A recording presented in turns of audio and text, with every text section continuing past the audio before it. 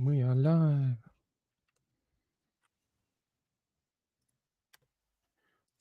We begin the day's other headlines in Bangladesh, where the prime minister has resigned and fled the country after weeks of violent demonstrations. Sheikh Hasina had been in power since 2009 and was the country's longest-serving leader. Her departure comes after peaceful student protests against job quotas escalated into nationwide unrest that's left nearly 300 people dead since mid-July.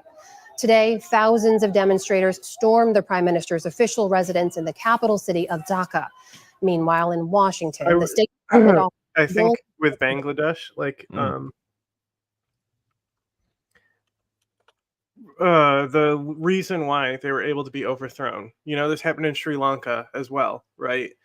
So like as we said in our special, how the quota system is not like abnormal for the region, right? Like there's other countries that are similar to the quota system, and like just like how the Sri Lanka Mansion Party was like really funny. So but it also shows the difference between when you have political freedom and civil freedom. It's because Bangladesh has it's not like a country you think of where the civil freedom is like abhorrent. No, neither, like it's like Thailand neither. That's like China, yes, and the political system. Yeah. It's but because there's so much civil freedom, unlike a lot of these other countries where we see a lot of movements to oust people fail and end up with like a lot of people dying, like Iran, for example. Like, I don't know if it's something that you can attribute to the region because it has happened similar ways in the region.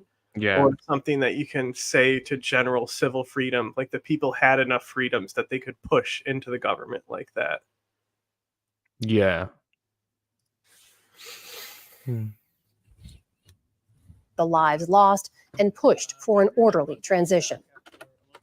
It is vital that we have full and transparent investigations to ensure accountability for these deaths. What we want to see is democratic order. We want to see the Bangladeshi people choose their own government, and that's what we'll be looking for in the days and weeks ahead. The country's military chief says he's taking temporary control as soldiers try to calm. Color revolution. Yeah, literal communist factions were involved in overthrowing this government. Epic. The unrest. Bangladesh's figurehead president Mohammad Shahabuddin announced today that parliament will be dissolved and a new government will be formed as soon as possible. To the Middle East now, a Department of Defense spokesperson has confirmed to the NewsHour that's... Sorry? They already have positions in the interim government filling up. Okay. Several U.S. personnel were injured in a suspected rocket attack at the Al-Assad military base in Iraq. It's the second such strike on the facility in less than a month, and it comes amid heightened tensions in the region. Also today, Hezbollah launched a new drone attack on northern Israel, leaving 2 Israeli soldiers injured. That follows last week's killings by Israel of a senior Hezbollah commander in Lebanon and a top Hamas leader in Iran. In Tehran today, officials said that last week's targeted killing on Iranian soil won't go unanswered. The Islamic Republic of Iran will definitely take serious deterrent actions to guarantee its security and punish the aggressor with power, decisiveness, and toughness. Secretary of State Antony Blinken spoke by phone to several of his Middle Eastern counterparts today. How much missiles could they possibly have rebuilt since their last salvo? Like, come on, you can't do it again. And if you do, go for it. Go ahead, do a salvo, do a bigger one than before. Because you have to be bigger since you saw how much little got through. Go ahead, fire them off. All of them. Go for it. Go for it. Urging them to tell Iran that escalation is not in their interest. Meanwhile, the United Nations says it has fired 9 staffers from its agency. What? That was Penny Wong. It was Penny Wong. She can get fucked. Not in their interest. Meanwhile, the United Nations says it has fired 9 staffers from its Agency for Palestinian Refugees. Anybody watching on Twitch? Yes? No? It's probably just us. Can you go to my Twitch, the not one with our normal logo, Click the ground news code. If you like open the player, then scroll down. There should be a 15% off code there. See if that works. Yeah. It's known as UNRWA. That comes. It redirected you? No. I just said yes, and I'm doing it. Okay. After an internal investigation found they may have been involved in Hamas's. It should be, so under the player, if you scroll down, there should be a bunch of links. There's a ground news 15% off clickable code, yes. Yeah, okay. Great. I'm glad that worked, because I was going to put it in a little about me, but there's no like spacing or formatting for that, which is why it looks the way it does. No, it looks good. Like it's integrated into the page with all the social medias. No, I mean like the actual about here where it says our schedule. Mm-hmm. That is the way it looks. Because where the fuck else am I going to put it? Where it is. What do you mean where it is? Oh my god, bro. Hang on, let me share my whole screen real quick so I can show you.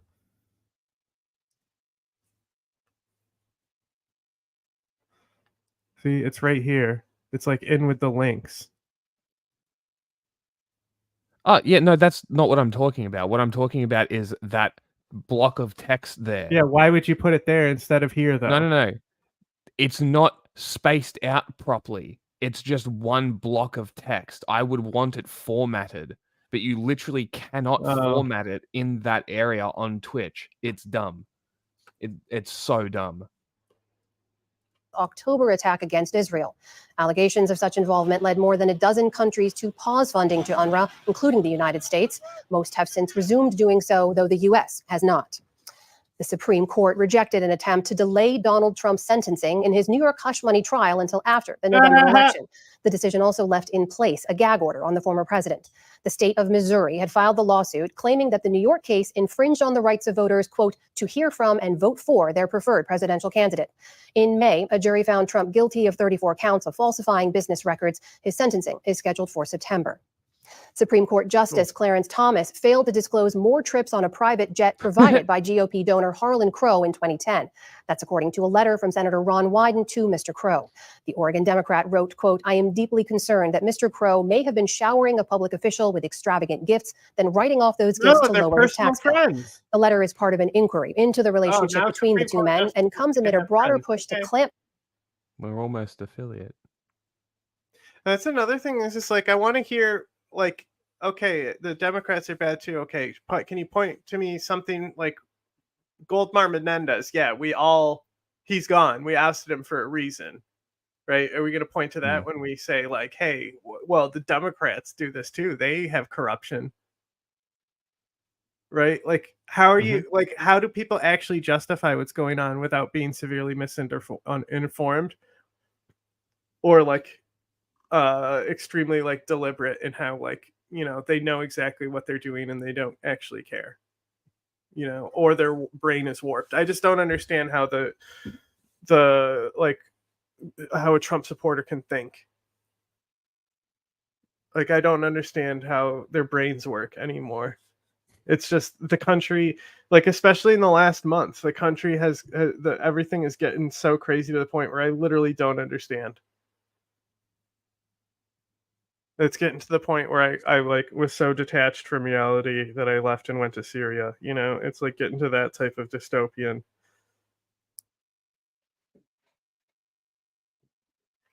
Down on Supreme Court ethics rules. Where was that where was that link for the alerts and shit, how to set them up? Oh, hang on, I'll get it for you. It should have saved to the Google Docs though. Oh, it was Docs. Oh yeah, that's all you needed, was it was a Google Doc? Yeah, where it actually was, because I couldn't remember whether it was the drive or Docs. It doesn't matter. If it's a document, it'll show up in your Docs regardless if it's on Drive or not. As long as you opened it in Google Docs, it will save a copy, an access copy to it.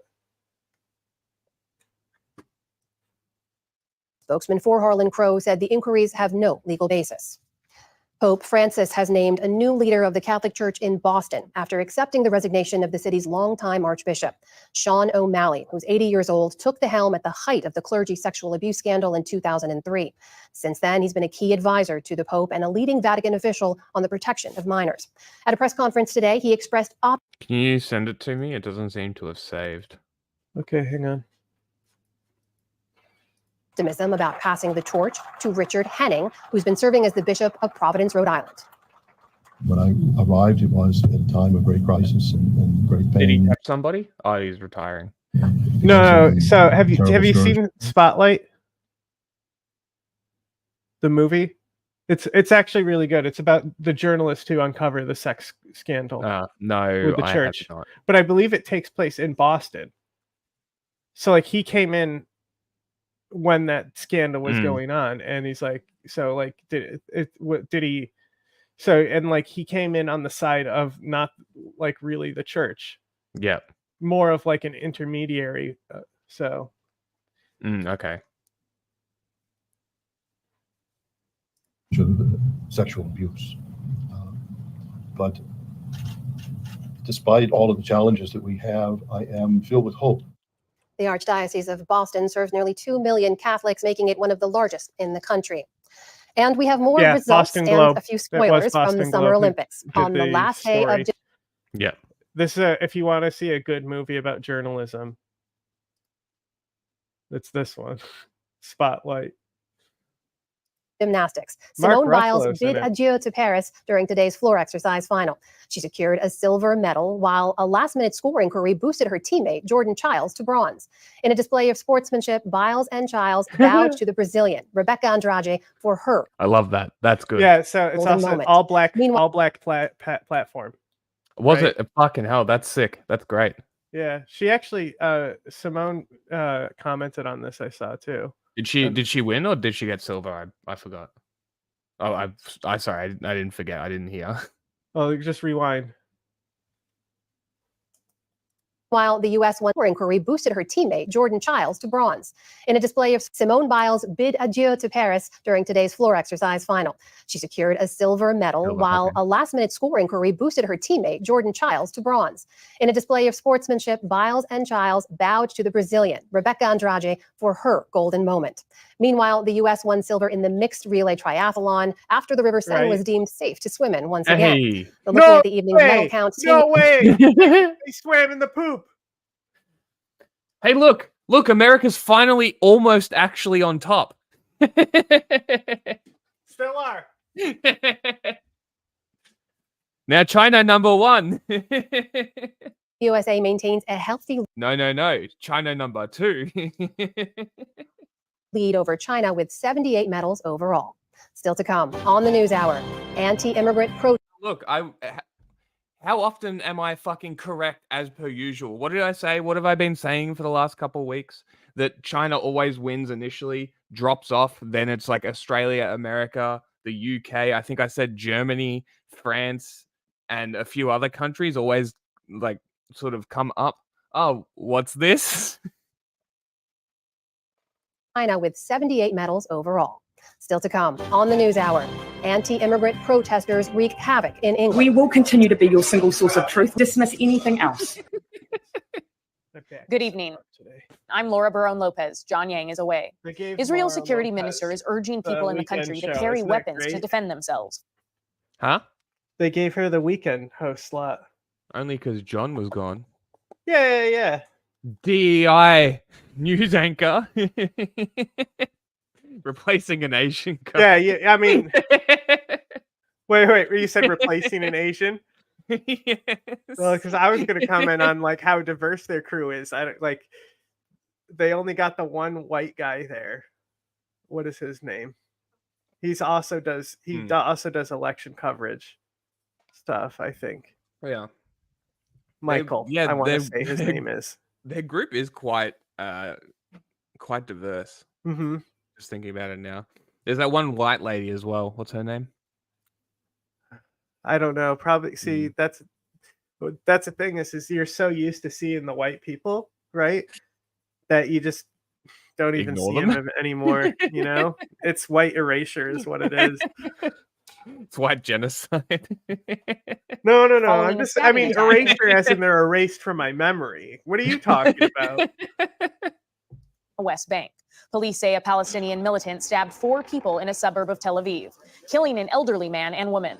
The suspect was later killed by police. And in Gaza today, Israel conducted at least 2 separate airstrikes, killing dozens. Overnight, a strike hit a tent area in the courtyard of a hospital. Another airstrike hit 2 schools in Gaza City. In both cases, Israel said it was targeting Hamas militants. English police today are struggling to contain violent crowds after a right-wing mob tried to break into hotels suspected of housing asylum seekers. Rioters broke down barriers and smashed windows as they clashed with law enforcement. I love UK Prime everything Minister is Keir like, Starmer condemned the riots, here's the calling thing. it. That's a thing, because like when you're this Nazified, right? Like all of this stuff is based on like alleged rumors that they believe without evidence. They're just told by leadership that this is what's happening. And they go. Yeah. And then, you know, like you only need like, you know, a little small percentage of dedicated people. And obviously Robinson is dedicated people. I mean, he's like, when did he start his mouth running? Was it before Europa or during Europa? It was long before that. That's what I thought. Tommy Robinson's been around for a hot minute. Yeah, like I want to say like it's like back in like maybe even in the beginning of the GWAT or the Gito. He co-founded the English Defense League in 2009. No, it is GWAT. So it is GWAT. So he's basically he's been active for. When was his starting year? So 2009. ISIS then, not quite ISIS period. So ISIS is the thing. So yeah, so he must, that explains with the because like I remember even last week, because I'm always ahead of shit. Like I off mention stuff and then it ends up being the thing that blows up. Like I mentioned Bangladesh a week before it blew up into the first protest. But I pulled up the tweet with the guy from Cage, Mozambique, on like how he always gets the last laugh. Yeah. Right. And like, boom, now they're full scale riots and lynch mobs. And everyone's saying that the reason they happened is because a person who got stabbed was suspected to be like alleged to be a migrant, even though they're not. These people are just saying that. And it's like, what are you talking about? Like with Bangladesh, it would be like saying that that the protests escalated because, or the protests were because people were shot. Okay, people were shot, but what happened before that? There was still a protest before that, wasn't there?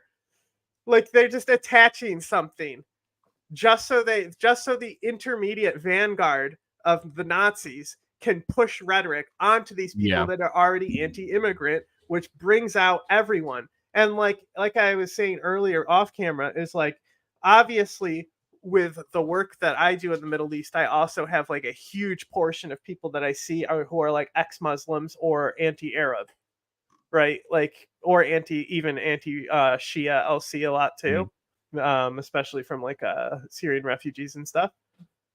And like they're sharing stuff, and it's literally like the page literally says Europa in it. Right. And it's like, look at what the Muslims are doing. They're getting bats and knives to go do lynchings.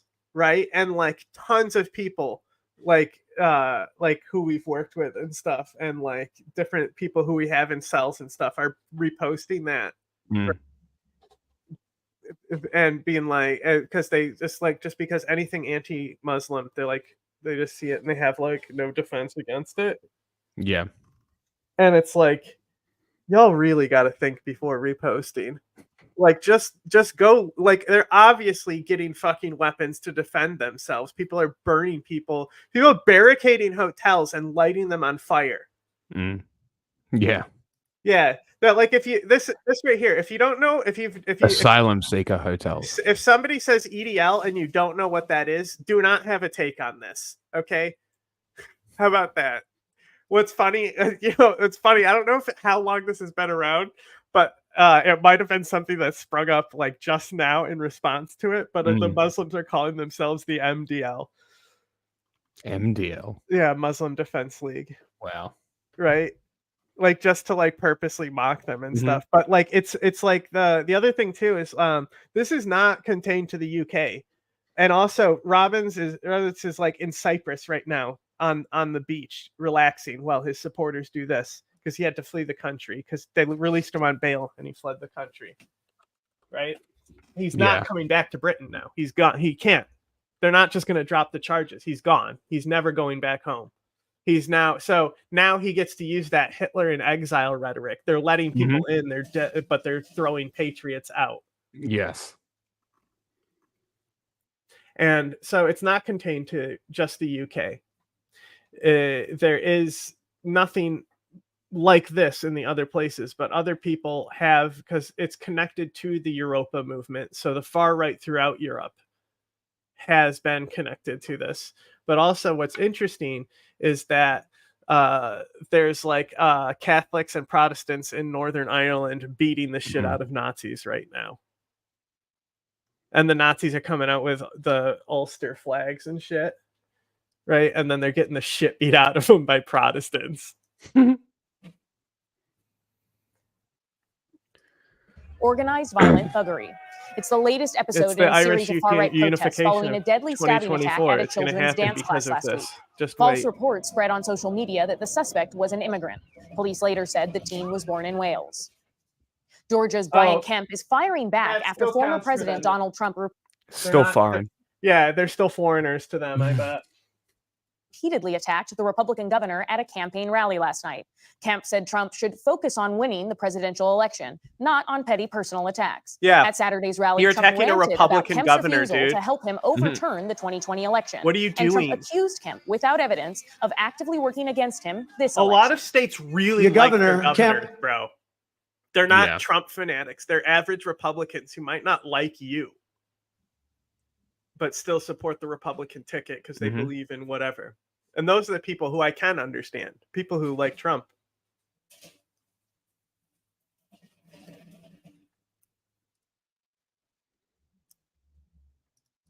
And Raffensperger I is wish doing I had a everything governor possible I to could make like. 2024 difficult for I Republicans. want my to win. big Gretch. What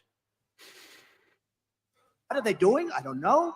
They got something in mind, you know. They got a little something in mind. Kemp is very bad for the Republican Party. He wouldn't do anything. Trump also congratulated Russian President Vladimir Putin for the prisoner exchange that freed 3 Americans this past week. But Trump did not name any of the Americans who were released. Hilarious. Ukraine got a boost today in their war with Putin's Russian forces when newly arrived F-16 fighter jets took to the skies. 29 months after the full-scale invasion, President Volodymyr Zelensky unveiled the jets given to his country by Western allies. While this steps up Ukraine's air defenses, Zelensky said more pilots need to be trained. Until now, Ukraine only had Soviet-era warplanes to fight Russia.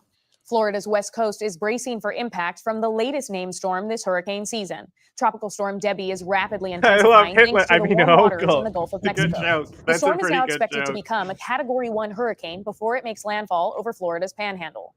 Forecasters anticipate heavy rain and flooding before the storm moves up the East Coast. And it was a golden Sunday for American athletes in Paris. On the track, sprinter Noah Lyles is once again the world's fastest man, winning gold in the men's 100 meters. Suck it, Uganda. In the pool, Team USA broke records and took home 2 more gold medals. The American team set a new world record in the women's 4x100 medley relay. And Bobby Fink clocked a world record swim in the 1500 freestyle. Scotty Scheffler took the top spot in men's golf, and Kristen Faulkner won gold in women's road cycling.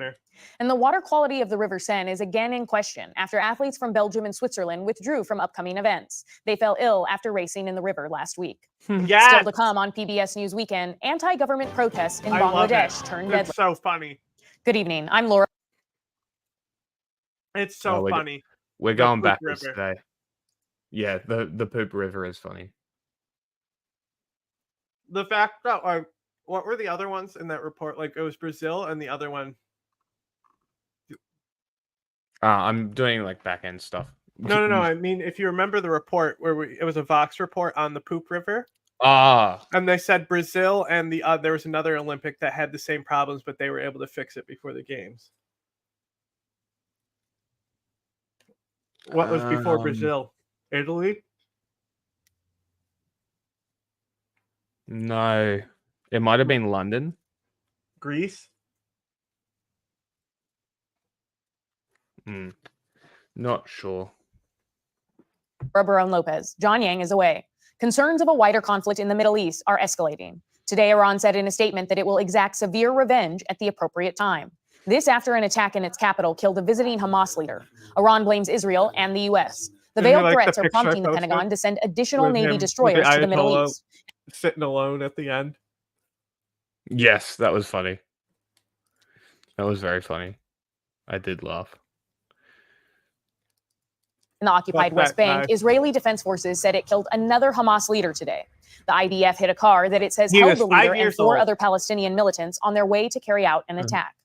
The Defense Department revoked a controversial plea deal that took the death penalty off the table for the accused mastermind of the 9/11 attack. Seriously. How the fuck can a federally appointed cabinet individual overturn plea bargains in the judicial system? When did that power exist? It's probably because of he's actually tried under like the US like military court, you know? So the Pentagon can overturn trials from the US military court. How is that not the federal branch interfering with the judicial system? Though. Like, I understand where it comes from because it must have been a military trial, but why does that fucking exist? That's ridiculous. Over here saying fucking presidential immunity is a threat to fucking democracy. Get out of my face. Acts. In a memo, Defense Secretary Lloyd Austin said responsibility for the decision should be left with him, not the official appointed to oversee the cases. Prosecutors initially struck deals with Khalid Sheikh Mohammed and 2 of his accused accomplices over concerns some evidence gathered through torture would not be admissible in court. The victims of the devastating wildfires on Maui could soon get help to rebuild. Hawaii's governor announced a settlement Friday worth more than $4 billion. It would pay out the families of the more than 100 people killed and the thousands displaced last August. The massive fire remains under investigation nearly 1 year later. The settlement needs to be finalized in court before the victims may receive payment. Olympian Simone Biles is living up to her nickname as one of the greatest of all time. The gymnast earned her 7th gold medal and 10th overall in Paris today during the women's vault final. So like I kept seeing her picture and she had the necklace with a goat on it. And I'm like, what is she like? Is it a lucky necklace? Does she like goats? And then today I was like, oh, she's the goat. That's the point of the goat necklace. Like it was just like autism moment, you know, going right over my head. That's very funny. Later in the day, Team USA. First name is It happened to me the other day. We were watching something on Fox News, and the necklace had GWOAT. I'm like, what the fuck is a quote?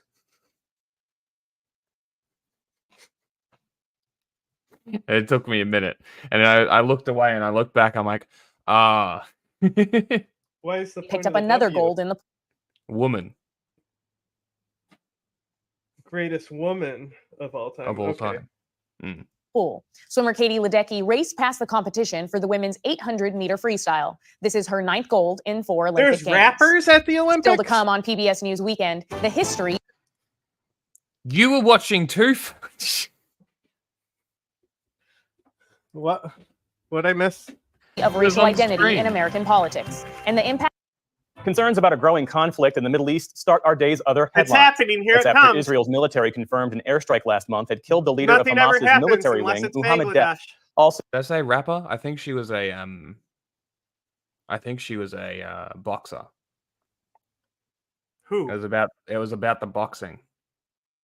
It was Fox News interviewing some boxer woman who had that on her necklace. Oh, I thought this was like something that you encountered in the wild. I didn't. No. It was like yeah. To me, I'm just like, oh, somebody he saw at the gym. That makes sense. You know, I didn't even hear like what the context was. Like I could see somebody working out and like that's on their ass or their belly. Oh yeah. That they wear. No, this was it was a Fox News was talking about the boxer in the Olympics, and they were talking to some American boxer chick, and she had that as a necklace. Oh, so it's like also a transphobe thing. Maybe because it was just like it was a weird interview because it didn't really seem like she was all that like aware of what they were even talking about, because then they told her something else and she was like, oh well, still in combat sports, is kind of what her response was. And like beyond them like actually just being like, yeah, okay, I agree to this fight, which is what it should be, I'm kind of inclined to agree on the combat sports side of things. That's the thing with every fight though, right? So like combat sports in general, that's always how it's been. Like you get offered the fight contract and you take it or you don't. Yeah. Nobody's exactly. like, you have to fight this person. The only time that stuff happens if an opponent drops out at a last minute. And it's like, oh, here's the new guy. You were already signed up for the card, you know? But they never bring in a ringer who's gonna beat you. They make something so they don't have to refund ticket prices. Yeah, pretty much. They're just, it's going to be a fucking guy. You're going to kick the shit out of him and give him CTE. Yeah, like that's like, for me, it's very much so. In general, combat sports probably should be a bit more protected because it is a physical sport, because it is physical. Well, like, you mean with the head? Combat? Headgear. You're taking headgear? Sure, headgear. No, but sure. it already is protected. You either no, take I the know, contract or you don't. and this is it's what the I'm most saying. Protected. No, and this is what I'm saying is that like if we're really talking about the issue of trans people in sport, which it isn't a fucking issue, right? It's just an issue to conservatives because they want to make it an issue. If you're one person who plays volleyball who got spiked in the face. Yeah, exactly. Or if you're because that doesn't happen all the time. Not even like a placing like competitor. Or a fucking swimmer who's now a chief grifter. Oh yeah, the swimmer. I forgot about that one too. Fucking Riley Gaines, I think her name is. She's the worst skater. She's the worst of it. She I think was one of the main people who pushed this fighter, the boxing thing. Because I think I saw her post about it first. That's where I saw it first. But yeah, I have no issue with this because I don't care if people want to play sport, they should be able to play sport. But when it comes to literal you know fighting, how like Shia Raychek will just different. if she gets sent stuff, she'll just post it, right? Yes. So like they make it too easy for the disinfo agents, right? So it doesn't even matter who posted it first because it probably got DM'd to them. Yeah. Right. Yes. So like the Libs of TikTok's post, they didn't repost their information. They looked at their DMs. They said, "Oh, I'll say this today." Yes. Or it's like this one. This is and that's another thing that it's not like she's reporting to a fucking agent, you know? No, but this is another reason that I wanted to bring up the video that I was watching on Friday, because it literally speaks about being hand-fed narratives. So that's another reason why a lot of videos that are 5 minutes that can do that. Sure. But it's still like Speaking of which, we have to watch Anarch's video today. We'll do it between things. Supreme leader attended the funeral in Tehran for another Hamas leader, Ismail Haniyeh, who was killed in an attack this week. Israel has not claimed responsibility. While in Beirut, mourners paid their respects for Hezbollah commander Faoud Shukr, who was killed in an Israeli strike in Lebanon's capital on Tuesday. Addressing the crowd, Hezbollah's leader threatened retaliation, saying the conflict had entered a new phase. For his part, Israeli Prime Minister Benjamin Netanyahu said his country is ready for any response. Of Hezbollah congratulated the people in Bangladesh for overthrowing the government. And I was just like, that one surprised me. It was very funny. That was very funny. Israel is highly prepared for any scenario, both defensively and offensively. We will exact a very heavy price for any act of aggression against us from any arena. In Tel Aviv, Israelis took to the streets to mark 300 days since the October 7th attack and called for an immediate release of hostages still being held in Gaza. The U.S. Air Force has concluded that a deadly Osprey crash off the coast of Japan last year was caused by a, quote, catastrophic failure in a gearbox. The investigation also found that the pilot ignored warnings to land the aircraft. The crash killed 8 service members and led to a months-long grounding of all military Ospreys. It was one of several Osprey crashes in recent years that killed 20 service members overall. A New York appeals court has rejected Donald Trump's attempt to have the gag order in Japan, right, with a helicopter. Yeah. And someone was like, the difference between this and the Osprey is everyone lived in this emergency landing. Mm-hmm. Yeah, that's the big difference. His hush money case lifted. A panel found that the judge in the trial, Juan Merchan, was right to extend parts of the order until Mr. Trump is sentenced in September. Separately, Mr. Trump's defense team has asked that Merchan be recused from the case for a third time. In a court filing, they cited an alleged conflict involving the judge's daughter and her ties to Vice President Kamala Harris, who is now likely to be Mr. Trump's opponent in the November election. Senate Republicans today blocked legislation that would have expanded the child tax credit for low-income families and extend some corporate tax breaks. In doing so, they torpedoed a bipartisan $79 billion tax bill that the House had overwhelmingly approved. Republicans are betting that they can push through a more conservative tax bill next year if they win control of Congress and the White House. The U.S. Department of Transportation proposed a rule today that would ban airlines from charging parents to sit with their children. Under the proposal, children 13 years or younger must be allowed to sit with their parent or guardian for free. If adjacent seats aren't available when booking, families can opt for a full refund or wait for a seat to open up.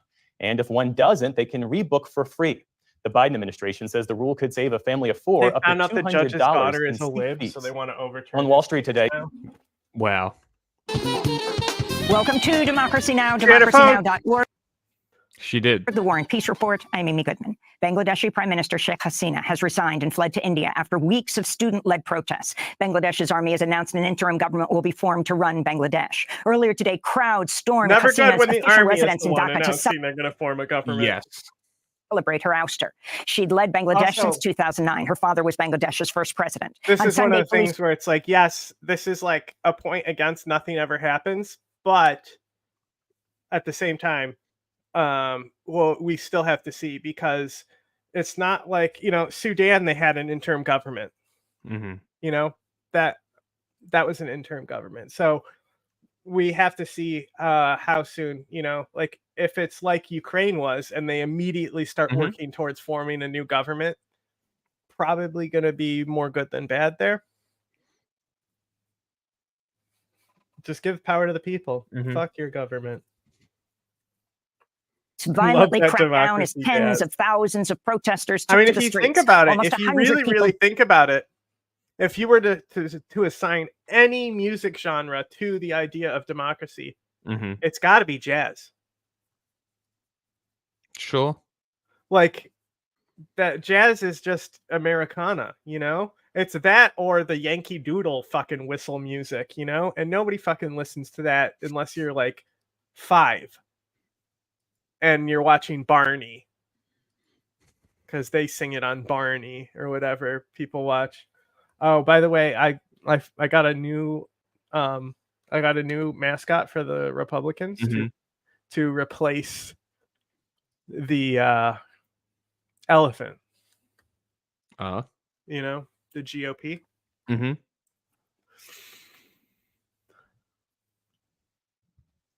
Guys, what are we doing? We need viewers on Twitch. Well, Fudge said it was too laggy. Laggy? Just keep it open. Died on Sunday, bringing the death toll in recent weeks to over 300. Most of those killed have been student protesters. Hasina resigned as protesters vowed to defy a military curfew. And I don't think me being there counts as a viewer because it's I'm logged in. Stay in the streets. Nobody can stop us from marching today. If we turn back and face them once, we will liberate Bangladesh. And I want to tell my armed forces brothers not to align with the autocrat. Either you're with the people or stay neutral. We'll have more on Bangladesh after headlines. The U.S. has sent additional military forces, warships, and fighter jets to the Middle East as Israel braces for a possible retaliatory attack by Iran and Hezbollah. Last week, the attack Israel might assassinated happen, but that doesn't mean something happened. You know what I'm saying? Hamas's political chief, Ismail Haniyeh, in Tehran, as well as a top Hezbollah commander in Beirut. A number of countries, including the U.S., France, and the U.K., have urged their citizens to leave Lebanon as fears grow of a broader regional war. President Biden's planning to meet with his national security team today. Question, right? Yeah, and that's the thing. This is like, there might be stuff in here depending on how we organize the show, because I did screen some Fox News stuff, and they were talking about this, right? And I was laughing at them because they're like people are underestimating how important Iran is in this picture. Like they're trying to upplay Iran's involvement. They're like Iran, they back Hezbollah, they back the Houthis, but they like left it open ended. Like they couldn't connect the dots themselves because like of how disconnected the dots are. Like because like what does Iran have to do with fucking Hamas? A Muslim Brotherhood chapter, right? Like the Muslim Brotherhood has more money than the fucking regime of Iran at this point, maybe. They don't have to spend it on like state stuff, and Iran ain't doing that either, but like the resources are obviously much better coming from Egypt and the Muslim Brotherhood because it's right there. In Gaza, at least 30 Palestinians were killed Sunday when Israel attacked 2 schools sheltering displaced people in Gaza City. Officials in Gaza said 80% of the victims were children. The attack came a day after Israel struck another school in Gaza City, killing 16 people. Israeli forces also attacked the courtyard of Deir Abbas Al-Aqsa Martyrs Hospital, where displaced Palestinians were living in a makeshift tents, which caught on fire. At least 5 Palestinians died. They said Al-Aqsa Hospital was safe, and we stayed in Al-Aqsa Hospital because it was the English in this fucking. That's not like a censor. Am I crazy? Supposed to be. Which caught another school in Gaza City, killing 16 people. Israeli forces also attacked the courtyard of Deir Abbas Al-Aqsa Martyrs Hospital, where displaced Palestinians were living in a makeshift tents, which caught on fire. At least 5 Palestinians died. It's possible. What? They said Al-Aqsa Hospital. It's possible as a legible I'm talking sentence. about the chat. Oh. Like it's not even like proper English. We stayed in Al-Aqsa Hospital because it was supposed to be safe. We were sleeping, believing it was safe, and suddenly a rocket hit, setting the tent on fire. A woman who was this child's mother was killed. She was hit by a shrapnel in her back and died on the spot, martyred where she stood. Israel also carried out airstrikes on the occupied West Bank Saturday, killing 9 Palestinians in the city of Tulkarm. Hamas said 3 of the victims were members of its military wing. In the UK, unrest is growing following the deadly stabbing of 3 girls last week in the northwestern town of Southport. At least 8 other children and 2 adults were injured in the attack on a children's dance class, many of them still in critical condition. The attack stoked violent far-right protests across Britain after early misinformation identified the suspect as an immigrant living in the UK. You ready to see the new mascot I came up with for the GOP? Yes. Okay. Because it's like it's kind of an elephant, this mascot, I think. Yeah. Hang on. Need that audio. The vacuum.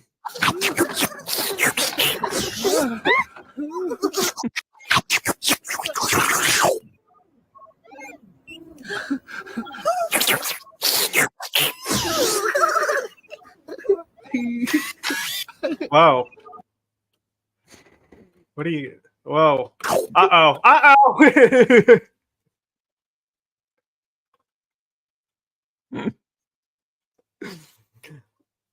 Gotta get those genitals. It's the Gluck 9000. Well, they have to inspect the genitals of all the children. That's why. Of course. That makes more sense.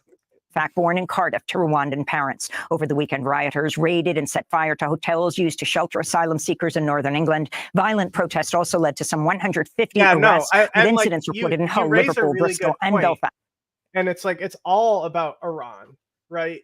But like, you know what it is? It's because Iran hasn't made their, diplomatic ties to fucking Israel. Like Egypt, after the Egypt-Israeli war, like there's factions within Egypt that kept continuing, but Israel already burned out all their Egypt rhetoric, I guess, because they actually have diplomatic ties. They don't fucking do that shit. Iran can always serve as their scapegoat to justify their crimes. Among others, anti-fascist protesters have also gathered to counter the white nationalists. On Sunday, Prime Minister Keir Starmer condemned the, quote, far-right thuggery. People in this country have a right to be safe, and yet We've seen Muslim communities targeted, attacks on mosques, other minority communities singled out, Nazi salutes in the street, attacks on the police, wanton violence alongside racist rhetoric. About accelerationism. Like that is systemic collapse, though.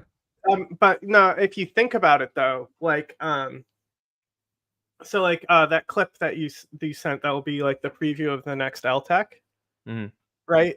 Well, what he's talking about there is just like how hierarchies fall, and there's other hierarchies that have been supporting it the whole time. And I say this all the time, like with Israel. Israel is a failed state, but the like structures stay in place. Yeah, right? it's suspended. It's not Like alive. the but it's government suspended. constantly is collapsing on itself. And like other countries, like the government will collapse, the military will hold the power together, right? So that's the thing, is just that when, I would say, especially when you don't have safety nets within society, only because, as we've seen with, for example, Israel, the government continues to function as it collapsed because that's how it's been, right? You need to have a trend of something for it to continue. So just having those social safety nets in place, even if you have governmental collapse, it will still be routine to have those protections go forward in whatever comes next, right?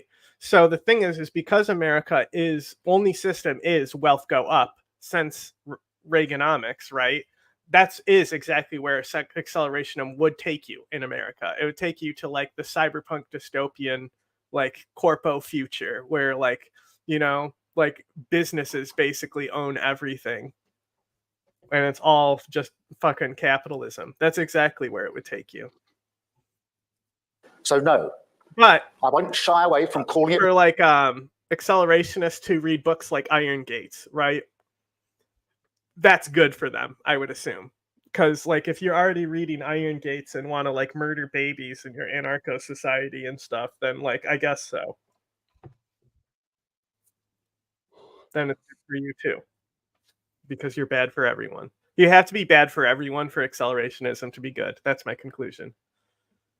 There are a lot of people who want it exactly. like that. Especially, that's what I'm saying though. Especially here, because we have no fucking civilian infrastructure. It's all built through like a capitalist system. It's all corporate and government infrastructure. Yeah, it would instantly be a corporate. Like it would be like the USSR, right? Like after it falls and capitalism flows in. That's exactly what it would be like. Except even there, they were supposed to have certain like civil decencies, right? Yeah. Like there would need to be a transitional period between acknowledgement that the state loses its power and transferring all of that knowledge and operation corporate feudalism, and there would need to be a transitional period to the public, to the people, to a decentralized system. Without that, there is no transition. It's collapse and corporatocracy after that. But anything that's like a collapse theory where they think that they'll build communism after the collapse and stuff, I think they're very misguided. Yeah, they're usually also vanguard communists as well. There's a reason. What it is. Far-right thuggery. The Democratic National Committee has announced Vice President Kamala Harris has won enough votes from delegates to secure the party's presidential nomination. The DNC is holding a virtual roll call ahead of the Democratic National Convention. Is anybody going to challenge it? Oh, someone did. They just told him to shut the fuck up. That's funny. I mean, because like even that one grifter was talking about doing it. Not Dean Menendez, Phillips. The other shitty guy. Weeks in Chicago. Manchin. Harris is expected to name her Manchin running mate said today he'd or do it, tomorrow. and then Over he the was like, weekend, "I she was just interviewed kidding." 3 Nobody fucking vote for him anyway. He's a Republican. top candidates: Minnesota Governor Tim Walz, U.S. Senator Mark Kelly of Arizona, and Pennsylvania Governor Josh Shapiro. She also met with Transportation Secretary Pete Buttigieg for 90 minutes Friday. In other campaign news, Donald Trump has dropped out of a planned presidential Political rallies are fucking weird. They really are weird. Her Georgia rally did a really well for her. God, they're weird. Weird people go to political rallies. Well, I would like to go to certain ones, Vermin Supreme. Sure. I almost went to one, but I couldn't get there when I was in New Hampshire. Fair enough. New Hampshire and shit. Mm. By the way, on ABC. Okay, as somebody who's worked in 2 of our like big cities in America, all right, Boston sucks. Okay, don't let anyone tell you that Boston is a good city that you want to go to. It sucks. New York is so much better than Boston, but also like it's either New York or LA. Like they're like it depends on what culture you're more attracted to, but like if you're not into big cities, you won't like either one, you know? Yeah. But the issue with Boston is that your GPS doesn't work there, right?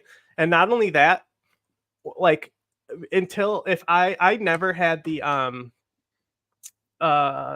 fast pass, the fast pay for the throughway that automatically takes tolls, right? The easy pass, right? So I never had one, right? So they just fucking send you tickets to my like home address in like New York, right? So they literally give me a ticket and say I didn't pay a fine because I didn't have Easy Pass because they just got rid of all their toll booths on all their bridges and it's patrolled by cameras and you have to know to go look it up and pay. Mm-hmm. Yeah, we never have toll booths, so we just do that anyway. It's just a little tag. The worst part is that there'll be roads where it will be certain lanes of the road will be different roads, right? So good luck navigating with GPS because it happens like it's so scrambled up where it's like it'll be in a traffic circle and then on that traffic circle you can marginally go right and go into like a straight line that goes eventually the other way and shit.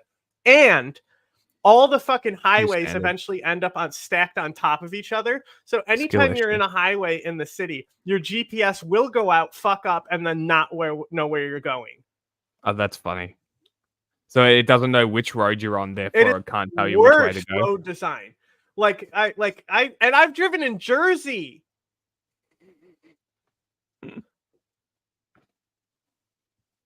Is scheduled for September 10th. Trump now says he'll debate Harris, but only if it's hosted by Fox News.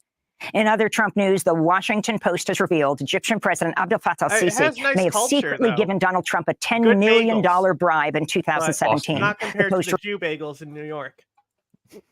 Can't beat our Jew bagels over there. Good bombings, too. Better bombings.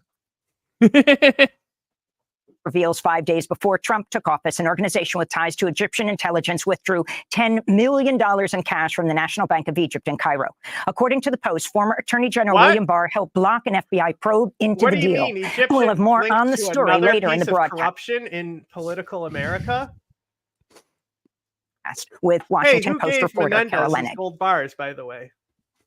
In Sudan, the Rapid Support Forces killed at least 23 people Saturday in a shelling on the besieged North Darfur city of Al-Fasher as the paramilitary group struggles to gain full control over Darfur. Aid groups warn the spiraling humanitarian catastrophe in Sudan could engulf the entire region after famine was declared in the Zamzam camp for displaced people located outside Al-Fasher. At least 10 million people have been displaced amid Sudan's brutal civil war. This is a woman at Zamzam. Since we came to Zamzam, nothing has been provided to us by the organization, and we are suffering from lack of food, water, and everything else. But we are staying here, thank God, until now.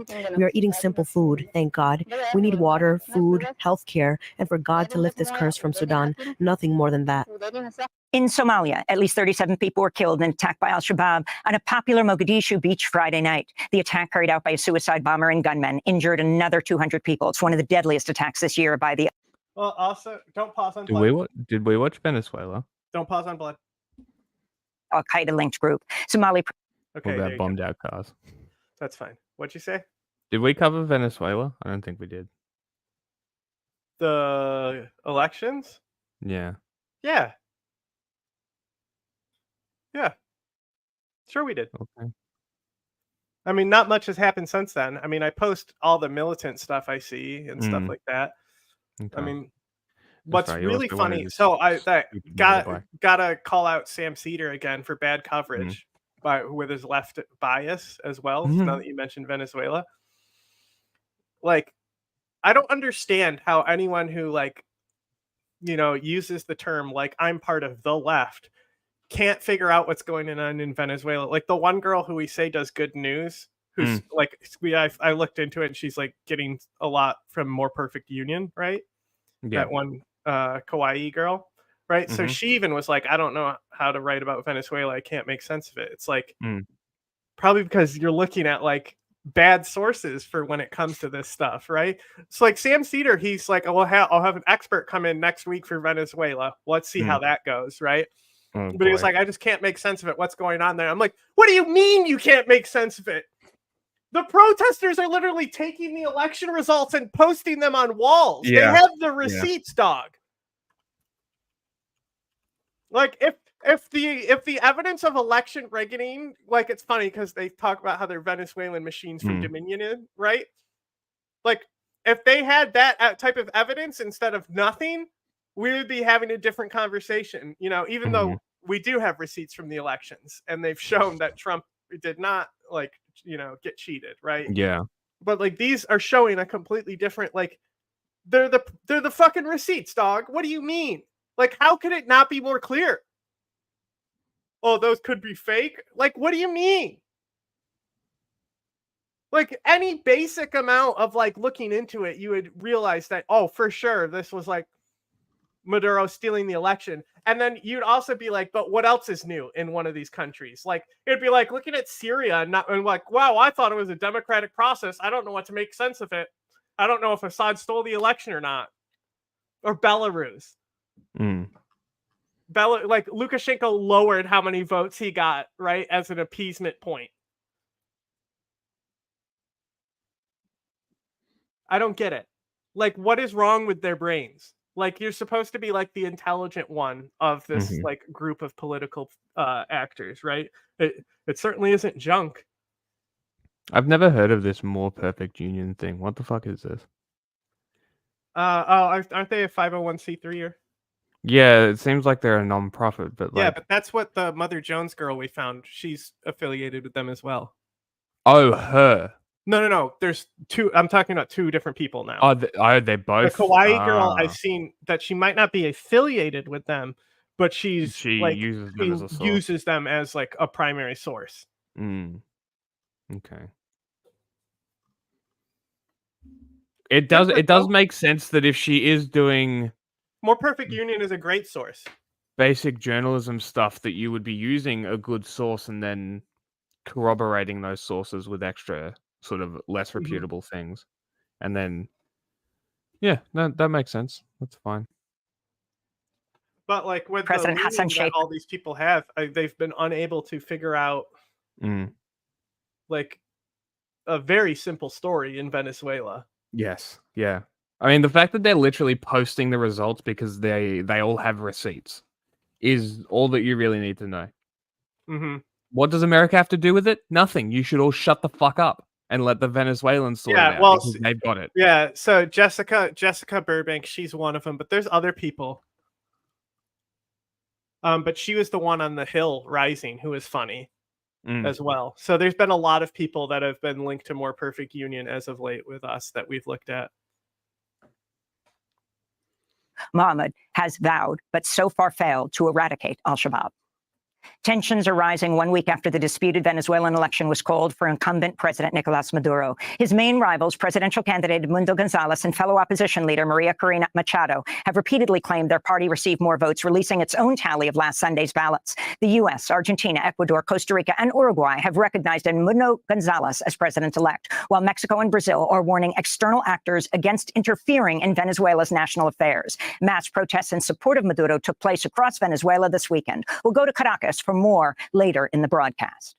Defense Secretary Lloyd Austin I bet you Amy is one of the few people on the left who is able to figure this out pretty quickly. Yeah. Sheikh Mohammed and 2 other men held at Guantanamo accused of plotting the 9/11 attacks. Under the deal, the 3 prisoners had agreed to plead guilty I love that and be everyone's sentenced to using life this in picture of him where he's like, he had just been arrested. Because, you know, it's funny because they literally just have mustaches to blend in, you know? They're such dedicated Muslims, but they shave their beard to blend into society, huh?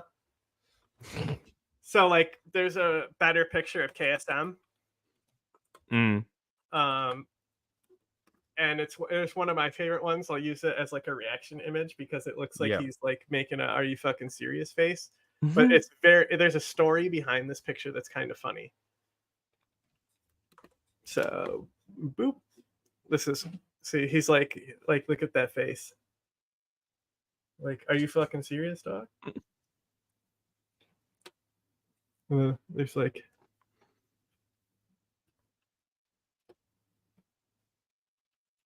at one point the turban came unwrapped. Like court drawings, right? Yeah. And it's just here's a picture of him in court.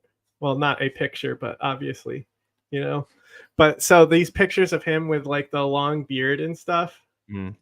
There's this one too. This is the propaganda one that he'd obviously took. He's like, look, I'm reading what I assume to be the Quran. Look at how hairy this dude's arms are.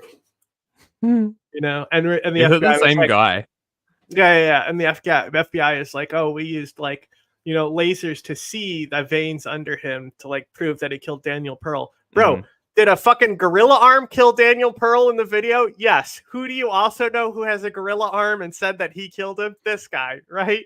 Like, of course he did it, but they claimed definitively that they were able to do forensic analysis of the veins in the back of his hand. Anyway, there's a lot of these pictures of him that he took, different ones, all the same day. Like he changed his turban and took a bunch of different propaganda photos this day. Yeah. The CIA and the military, like guards and stuff, have no idea how he got the pictures in and out of Guantanamo. They don't. Somehow he was able to. Nobody was there taking him with him. He put a timer on, and took these selfies. Right, probably took multiple selfies and then sent them off somehow to somebody, like through like probably like a micro SD card. Yeah. Love that. It's fucking hilarious. He's like one of the least chill people too. Like as far like a lot of like terrorists that I'll talk to and stuff, they're like not a cool dude. I know that they're like murderers and torturers and things like that, but they'll at least like cops can have a casual conversation, Yeah. It's like that. It's like talking to a cop. Yeah, okay. But everything I've seen from him, he's a fucking nutcase.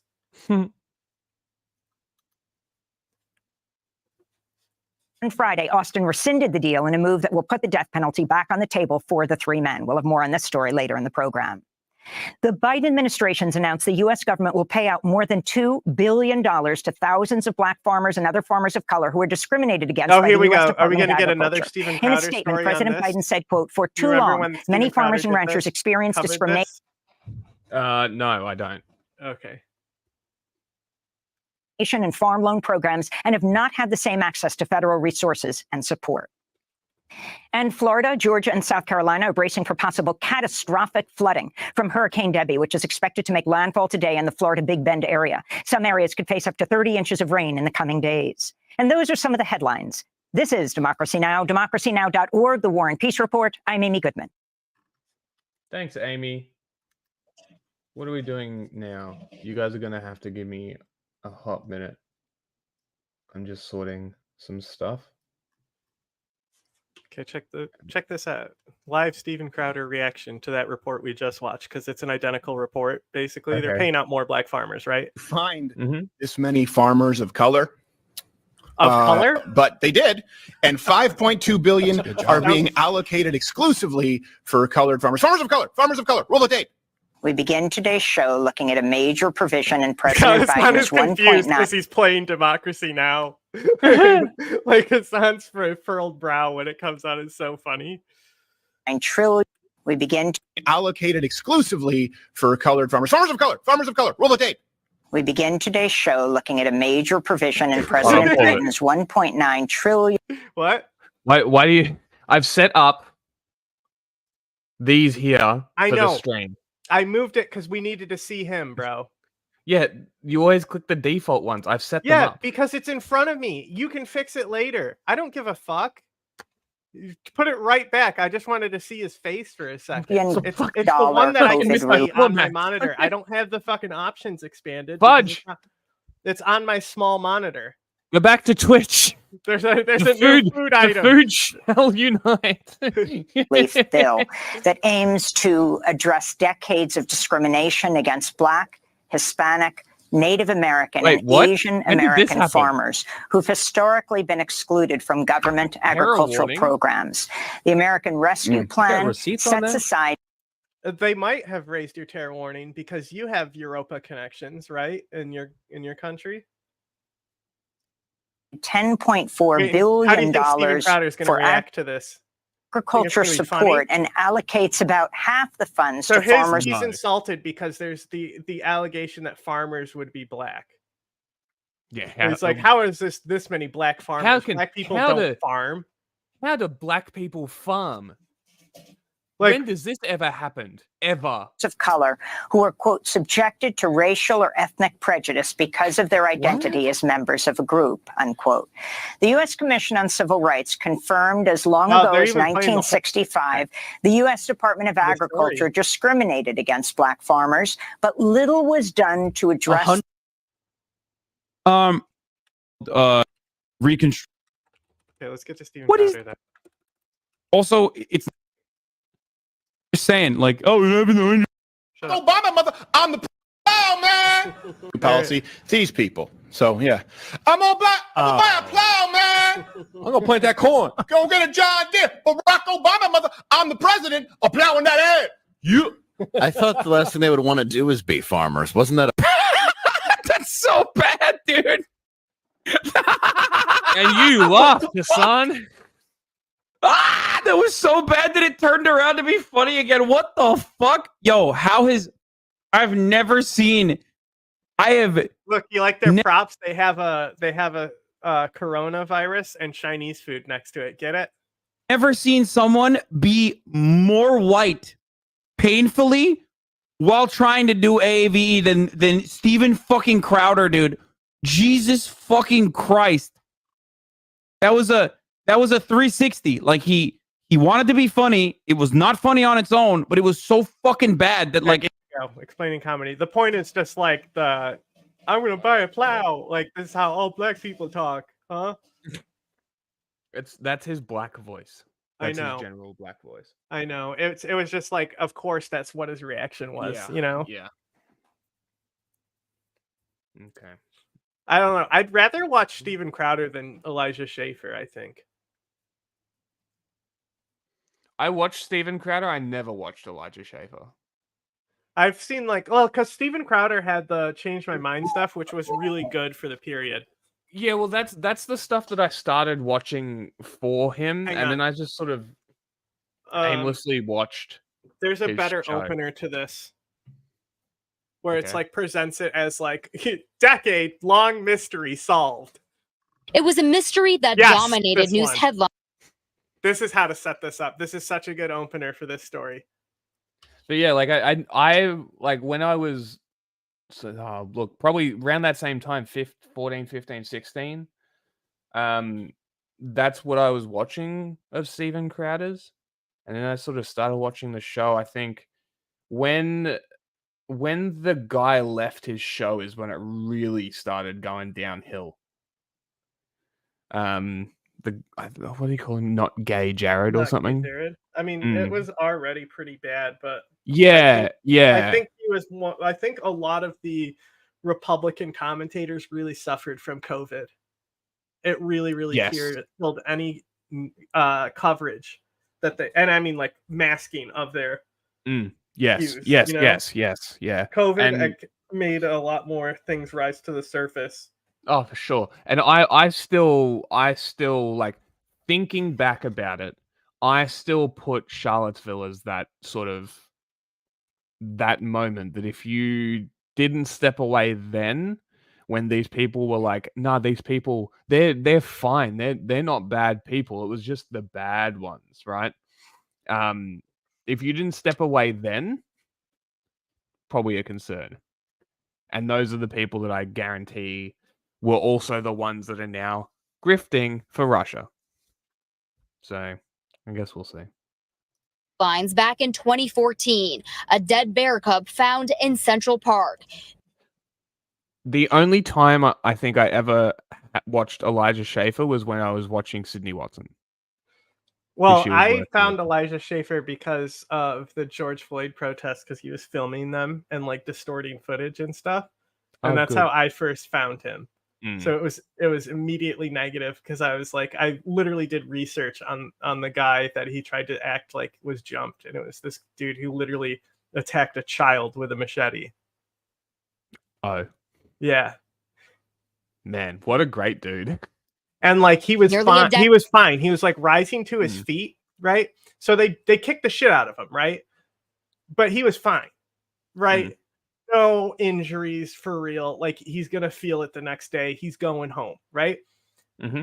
As he's rising to the feet, some white kid not involved with the defense of this kid who he tried to attack with a knife ran up with a rock right as the guy's rising to his feet and hits him in the side of the head with a rock at full speed. And he's carrying a box of shoes. A white guy who clearly did not have any interest in what was actually going on, who came out just to get some shoes, decided to go in and then like all they did, and then the kid, right? The kid who he attacked with the sword hits him with his skateboard at the end too, right? Which is like, if anyone's allowed to hit him, it's that kid, even if he just got hit in the head with a rock. And then they also took the guy's shoes and his wallet, right, when they jumped him, which is like, you attacked the kid with a machete, right? Yeah, but Elijah fuck Schaffer pushed it as this guy just died, and Trump even said it the next day. Amazing. Wow. Because it's a brutal hit. I mean, like if somebody was like, that guy's dead now, you would be like, oh, okay, I believe it. Do you remember? There's a big one that I remember. It might have been George Floyd protest. It might have been something else. Anyway, there was a guy that was just talking in a circle of people. Someone comes over with a bike lock and a sock and just whacks him right on the top of the head. Did you ever remember that video? That was probably the most fucked up thing I've ever seen. What was this? Like at a protest, some dude just randomly came and like hit a dude in the top of the head with a bike lock in a sock. And he starts. He was just like, right? Huh? He starts like bleeding from his head, right? Yeah, probably. It was like a taller dude talking in like the middle of a circle. That was fucking crazy. I'm just like, why the fuck would you do that to somebody? I don't know. Just psychos. After police opened up an investigation into the gruesome find, independent presidential candidate Robert F. Kennedy Jr. confessed it was a mystery that dominated news headlines back in 2014, a dead bear cub found in Central Park. Nearly a decade after police opened up an investigation into the gruesome find, independent presidential candidate Robert F. Kennedy Jr. confessed he was the one responsible all along. A woman in a van in front of me hit a bear and killed it, a young bear. So I pulled over and I picked up the bear and put him in the back of my van. In a video posted to X, Kennedy says he was going falconing when he came across the roadkill and intended to use it for meat, but ran out of time and ditched it in Central Park before heading to the airport later that evening. Doubt. Along West Drive. And then they all clap. Wait. So his cover story is, I picked up roadkill to eat, but I ran out of time, so I had to throw it out in the middle of the park. Hidden in the middle of the park. That's not even my issue with the story. The roadkill part is more of my issue with it. Few drivers remember the grisly scene.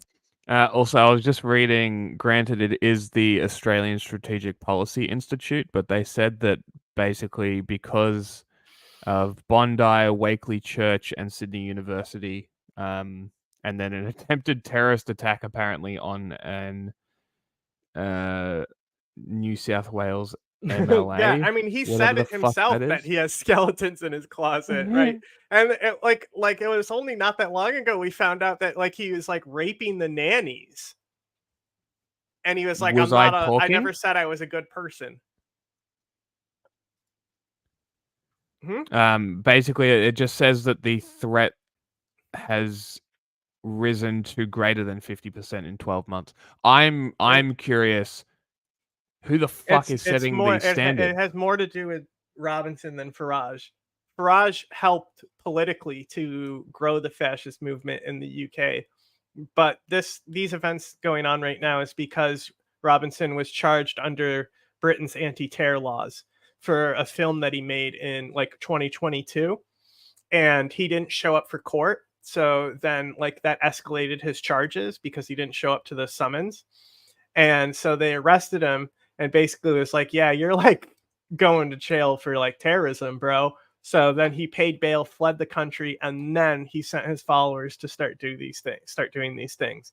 And because Nigel is connected to the UK's Nazi movement, he then picked it up from there as well, because obviously for him it's a thing too. So because the average UK racist isn't going to identify with like Robinson being arrested as a reason to riot, it's now pushed more into their agenda to begin with.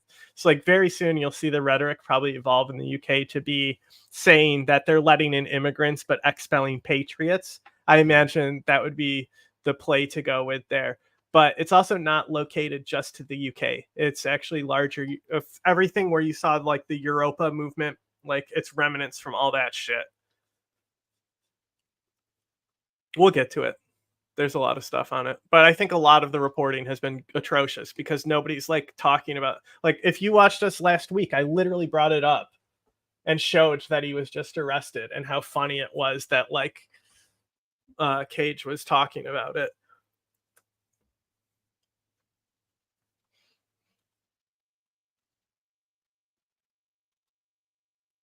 From 10 years ago, but told us they were disturbed by the confession. It's shocking. It's very unpresidential and really just disgusting. I don't really understand why someone would do that. That's unpresidential. It's not even the body dumping that I think is the worst part of it. His cover is worse. I disagree. What? You think the dumping is the worst part, not the I pick up roadkill to eat part? No, I think the fact that he killed a baby bear then dumped it is pretty fucking crazy. Well, he killed it for meat, I guess, right? Do you really believe his story? Well, there's more to it. I tried to stay as ignorant as I could. There's more to it. This is my prediction. Is he shot the bear, didn't realize it was a cub, took it anyway, dumped it, got away with it, and then for some fucking reason is just like, oh yeah, you know what I did one day? No, he's getting ahead of a story. He got a fucking insider from the paper that's doing the story leaked to say that the story was coming. So he's getting out ahead of it. You know, like how John Kiriakou knew that he was going to be burned by the CIA and tried to act like he's the whistleblower for the torture program. And now exclusively works for networks like Sputnik, which it makes sense because who's going to fucking hire him in the US, right? For his like, you know, like the man has to make a living, but like, you sure you weren't a Russian agent back then? And that's why you got ousted by the CIA starting this, you know, very sus. And like, you've never been good for information. Just a disaster.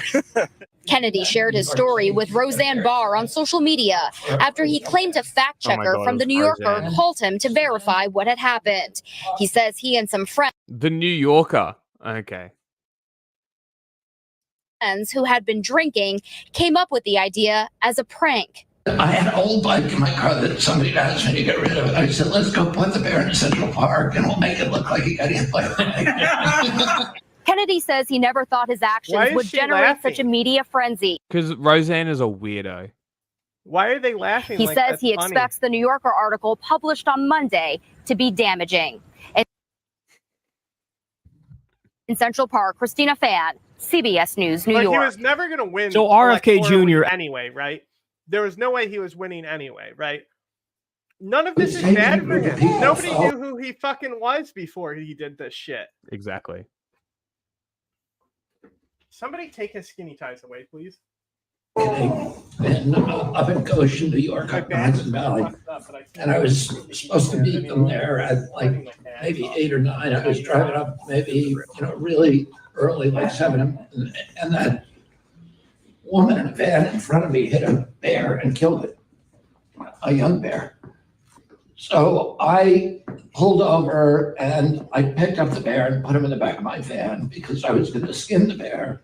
And it was very good condition. And I was going to put the meat in my refrigerator. And you can do that in New York State. You can get a bear tag for a roadkill bear. And at the end of the dinner, it went late, and I realized I couldn't go home. I had to go to the airport. And the bear was in my car, and I didn't want to leave the bear in the car because that would have been bad. But I said, let's go put the bear in Central Park, and we'll make it look like he got hit by a bike. Fun for people. Before you were just like, oh, this is too rotted, dump. No, in so hang on. Fucking park. He's talking about we did it because we thought it would be funny to people. Weird.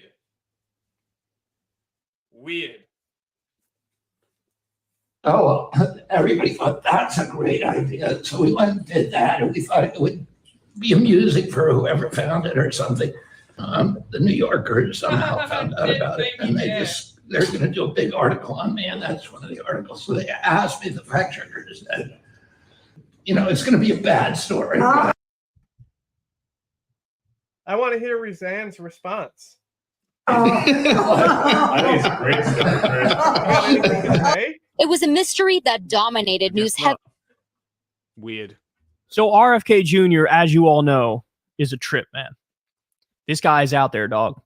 My favorite RFK moment from this election season is when he was on a podcast and he was accused of being on Epstein's jet. And he was like, of course I was on Epstein's jet. I mean, look, man, I've hung out with that they arrested Bill Robinson Cosby under, right?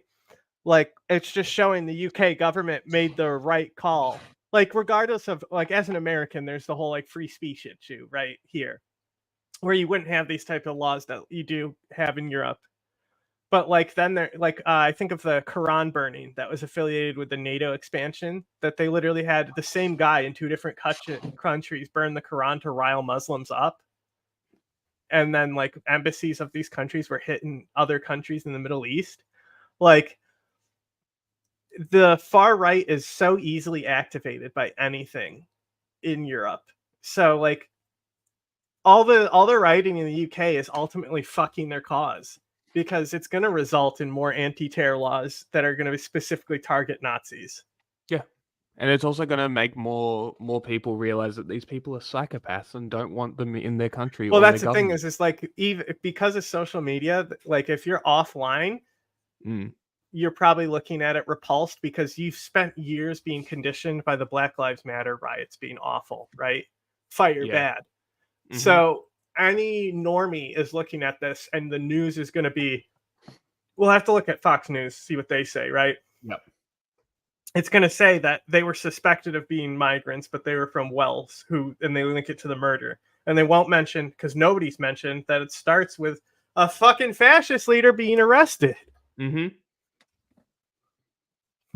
And Harvey Weinstein and whatever, Roman Polanski, I don't know, just like name 17 fucking famous predators, and he's like, look, they were those, I was with those guys all the time growing up, like all the celebrities and stuff. It's so funny when you're accused of having these like terrible connections. You're like, it's even worse than you think, bro. Oh god. It's funny because the weird label works so well for Republicans, but look, you got to keep it real. It might fit even better for RFK Jr., man. It might fit even better for RFK Jr. He's beyond then, of course, weird. there was that story about the brain worm. Remember? He admitted yes, he had Kyle, a brain we all worm. know this. Which just we all opened know up it. a torrent of political attacks. Uh-huh. So anyway, he apparently was hanging out with Roseanne Barr, which, by the way, that is the reddest of red flags I've ever seen in my life. That's like fill a room with red flags, and that's not enough red flags to denote how red flaggy this red flagness is. Oh my okay? god, I hate Kyle So he's hanging out with much. Roseanne Barr, the ultimate conspiracy theorist. And he thinks this is him trying to get ahead of a story that the New Yorker runs. And apparently he knew they got information on a scandal involving him. He wanted to get out ahead of it. So he records this video and releases it. And there's so many funny parts. He released it on his let's own watch, social and we'll break it media. down further. And I read the entire article, and I'll walk you through that to the New York Post article. I'll give you a summary of it. But I don't know what the fuck he's thinking here, bro. I do not know what he's thinking here. Here we go. I was taking a group of people falconing up in Goshen, New York, up in the Hudson Valley. And I was supposed to meet them there, like maybe 8 or 9. You can do would kill bear. I have to interject already because you found a roadkill bear and your instinct was, I should skin this and eat this. Thank you, Kyle. Normal take. Well, gee, I wonder how you got a literal brain worm, dude. On the list of shit to not eat, roadkill bear has to be near the very top. What are you doing? Just cruising around looking for random roadkill to eat? What the fuck? All right, let's continue. Even Roseanne's face. Look at her face. Roseanne's face is like, bro, what the fuck are you babbling about, dog? Like, where's this story going? Look, Roseanne even thinks you're a freak, bro. For a roadkill bear. And so then we went hawking, and I had the bear in my car. And then we had a really good day, and we went late. We were catching a lot of game, and the people really loved it. So we stayed late. And instead of going back to my home in Westchester, I had to go right to the city because there was a dinner at Peter Luger's Steakhouse. And at the end of the dinner, it went late, and I realized I couldn't go home. I had to go to the airport. And the bear was in my car, and I didn't want to leave the bear in the car. Okay, I just thought of another hole in the story. So then I thought, at that time, this was a little bit of the redneck in me. There'd been a series of bicycle accidents in New York. They had just put in the bike lanes, and saw a couple of people got killed, and it was gone. So he knew he had to fly out, and he spent the whole day falconing, and he knew that he was going to then have a dinner. How late can a dinner go where you can't go home and skin and totally process a bear, right? That's like an all-day activity. Like, what do you mean it ran late? Like, yeah, I just needed an hour to go home to Westchester and then back to JFK Airport? Like, how late is this dinner? Did it last 12 hours? So 6 a.m. Oh, fuck. I've been sitting here chatting too long since my dinner last night. Okay, so Westchester is it's right outside New York State. City. Right, so it's going into New York State. Yeah. And then RFK. Westchester is still New York City to me. JFK Airport is inside the city itself. I'm just getting a picture. Mm-hmm. I'm just letting you know. Yep. Westchester is, okay, so it's on Long Island. Look, it's not out of the possibility. Bro, again, I don't know how New York traffic is. Westchester to Long Island is at least an hour. Just like on the bridge to enter the city is 30 minutes. Just to get over the bridge to cut through the city. Yes, because you would need But you also need to process a bear. Yes. Like, how much time does it take to process a bear? Like, this story does not add up. He didn't think. Depends how efficient he is at skinning the animal, I guess. Every day, and people have been badly injured. Every day it was in the press. And so I thought, I wasn't drinking, of course, but people were drinking with me who thought this was a good idea. And I said, I had an old bike in my car that somebody asked me to get rid of. I said, let's go put the bear in Central Park and we'll make it look like he got hit by a bike. It'll be funny for people. So everybody. Okay, look, I didn't hear the bike bit. That is pretty funny. But also, not like, this is not the... Who's going to think, haha, it's like he got hit by a bike? Yeah, exactly, right? The first thing you're going to think is, there's a dead bear here. What the fuck? Right? You're not going to even notice the bike. So sure, it's funny for you guys. It's a funny joke. The actual execution of it, the fact that you dumped a bear's body in Central Park is fucking crazy. We thought that's a great idea. So we went and did that, and we thought it would be amusing for whoever found it or something. The next day, it was like, it was on every television station. It was the front page of every paper. Also, the reason that it's not like, it's roadkill is not like a very off-putting thing for me is because he literally says that they just hit it. Fresh dead. Right? Sure, it's technically roadkill, but it's not like it's been rotting on the ground. And like he being said, driven over all day. You can't get a tag for roadkill bears in this state. Yeah. So like it's Also, that's why it's also like, it's not like the biggest Westchester, thing. There is like camping and like hunting grounds over there. It's like just enough outside of the city that there is some of that stuff there. There's enough wilderness. Yeah. But it's still like part of greater New York City, just like Yonkers. Yeah. And I turned on the TV and there was like a mile of yellow tape and there were 20 cop cars. There were helicopters flying over it. And I was like, oh my God, what did I do? And then there was some people on TV in Tyvek suits with gloves on lifting up the bike. And they're saying they're going to take this up to Albany to get a fingerprinted. And I was worried because my prints were all over that bike. Luckily, the story died down after a while, and it stayed dead for a decade. And the New Yorker somehow found out about it, and they're going to do a big article on me, and that's one of the articles. What the fuck? I just looked up Yonkers and Westchester. Same thing. Is Yonkers just a suburb? Yonkers is next to Westchester. It says it's the same thing. It's Well, Yonkers is Eastchester. Ah. So Westchester is technically New Jersey. Okay. It's saying county. That's why. Yeah. Is that what you're talking about? You're talking about the county of Westchester? Yeah, it's across the Hudson. The west of the Hudson is Westchester, New York. It's the New Jersey of New York. Oh, it's that. Okay. Okay, that makes more sense. Yeah. New York talk. They asked me, the fact checkers, and it's going to be a bad story. Yeah, that's what I was. That's what I ended up searching was Westchester County, and Yonkers is in that. That's what I was confused about. Because Americans don't do suburbs. We do. It's like apparently not. It's counties. We have both. I love this tweet. This is like one of pick one. My favorite tweets of all time. So RFK says, "Looking forward to see how you spin this one." Are the counties electorate? Yes. Ah, okay, that makes sense. Yes. So we just call them electorates.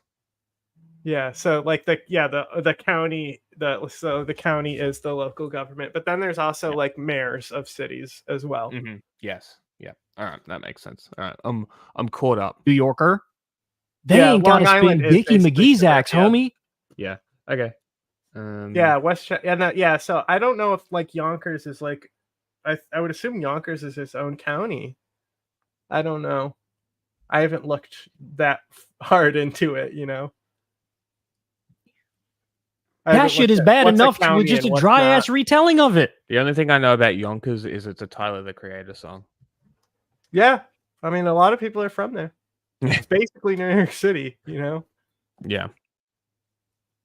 How you isn't Harlem up that side of the city as well? No, it's a bit further down. No. Okay, South Bronx. Okay, so the Bronx East. Oh, so the Bronx basically goes up to it. Yeah. Interesting. New York is an interesting place. Spin this one. People all over Twitter are like, who among us hasn't been driving in a car, come across a dead bear, put the dead bear in your trunk to skin it and eat it, then keep it in there too long, then realize, hey, we should play a prank and dump it in Central Park with a bike to make it look like an accident. That's some Westchester, New Jersey shit. That's New Jersey shit. Like, what the fuck? Bro, what the fuck? What the fuck? So now, as I told you guys, I read the entire New Yorker article. What's kind of funny is that you can read it yourself and you could judge it yourself. But honestly, my impression of the article is it's just sort of like a dry retelling of his life, right? It just goes through his life. And it doesn't, I mean... Okay.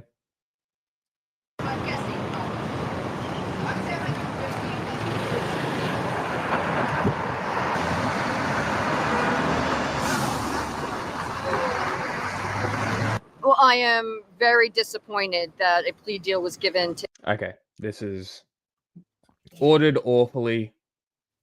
Maybe the 9/11 family should go fuck themselves. Yeah.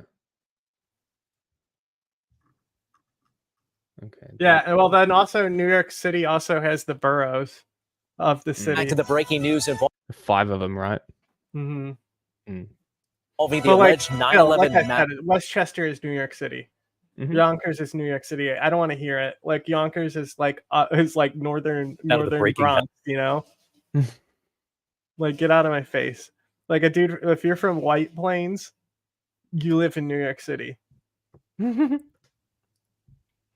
Headline: The accused mastermind of the 9/11 terror attack and 2 co-defendants have reached a plea deal. Authorities say They will used now his picture. plead guilty to multiple picture charges, of him in the including the beard. murder of 2,976 people, reportedly to be spared the death penalty. Khalid Sheikh Mohammed, the alleged mastermind, and the 2 alleged co-conspirators have been held at Guantanamo Bay for years now. ABC's chief and what's White House funny is it correspondent Mary fucks up Bruce the with the rest of the details. state. Because like our policy that's like local here will be coming out of policy that's designed for New York City. Mm. And it's like kind of annoying. But New York would easily go red if New York City wasn't attached to it. I'm looking at pictures of this White Plains place. Looks pretty It's New New York York City. City. There's towers and everything. Yeah, I know. I know what I'm talking about, bro. I mean, That was just now coming in. people tonight, the accused master pretentious people will be like, that wasn't the Ralph that I. They'll be like, shut up, Brooklyn. Because their name will literally be Brooklyn. Because it's technically not the city. Well, technically is, but no, it's an technically insult isn't saying the island. that she's a white girl named Brooklyn.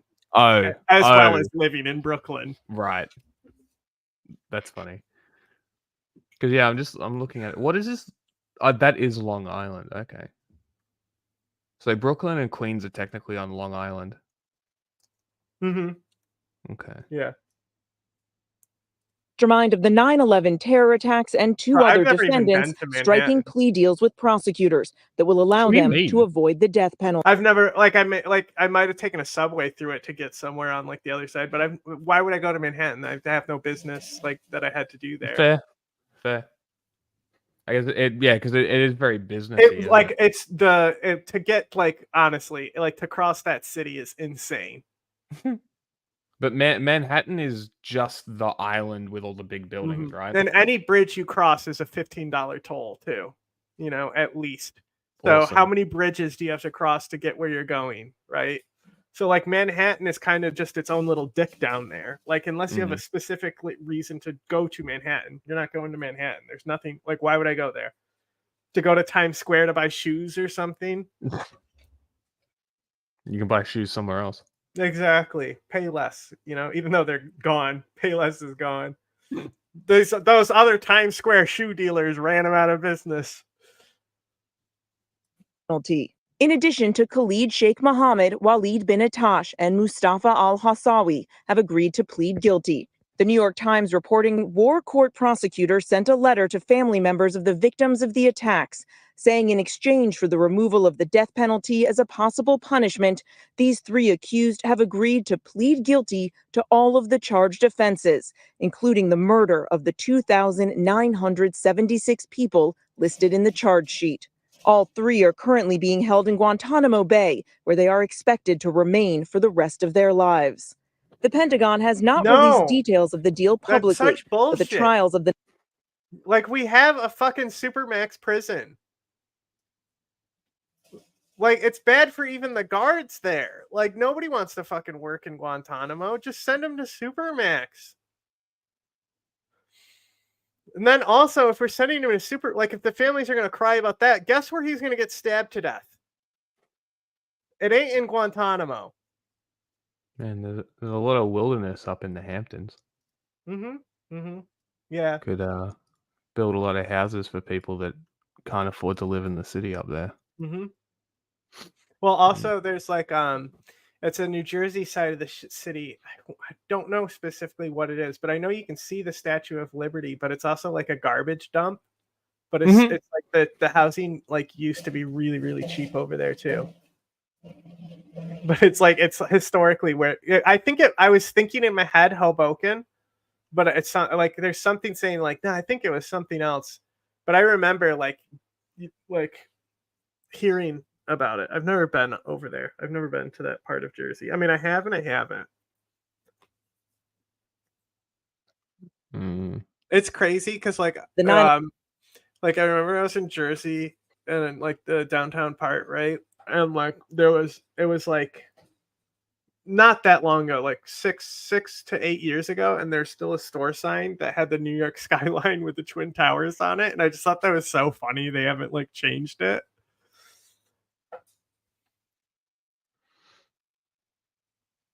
Yeah, well, ironically, I had more work in Jersey than Manhattan, so shine cock. Jack geography. And 11 conspirators has been like, but delayed the whole years. New York Oh my City god, this is its why I own wasn't state. playing. It really For is its fuck's own sake. state. You know, it has nothing to do with the rest of New York. It's so isolated in culture and everything. Last September, President Biden rejected a set of demands that had formed the basis of the plea negotiations. Some of the victims' families had expressed outrage when word came last year that a plea deal was in the works. Now, tonight, I am told that the president and the White House played no role in this process. The president has now directed his team to consult where appropriate with officials and lawyers at the Department of Defense on this matter, David. Mary Bruce live at the White House with the breaking news. Mary, thank you. Back to the breaking news involving the juxtaposition of grey and drab boringness to green lush gardens and pools of Southampton is fucking gross. It's crazy because like going home to Syracuse from New York City, you like driving out of the city, you drive by this power plant that's fucking massive. I don't know how much of the power it provides to the area, but it's fucking huge. Like, just like look at this, right? Right? If I told you that was New York, near the city, would you believe me? Like, having known nothing about the city, I mean, you maybe. wouldn't believe me, right? Like, that's how far it is, and then you go here, right? Let's just go randomly down here. It's basically the same, but no green. Like, no wonder people in cities are depressed. the alleged 9/11 mastermind. Defense Secretary Lloyd Austin tonight tearing up the plea deal that would have meant life in prison for Khalid Sheikh Mohammed. Now, the death penalty is back on the table. Eyewitness News reporter Josh Adin. I mean, just poison him. If this is what we're doing, just poison him and say he somehow died of a heart attack. Like, what are we doing? Yeah, just hit him with a ricin strip. Turnaround. A controversial plea deal with the accused masterminds of 9/11 has now been rescinded by the Secretary of Defense. Responsibility for such a decision should rest with me, Lloyd Austin wrote the Pentagon official responsible for the trial. Effective immediately, he added, I withdraw your authority to enter into a pre-trial agreement and reserve such authority for myself. 2,976 people died September 11th, and even more since then to 9/11 related cancers. The government maintains Khalid Sheikh Mohammed and 2 other top Al-qeada operatives devised the plan to turn airplanes into missiles and bring down the World Trade Center. The defendants have been at Guantanamo Bay for more than 2 decades, but this week the chief prosecutor announced a plea deal. They would plead guilty but avoid the death penalty. Reaction from the families was swift and unrelenting. I'm going to be blunt. They should be dead. To take it off the table now, then kill them. Oh my god! Just get all of the families, give 1 bullet in 1 gun, and let them all shoot the cunt, and then he's dead. There you go. Retribution. Also, 3,000 people died. Are we shocked that we can find a few people that want him to fucking receive the death penalty? Exactly. So it's like 2 decades of torture and isolation is probably worse than death. This guy is probably more radical than ever before. You think this didn't solidify his beliefs? He was kind of like the villain inside our Al-qeada. Like, shit's crazy. Like, okay, it's back on the table. Just fucking kill him. I don't understand.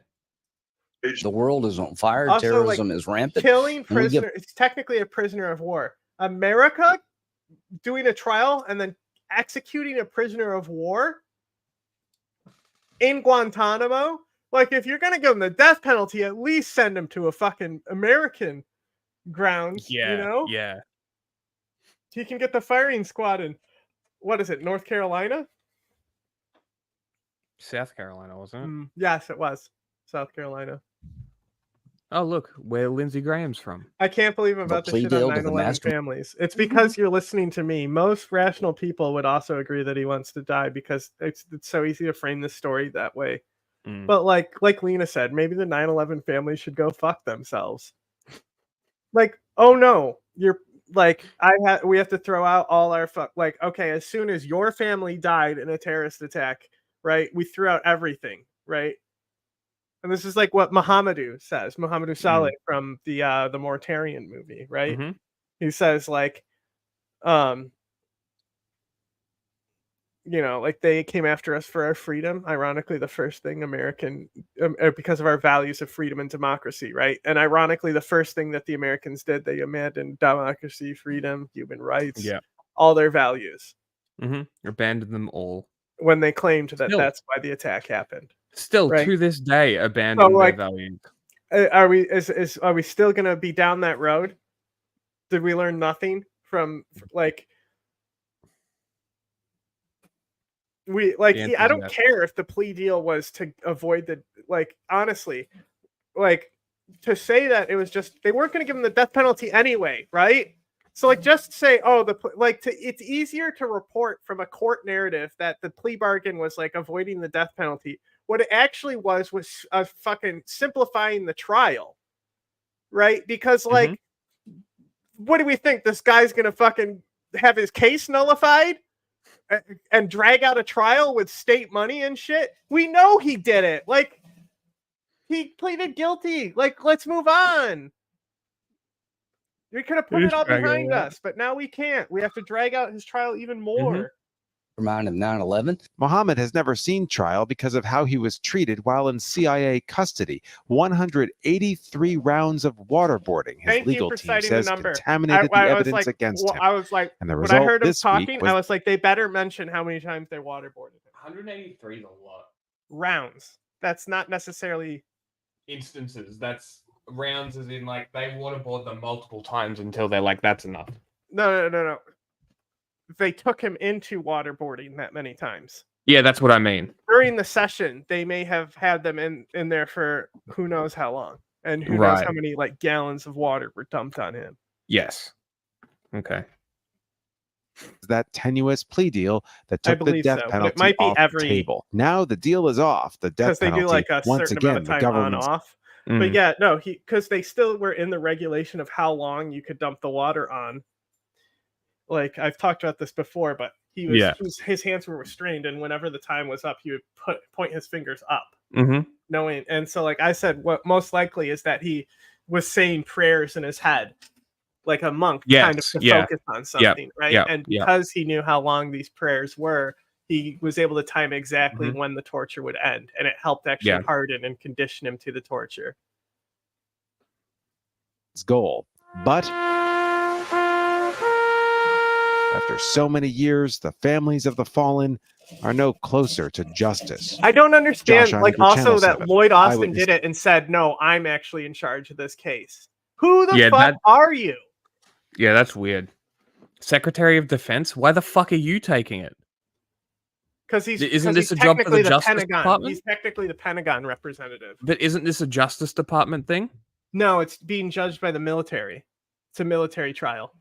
Okay, well, there's still judges and there's still lawyers. Yeah. Which so means that's that what the judges and lawyers can make deals with the plaintiffs. Yeah, like but I any guess other? in a military court.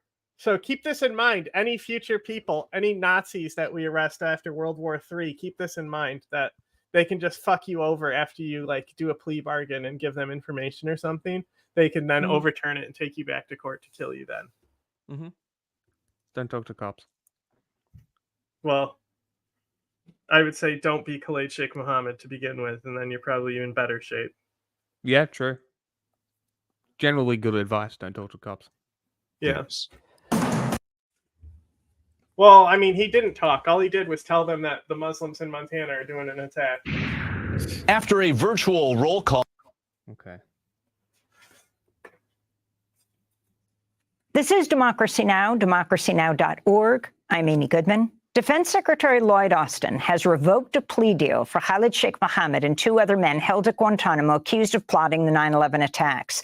Under the deal, the prisoners had agreed to plead guilty and be sentenced to life in prison. But on Friday, Austin rescinded the deal in a move that will put the death penalty back on the table for the 3 men.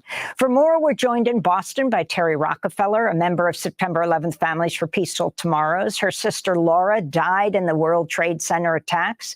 Terry had supported the plea deal. Here in New York, Shana Kadidal is the managing attorney of the Guantanamo Project at the Center for Constitutional Rights. Welcome you both to Democracy Now!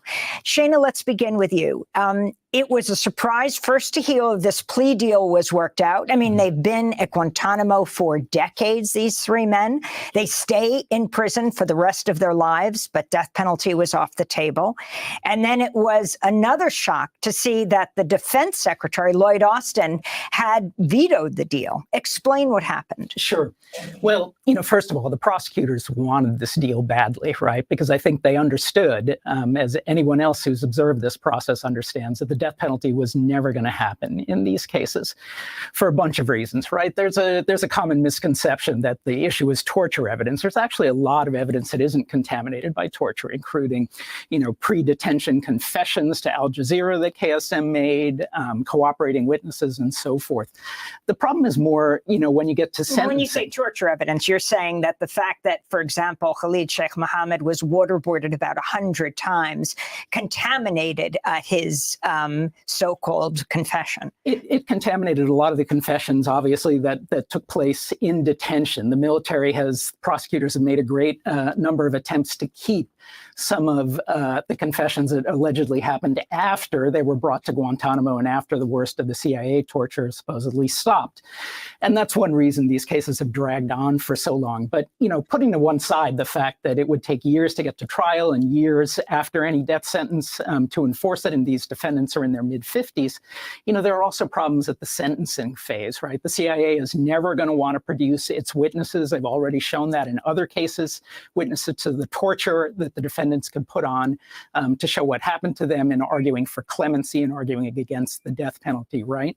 And then they also fear what the military juries might do after they hear the evidence of torture. And when you say military juries, explain that these are not brought into regular courts. Right. If they had been brought to federal court, we'd get a jury of civilians here in New York. In the military commissions, you get a jury of military officers. But we had a client who was horribly tortured, who pled guilty to some offenses. This is bad. This is bad journalism. This is really bad. Senate Judiciary Committee Chairman Dick Durbin has helped Department of Defense Secretary Lloyd Austin to reverse the revokes of plea deals of 3 men accused of plotting the September 11th terrorist attacks. Get a copy editor. Holy shit, OAN. Good Lord. Linked to Al-qeada, and the military jury kind of showed that in a statement that they issued afterwards that they really just OAN just needs a copy editor. What'd they say? Just inane ramblings. Like, says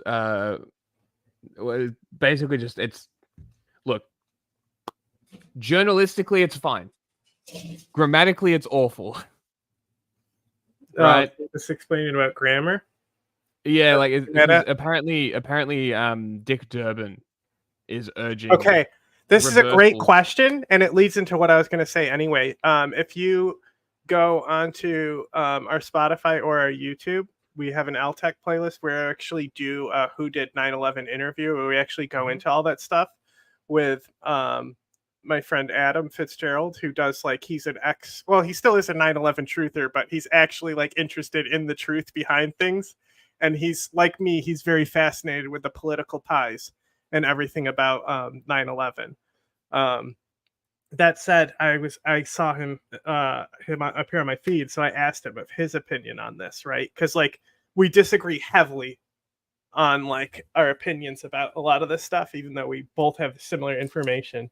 And he was like, I want to see it go to trial because I want to see the evidence they do or don't have against him. And I'm like, I mean, that's a good point. Like that's the issue. It says that the evidence is like in jeopardy because there's the torture stuff in there. Right? So like how do you like give justifiable evidence? Because the CIA didn't ever think that there might be a trial in the future, that they'll have to do a criminal trial. Like they didn't think about the future with these people. It was all about the next attack. We have to find out the next attack. What is the next thing Al-Qaeda is going to do? Yeah, bro, he was planning he already was on the follow-up attack after he spent like how many years, but he like the pachinko plot, right? Is like, it's something like that. It may not be pachinko, it might be another word, but it's something like that.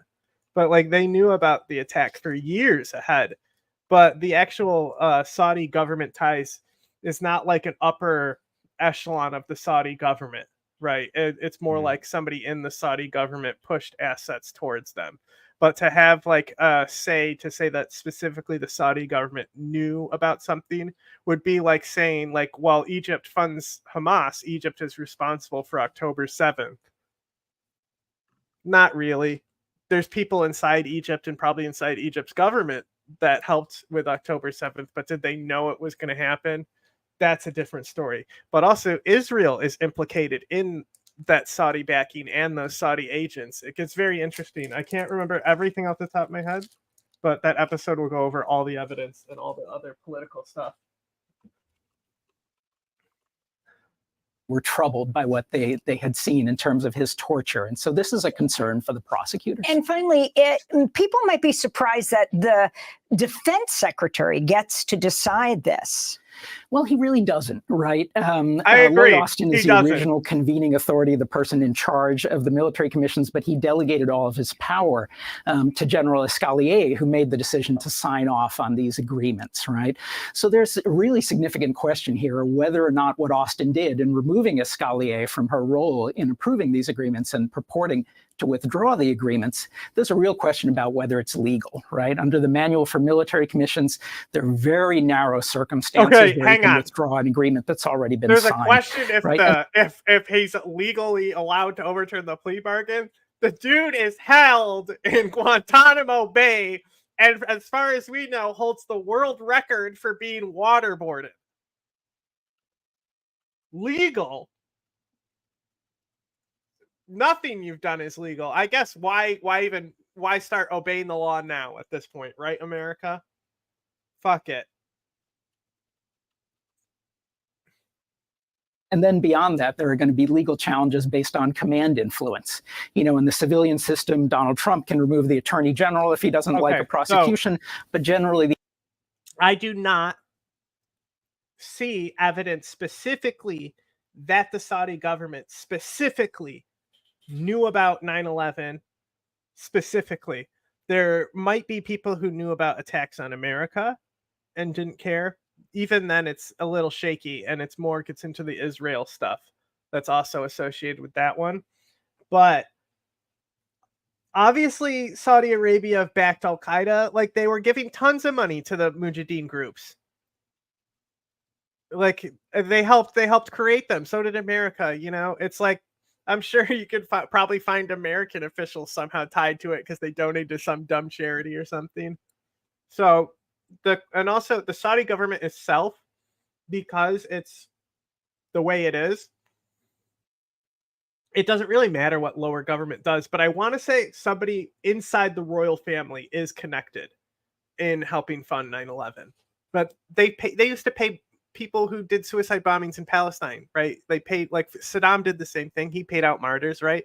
Is there evidence that that's what, how do they know? Like, that's the issue.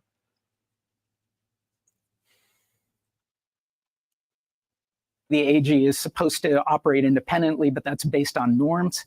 In the military system, it's all written into the two major statutes. So there are going to be significant challenges to both whether the withdrawal is legal and effective and whether it involves command influence. And the remedy for command influence is dismissal of the charges. So, you know, yet another chapter in the ongoing train wreck that is the military commissions. I want to bring Terry Rockefeller into this conversation. Terry's sister Laura died on 9/11 on September 11th, 2001 at the World Trade Center. She's with September 11th Families for Peaceful Tomorrows. Your response to the plea deal originally, it's something you have called for, and then Lloyd Austin nixing it. Well, I think, Amy, every time we speak, it seems that it's, one more instance of just the terrible ongoing repercussions of the very bad decisions that were made in the immediate wake of 9/11. September 11th Families for Peaceful Tomorrows had initially hoped that we would see trials in federal court. We know that the federal courts are very competent in handling terrorism cases and very competent in handling cases where there's a great deal of classified information. That didn't happen. We had politicians in New York blocking that. So we became very invested in figuring out just what was going to go on in the military commissions. And frankly, I'm looking back now, I was present for the arraignment of the then 5 men who had been accused of supporting the 9/11 attacks. That was in May of 2012. Within 5 years, the members of our organization grew convinced that we were never going to see a trial. And we were also keenly aware of the number of victim family members who were dying without seeing justice. We began working very hard for plea agreements. There was one iteration that was initiated, and I always emphasize it's important to understand. Is that the evidence of the someone in the Saudi government had the Casios? And many of the politicians who don't really understand what is ongoing at Guantanamo don't appreciate that it was the prosecution that sought plea agreements because they themselves recognized the very difficult case they had on their hands. When the first attempt fell through, we were frustrated, but we were frankly totally surprised by the announcement that 3 of the men had completed their agreements. And I guess I felt relief. I thought about how I got an idea. Finally there was going to be not the complete rule of law that we repatriate him to Saudi Arabia and have them cut his head off. I mean, it was good enough to have Egypt do the torture that got us into Iraq in the first place, right?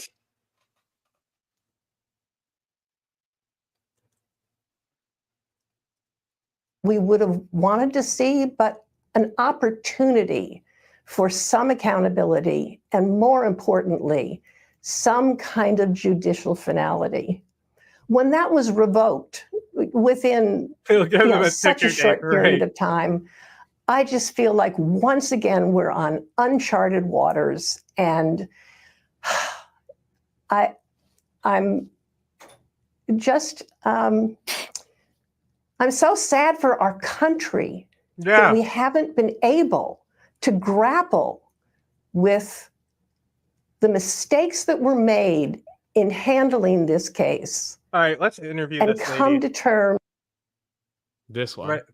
Yeah, write her down. Her org. Because she's like saying what I'm saying and feeling in a less angry way.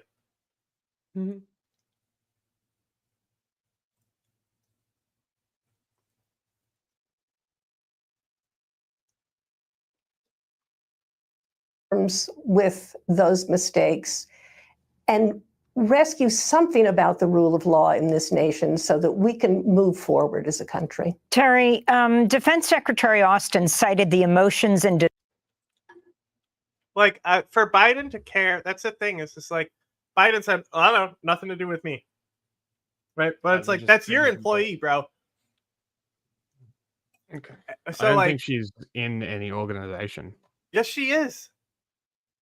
Where? She said their organization several times. It's like Families for Peace after 9/11. and rescue something about the rule of law in this nation so that we can move forward as a country. Terry, Defense Secretary Austin cited the emotions and desires of 9/11 families as justification for revoking the plea deal. If you can respond to that and what you would say to those who might be using your family's loss to justify this revocation. That brought the prisoners from Russia because he thought it was Air Force One. I mean, he's only there for a few more days, basically. Like it's like I remember what I said, Jack? That it's like the early retirement thing, right? Yes. Where you start scaling back. That's what he should do. Kind of what he did.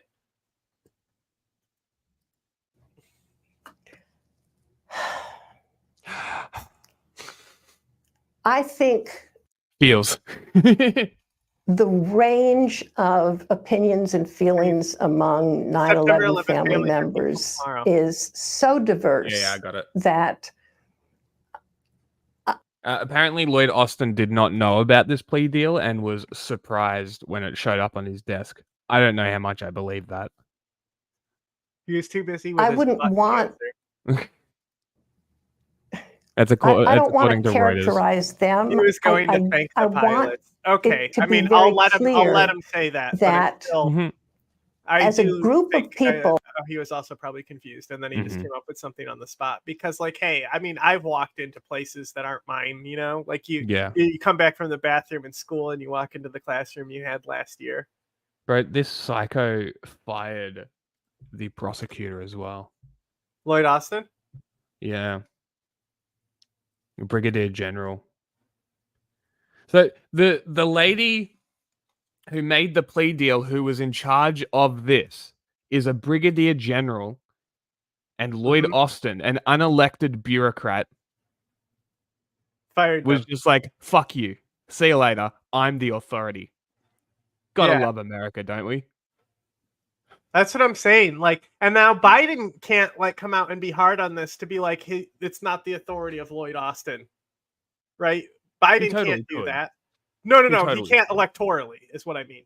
Oh, right. So like, then you're not realizing what I'm saying. The narrative will be that he is like, he's pro-terrorism because he's like not giving Israel shit and also is letting the 9/11 actors like get away without getting the death penalty or something. Who knows, you know? I don't think, surely the left wing isn't gonna No, it's the swingers that we have to care about. Because America's not like a democracy in the traditional sense. You only have to appease to a small section of people. Yeah. Also, that's not what I meant. What I meant is he is appointed to that position. He was not elected by the people to be the Department of Defense Secretary. That's my point. She was assigned to this role. Her job was this. Right? Well, he was assigned to his role. Sure, right, but who assigned her? That's what I would be interested to find out. Well, he did. Basically, sure. So she was just So if he appointed her, he delegated her. Yes, the authority. He delegated the authority to do this, and then now he's mad that it happened. Yes. You're a fucking moron. Yes, exactly. And the only organization that has the capacity to go down to Guantanamo and attend the ongoing pre-trial hearings as a representative of an NGO. So we have an opportunity to speak to both sides, both the prosecution and the defense. And I think that had family members actually gotten all the opportunities that the plea agreement promised us, many of them would have been satisfied. The plea agreement included an opportunity for family members to pose questions to the defendants and get those answers within 45 days. Fantastic. This is what we want. We're very close. We're almost to 2. We're very fucking close to getting affiliate on Twitch. I don't know what that means, but it's one step closer to that partner thing, and I think they start giving him money. Basically, many of the family members who are awaiting trial are really eager to learn about many issues that go far beyond the roles of the 5 men who were accused, now down to 4 men because one of them has been ruled incompetent to stand trial. But mentioned, do you not look at the scroller? Mentioned here.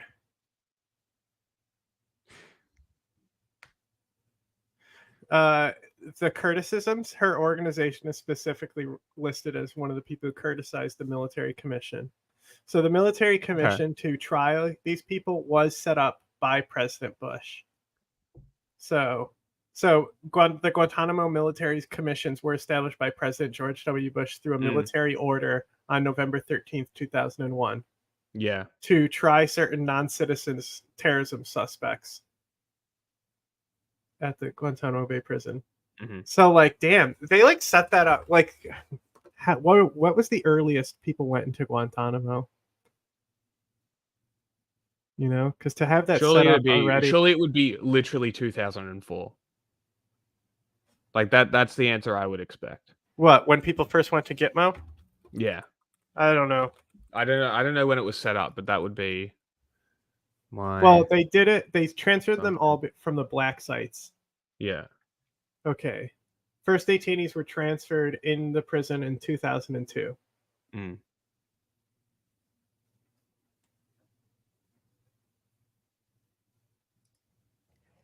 Abu Zubaydah, they've been there the whole time. As a diverse community of people who lost family members had an opportunity to really take advantage of what the plea agreements offered, we might be a lot further along as a nation. Okay, here's what's interesting. Several of the 8 convictions have been overturned in whole or in part on appeal by U.S. federal courts. So it's not unprecedented that they haven't overturned decisions in the past. But that was actually the federal courts, not Lloyd Austin. Reaching some kind of understanding. You know, if we can talk to this lady, I'm sure we'll be able to learn a lot more specifically about the judicial process. So they're like the most proponent critics of the military commission. So prominent. I don't know what most proponent critics. What the fuck am I talking about? Prominent. That's honestly pretty funny. Yeah, well, I mean, Castro claimed that he doesn't cash the checks. He opened a drawer and said that these are the checks. I don't even cash them.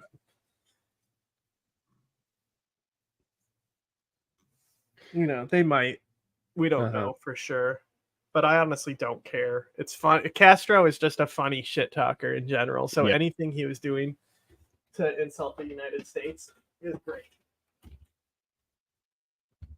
Now to the story that like I love the I don't need to wear a bulletproof vest in America. Okay. Like, yeah, we're gonna fucking just assassinate you when you're on a diplomatic mission here. Like, oh wow, you don't wear a bulletproof vest here. Yeah, no American official is going to. And you can tell, like, the bulletproof vest thing that he does, like, it's clearly like a planted thing where somebody comes up. I heard you don't wear a bulletproof vest in America. Imani Khalid has spoken out. Of course, he's not in power. So against the bullying that has marred her gains. It's like even the Algerian boxer who is checks, they might now, if his story is true. Yeah. Already guaranteed a bronze medal, issued a defiant message to her critics, calling the scrutiny harmful to human dignity. هذا هو السؤال اللي راني نطرح فيه نفسي أنا بحد ذاتي ونقول علاش حتى الآن. Did you see that people have been putting pictures of her next to Diana? Princess Diana? No. Yes, Princess Diana, because she also had those masculine facial features as well. Anyway, you got to read it for the audience. Yeah. She says, this is the question I'm asking myself. Why now? Why is this? Russia is why, but... لماذا حتى الآن يصرى هذا الشيء؟ Happening now, I don't care. What's important is that I came here... You hear me? Or... Mm-hmm. Okay.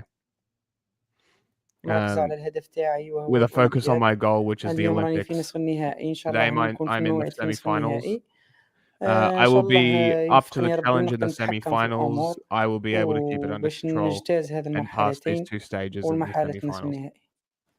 أنا نوجه رسالتي لكامل شعوب I send a العالم message to أنهم all يكونوا people متمسكين of the world to uphold the بالمبادئ Olympic principles الأولمبية according حسب to the الميثاق Olympic Charter, الأولمبي والابتعاد عن to التنمر refrain على from جميع bullying all الرياضيين athletes because لأنه هذا this thing الشيء has يأثر massive كثير effects. It وكثير can destroy قادر people. يدمر It ناس can kill حتى people's يقتل thoughts, spirit, and mind, and it تفكير can divide وذهن people. And because of that, I ask them to refrain from bullying. تفكير Basically, the same thing that the Olympics said.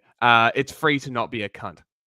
Well, is- like is the the Olympics translation. response was funny because they said like, they basically said this information is pretty easily Googleable, and they basically said like Russia was behind it before the Olympics. They pushed this stuff. So Yeah. I would advise anyone to come to their own conclusion after looking at the information themselves, which is basically it's fucking Russia. Yeah. You know? Also, it came out that there were stories posted in Russian media the day before it happened, so that there were searches within recent history for this to build up. So, you know, maybe it was Russia. وذهن This is pretty easily Googleable.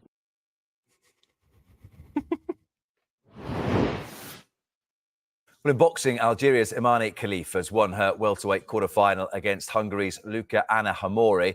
There's been a row over her eligibility following we a know round of Luca's 16 not a win woman? over Italian Angela Carini Or early in the not week. a She man. quit after just 46 seconds. Let's speak live to our senior reporter, Geraint Hughes, who's in Paris for us. Just take us I don't through what know. happened in this I just think afternoon it's so at the boxing sus, game. right? Mm. Quitting an Olympic bout. Like, yeah, I even said she was healing a broken nose, right? So she could have, like, you know, if she was hitting the nose and she's worried about, like, you know, like she, you know, like the future of her career might be more important than the Olympics. Yeah. But, like, she had to have known that she was not finalist material to begin with and that she would get paid the same for a gold medal, right? By the IBA. Like, I don't know. It's just way too weird to me at this point where I'm being too conspiracy brained. Like, especially because the Hungary opponent, they also furthered the narrative and talked shit. And, like, that's not surprising coming from Hungary, you know? But, like, before Maloney, like, Italy had a lot more advanced ties to Russia as well. Right. I don't think the boxing arena has been as full of because, like, is it that, criminal to in the entire throw Olympic matches? No. Like, to be paid to throw a match in the Olympics? Because, like, here it's you will go, like, it is a criminal charge to throw matches, to get paid to throw your matches, because we gamble on it and shit. Mainly is why Well, it's maybe. I'm not 100% sure. I feel like the country would probably, unless the country is involved, the country would I mean, probably not the be very Olympics happy could with you. ban the country if that was the case, and they could ban a certain individual from competing in the Olympics. But Yes. But that's I think the extent that they can do it, or do anything about it. Olympic boxing competition. There were people, I understand, sitting on the stairs in the stairwells, which probably won't go down well with the health and safety people. But there was so much interest, intrigue, for good and for bad reasons, in this fight between Imane Khalif of Algeria and her Hungarian opponent, Anna Luca Hamori. Absolutely packed. Now, I'll just run you through what exactly happened today. The sizable Algerian contingent who were really supporting Khalif, they did boo the Hungarian as she came into the ring. Probably not the greatest surprise, that, because yesterday in the build-up to the fight, perhaps the Hungarian boxing contingent not completely, probably they're in their mindset of maybe not completely across exactly how this story has gone, because a rather unsavory image of Hamori fighting a beast was posted on social media, which was not good look, not good optics leading into the fight, considering what has happened over the last 3 or 4 days about this row around eligibility, which, just let's make clear, the IOC, through a spokesperson and the president of the IOC this morning, making very, very clear the eligibility is beyond any debate, is that Iman Khalif is a woman born as a woman, registered as a woman, grew up as a woman, and boxed as a woman. And Khalif's father as well, emotionally posting as well, my daughter is a girl, making it very, very clear about the issue there as far as they were concerned. So probably no surprises. But the transphobe brain rot is like, yeah, they say anyone's a girl now. It's so wild. There's no fucking way.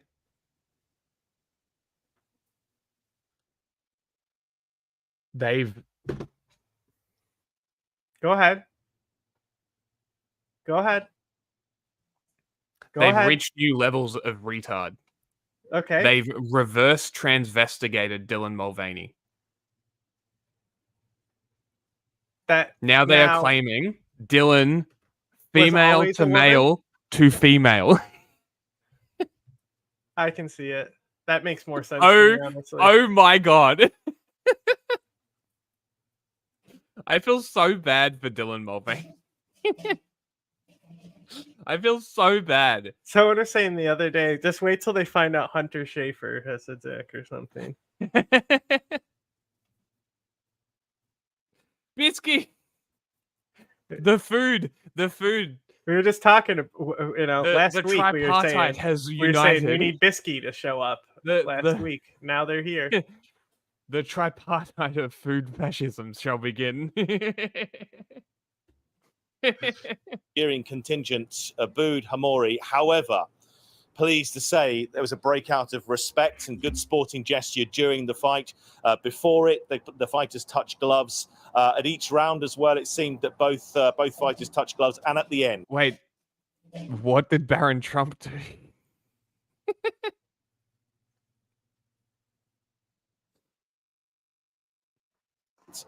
when Iman because they won want the to fight fuck with a Baron Trump. That's unanimous why they're points asking. decision on the judges' scorecard. Both fighters embraced as well. What was really interesting as well is probably Baron's after an bank account. extraordinarily difficult 4 or 5 days for Iman Khalif and her support team and her family.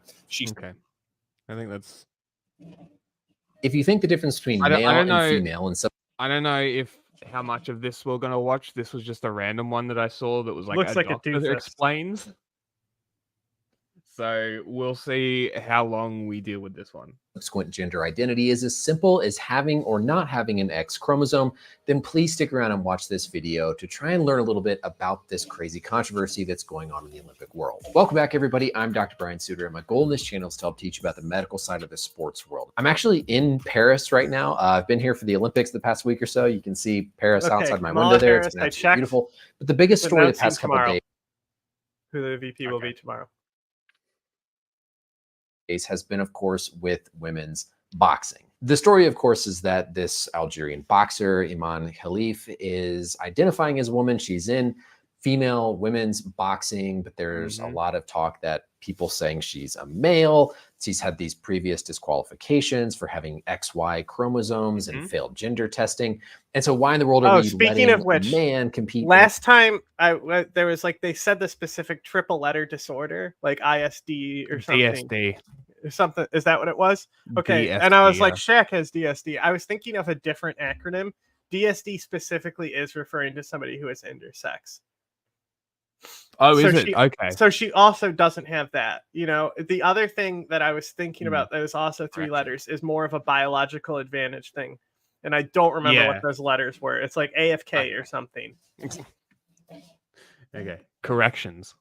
A women's sport, especially boxing. This is not the first time we've seen a big story like this. You might remember this track and field. I wonder if we're going to see a trend among the people that he brings up if he continues bringing people up who have this question come up about them. Athlete Caster Semenya, who was a middle distance runner who was disqualified. No, very much not. From running certain events because of this whole differences in sexual development.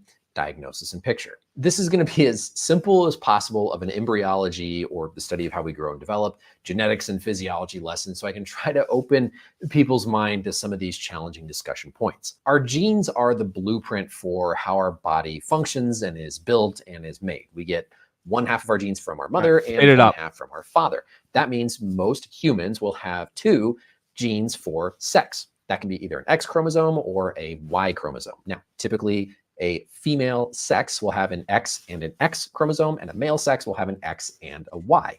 The contents of those chromosomes are what determine how we are going to develop either into a female, talking about sex again, or a male, again, talking about. I feel bad for anybody who specializes in sex disorders right now. Like, what a shit job to have.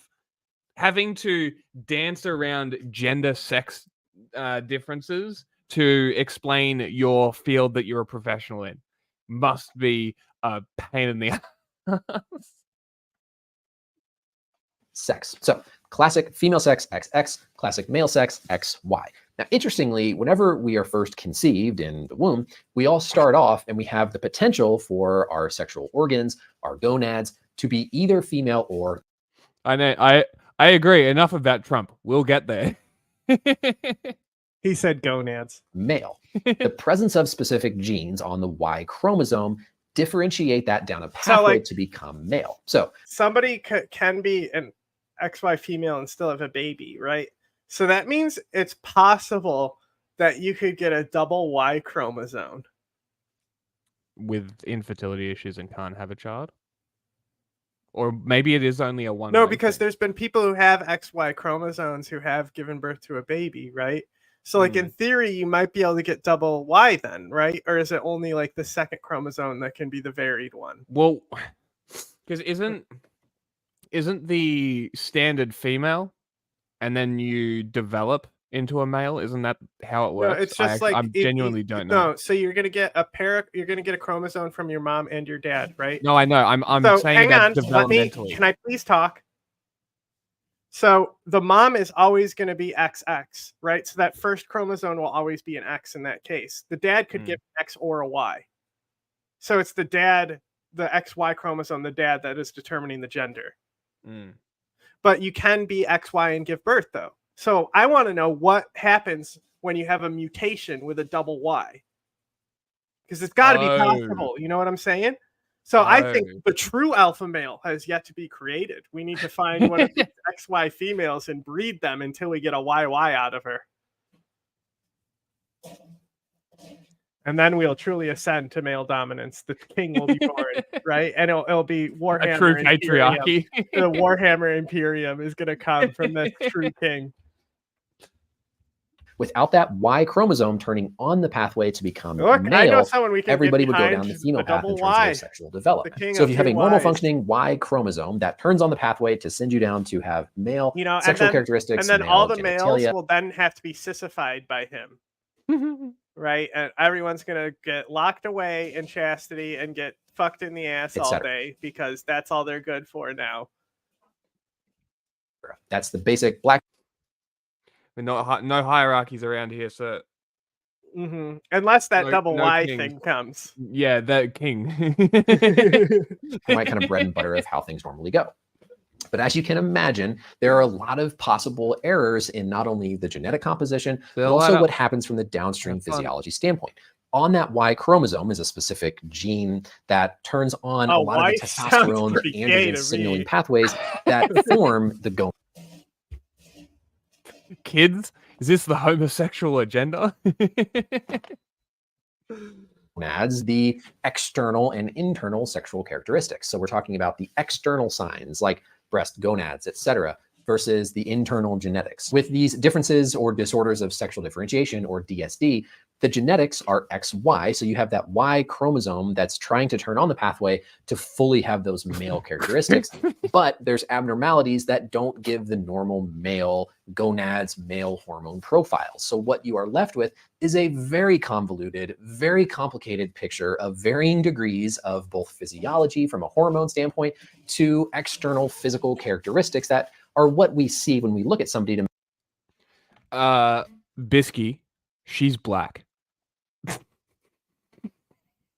make us think male or female in the traditional sense. Yeah, she Oftentimes became with a these black athletes, that person. I'm results not in sure if higher you levels heard. of testosterone that gives them more of this athletic She became a black person. I'm not sure if you heard.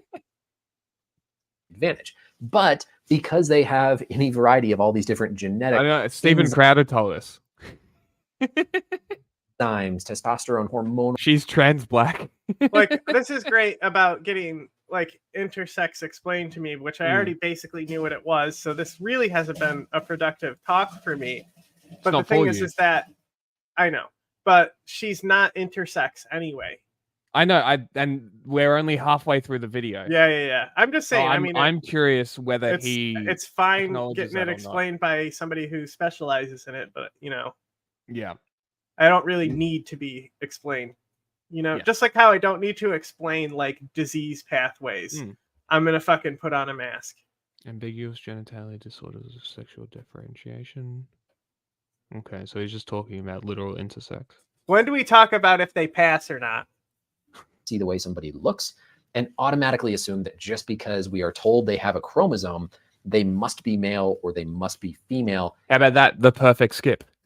And again, we're talking about from that sexual side effect. Yeah, I mean, that's we go into other streams that we look at like around our size, and we're like, why? And they like are bigger than us, but they're still in politics, and it's like garbage.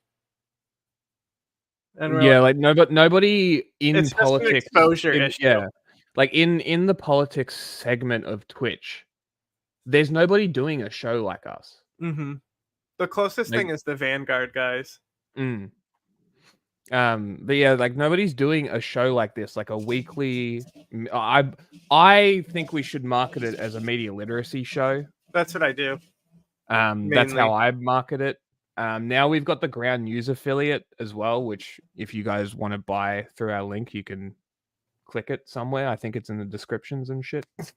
On Twitch, it's in the little little yeah, link and bar. like once you have enough money, you can just buy the website to host the affiliate link, right? Yes. And then you can make it like you can just set up all your affiliate links, so people can easily just know what to type in, where they don't even have to click.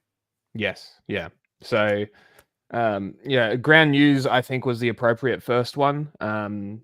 This story I looked it up. There's not much around it. Obviously, it's just going to be a lot of. I don't know what's going on with this right here, but you know, sounds emotional. I stopped reading the chat and I'm lost. Well, I don't. Some of them, I don't know what's going on. But yeah, so like the Ground News thing will be good. I'm gonna try and integrate it a bit more into the stories. Whether we watch the videos first, get an opinion, then cross-reference it with the news articles, or maybe other way around. Read the articles first, then do the videos. I don't know. Hey, I wouldn't either. I don't identify as Australian. This country sucks. Factor into this as well with how you're raised and the psychology of it. So it's a very, very complex Use our situation. link. So the basics. You get one set of chromosomes for each. That is a Trump fan. Males have an like X a and a Trump Y. fan. Okay. Classic females have an X and an X.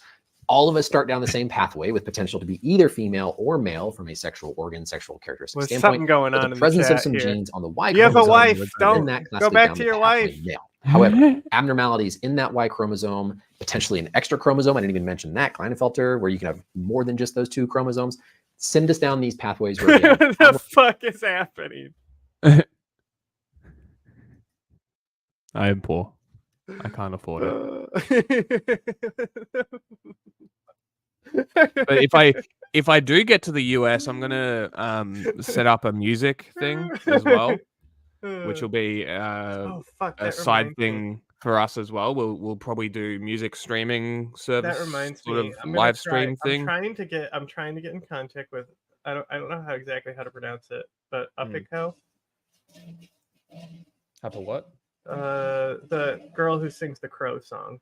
Ah, yes. Yeah, so at 9 a.m. she's doing a live, so I'm gonna go into her chat from there and engage with her on that live. If you want to come to, I mean, it's not for It'll be like normally when you get home, and it'd be right before you're going to bed. You know? Yeah. Because it's basically 9 hours from now. Yeah, that should be fine. But I think I want to because like the discovery I have for music is like already really good. Like I can find bands small enough that it'll be easy to reliably get like bands to come on, because that's something you also do with local news is you'll feature like local musicians and stuff. There'll be like a cultural segment in the local news. Sometimes the government will pay you to do them too, the local government. Well, what I was going to do is the guy we spoke to for Cop City has a music nonprofit in Atlanta, studio and everything. So we could literally get live bands to come in. We could cross to them for a little bit before coming back. You know, stuff like that. That could be cool. The stuff I want to do with Upiko, because she's also she also integrates her stuff to like TikTok, right? So like, even if we're doing it in Japanese, it will be gearing the question so they're like short form question and answer, so then they can be cut up for all those TikToks as well. I need to get my food. Normal phenotype, meaning abnormal physical characteristics, and abnormal physiology. Okay, we got it. What's next? What's going on? What's going on? Well, today is going to be the most important stream I've ever done, first of all. And I want to say thank you for doing this, seriously. Thank you. Yeah. If this is everyone thought this was going to be fake today, but we proved them wrong. So. Right in the living room with Mar-a-Lago, which I don't allow. See, you can't hear you. You're the first, just about. Thank you. And we'll have a little fun today. And my son Baron says hello. He's a great young guy, but he's a big fan of yours. What's up, Baron? Yeah, Baron's awesome. He's a great kid. Amazing. He's tall, very tall. Good student. Yeah, he's very smart. I'll tell you that. I do want to first off, say this. Everyone in the chat, everyone in this room, everyone loves you, and I just want to say you're a true hero for this country, and I really appreciate you.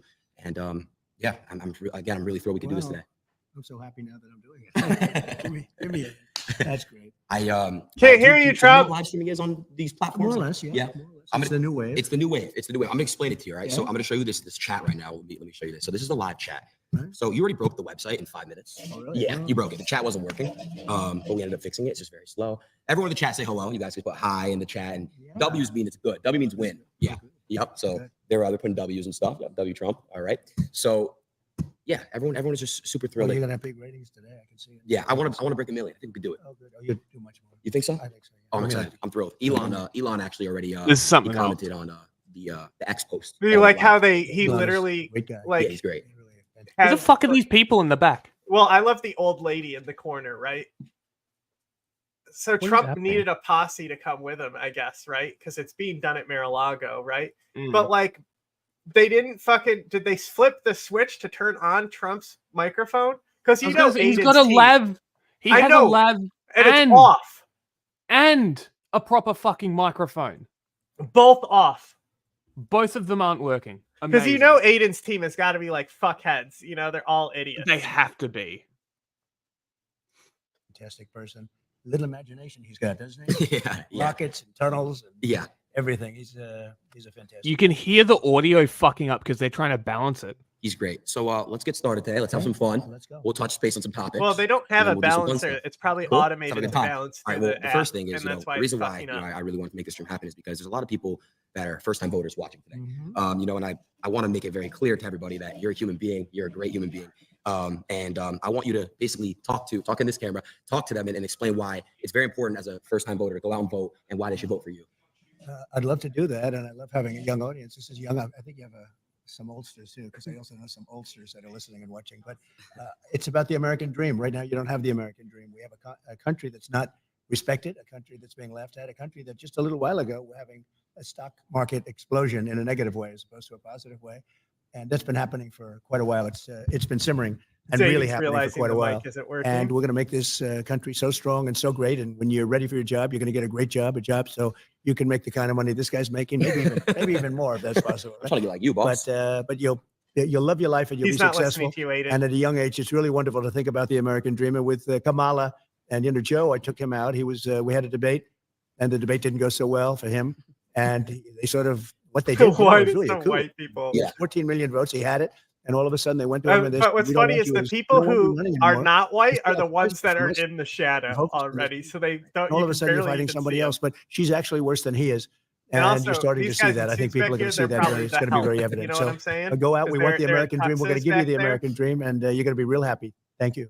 I have another question. And again, Mr. President, I'm not really fully into politics, but I'm getting there. And I do want to make this very clear as well. Now it's on my mind. Back when I was I went to high school in California, okay? And a lot of the teachers were basically at the time, this is your first term. They were telling me how horrible a person you are and all these things. And the teachers, you're not supposed to do that. It's inappropriate to have teachers, discuss politics in school. But it's becoming really normal for a lot of teachers. And you're a kid. When you're a kid, your brain is like a sponge. That's true. So I want to know what your thoughts on that. Kind of the corruption in the school system in a way. They're teaching some pretty bad stuff in there. It's been brainwashed to a certain extent. Even the teachers have been brainwashed. They've learned from a long time. This is long before me. What is it? Why is the mic broken again? He already pointed the mic at Trump. Wow. But this liberal way that they have, and it's a bad thing for the country. We want to have borders. We want to have low taxes. We want to have great schools, really, great schools, so you can go and learn and be successful and have a wonderful life and all of that. But we want to have a good military so we can protect ourselves, of course, from some bad players. You got some bad players out there. And, it's interesting. During my 4 years, we had no war. Other than we had nothing. Everybody was afraid we were going to have wars. And just the opposite. North Korea, I remember Barack Obama was telling me, oh, the biggest problem we have is North Korea. I didn't have a problem with North Korea. No. Big nuclear presence. I didn't have a problem. The only war we had was already started long ago, and that was ISIS. And I defeated them in a very short amount of time. I remember. Very quickly.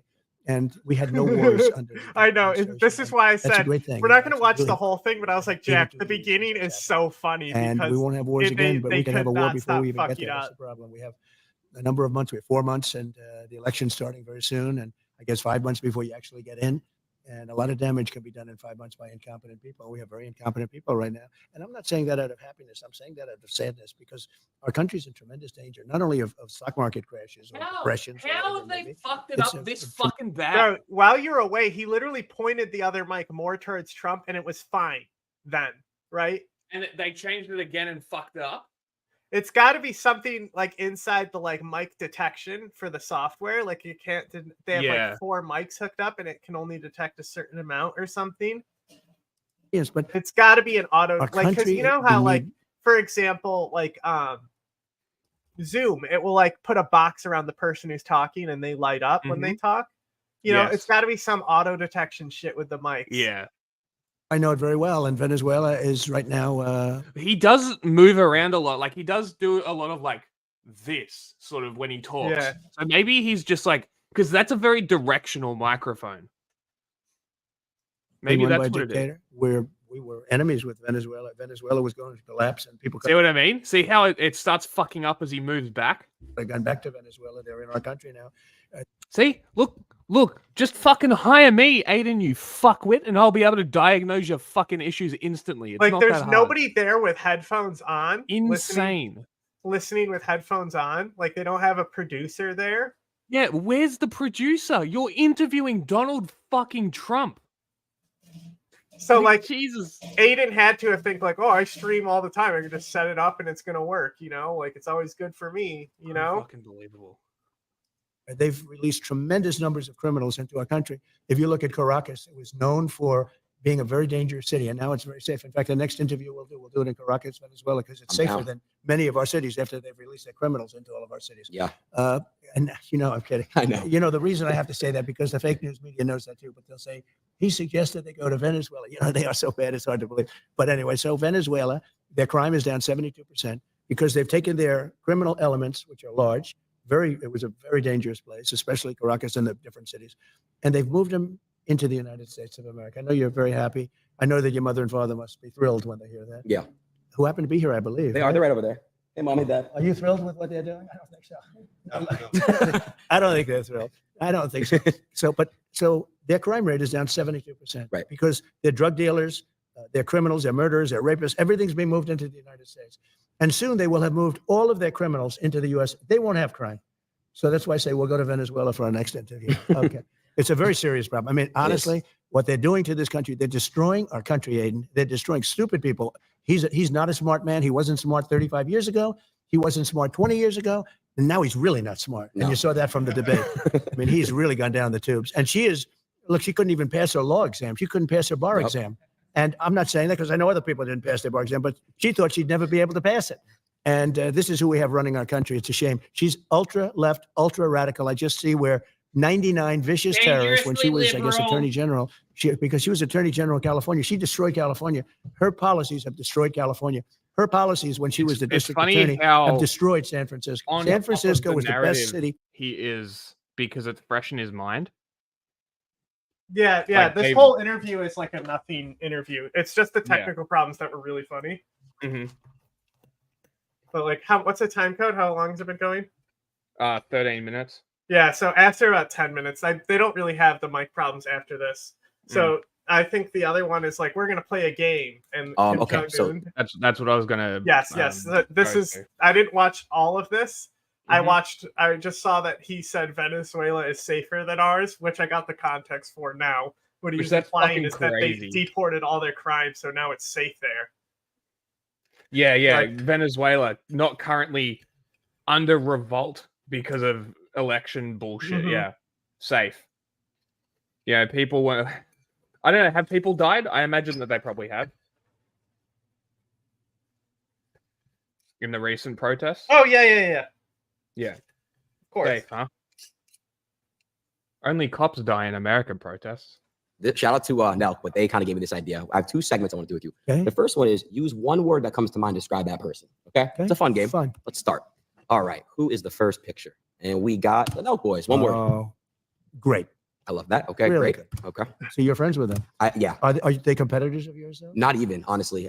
Every time that I speak to Kyle or Steve, it's just only love. They're really no, good. they're just great. Yeah. But in a way, you would be competitors, but you don't. They're more bigger on the YouTube side of things. I'm more live, so it's a lot. It's a different world, but it's kind of like parallel. Look at them. I mean, they're just great people. That was Dana White. He said, "You got to do them." I said, "Who are they?" I didn't know. That is true. Dana White did set that up. Honestly. All right, let's see what we got next here. We got not an awful interview. Yeah. Well, I don't know you. I've only met you 30 minutes ago. The Nelk Boys interview with Trump, not awful. Honestly. Out of all of the ones that I've seen Trump do sort of pop culture interviews and shit, not the worst. Would be outstanding. My sons told me about you, and they told me about how big Dad, my Baron. Yeah. He said, Dad, he's really big. I said, yeah, but what about else? He said, he's also a friend of mine, right? Yeah. But big stuff, Adin. So I just have to say outstanding to do what you've done at a young age. And I know how old you are. You're young. What has he done? Seriously. Young. Made a lot of money. Seriously, what has he actually done? Made a lot of money. Do anything, really. That's all. My suit is older than you are. How old your suit? I don't know. Yeah, I think you're right. I think he fucked that up so hard.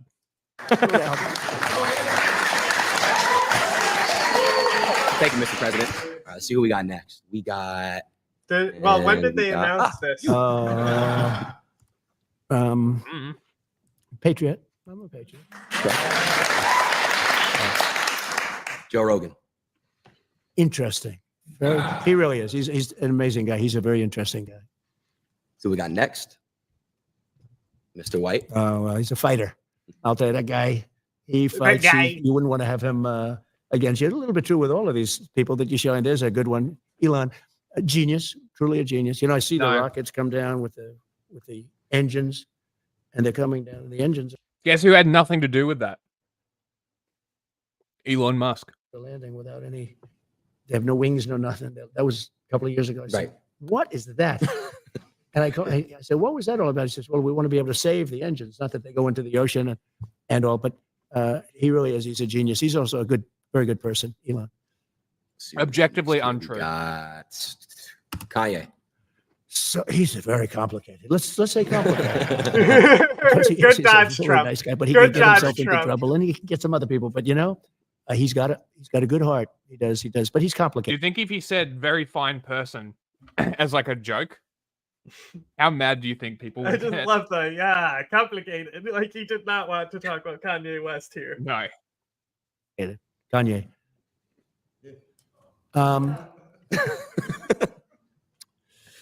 Fake, but in all fairness, look, but she knows it. She's got a thing going. It's a good thing. She's a good thing for her.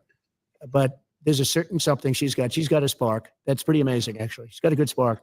Is that a compliment for AOC?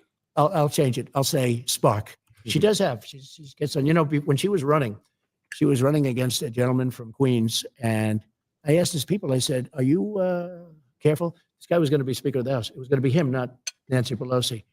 And Joe, he is a fake. Fake is a crazy thing to say about AOC. Out of everybody in politics, I'd say she's likely the most genuine of them all. Yeah. I think he has a crush. I agree. good politician, a real pro, been around for a long time, many years in Congress. And I watched her on television one time. I saw a clip of her speaking, ranting, raving, going crazy. True, she has been in there a hot minute. Who's she now. running against? She's running against Joe. I said, "Oh, does he know what's going on?" "Oh, he's got no problem, sir. He's got no problem." I said, "Is he doing any debates?" "No, he doesn't have to bother with the debates. He's been there for years." I said, "Tell him I said that he should be careful," because I saw her, and Yeah, I said, so she beat an she's incumbent. Evita. I called her Evita. Maybe that's the best. Evita Peron, right? I said, she's Evita. She's in the streets screaming, shouting, going crazy, hugging people, hugging. Everybody's being hugged. I said, he better be careful. And she took him out. So, I give her credit. But she's got a lot of sizzle. Well, there's a powerful man. He's a powerful man. I know him very well. I know him probably better than anybody. Trump would score so many points if he that's said enormous. Winnie the Pooh or something like that. And then be like, they'll kill you if you call him that. But I can call him that.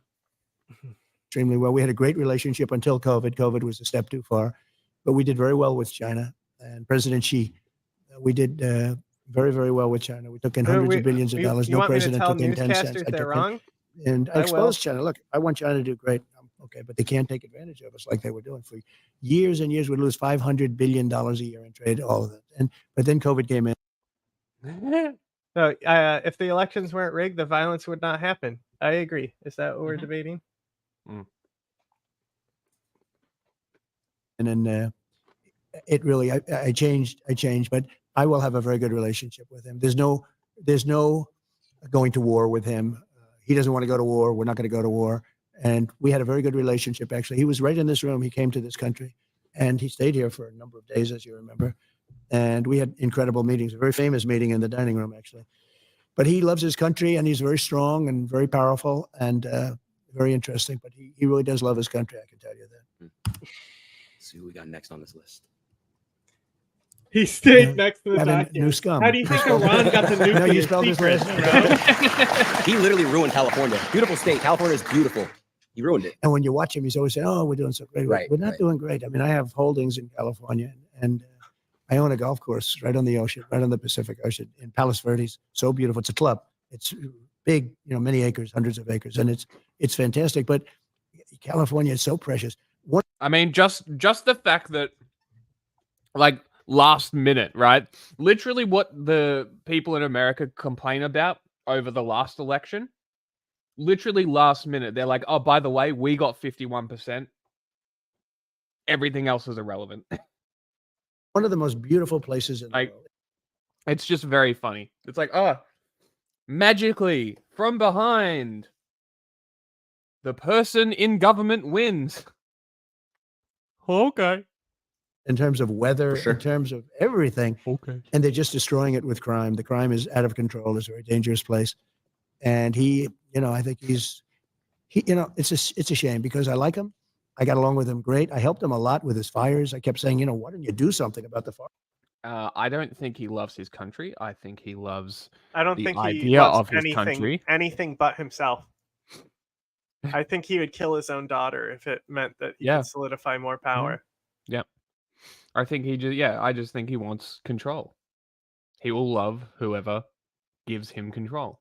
Forest fires. There's no reason to have that. There's no management. They have no management control over the forests. I said, you have to do things. But I got along with him great, but he has not done the job. No. He has not done the job. Sad.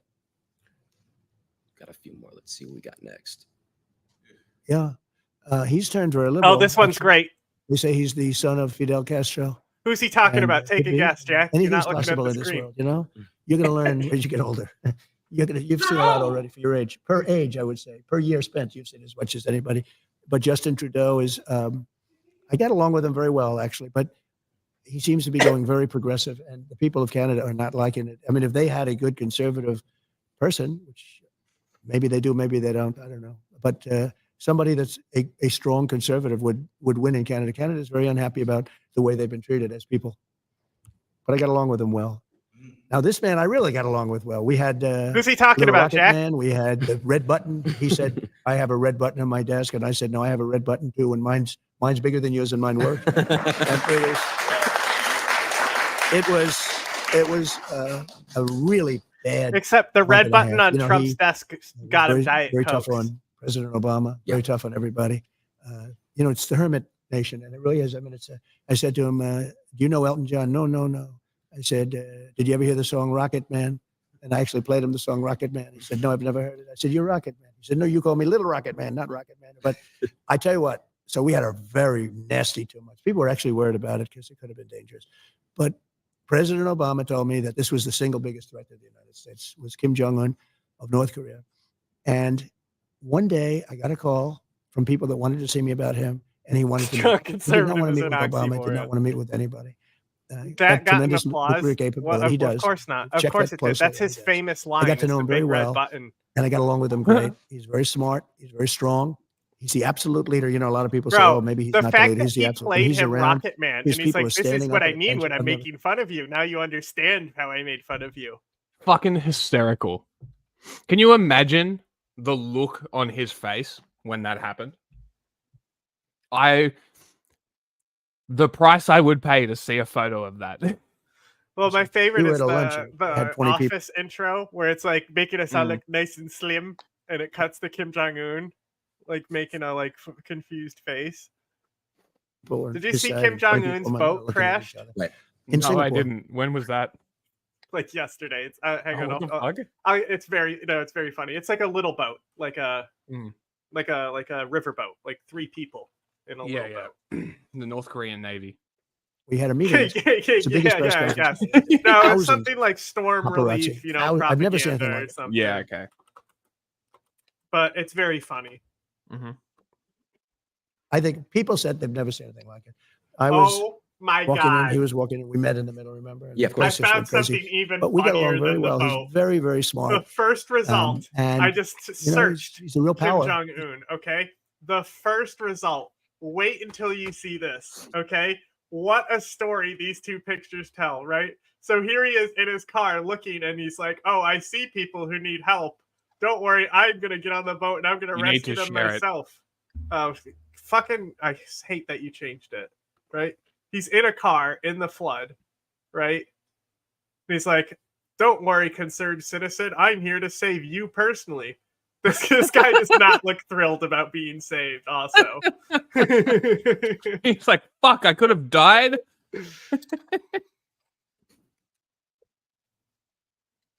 Look, did you see they had to put 2 people on this side to balance out the boat?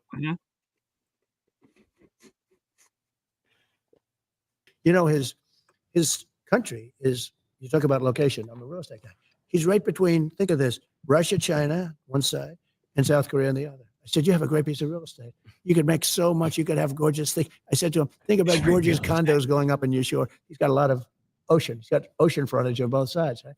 But I got along with him great, and we would have had no problem with him. Now he's getting very angry with us, and he's getting very angry with, I understand he doesn't like her. He doesn't know her, but he forms opinions, and he doesn't like her. And he thought that Biden was a stupid man, a very stupid man. He would say that, but I say the same thing, so at least we agree on something. But Biden they really have hurt our country. These people have hurt our country. Kim Jong-un was great for as long as he was there. As long as I was there, there's going to be no problem, that I can tell you. It's a little concerning how long he spends sucking the dick of dictators around the world. Yeah. We met in Singapore. I got to know him so well. And, you know, I always say that we have... He got to know him so well. I guarantee every single one of them, once they left, were just saying in Korean, haha, that guy's a fucking moron. I fucking guarantee it. Enemies from within 출길들이 침수되는 피해를 입었습니다. Execute that tree.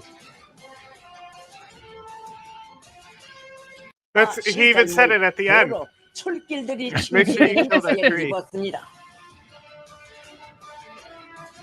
Maybe he was pointing to the driver who drove it into the tree. Kill that guy. Shoot that guy. That's what he's saying. Kill that guy. Shoot that guy. Against an enemy, I think he would be. Yeah, exactly. That's exactly why every dictator wants him to win. Because he'll let them do whatever the fuck they want to. Absolutely fine. China, the same thing. I always say if you have a smart president, you don't have a problem with the outside. But you still will have a problem with the inside because these people are sick. They're sick. And the people from the inside, I mean, they're willing to take down our country. It's incredible. When I look at guys like Adam Schiff, he's such a bad guy, such a liar with the Russia hoax. It was a total hoax. Oh my God. It went on for 2.5 years and total exoneration, nothing to do with Russia. You're The gonna love opposite. This one. I This was is a great picture of the propaganda shoot.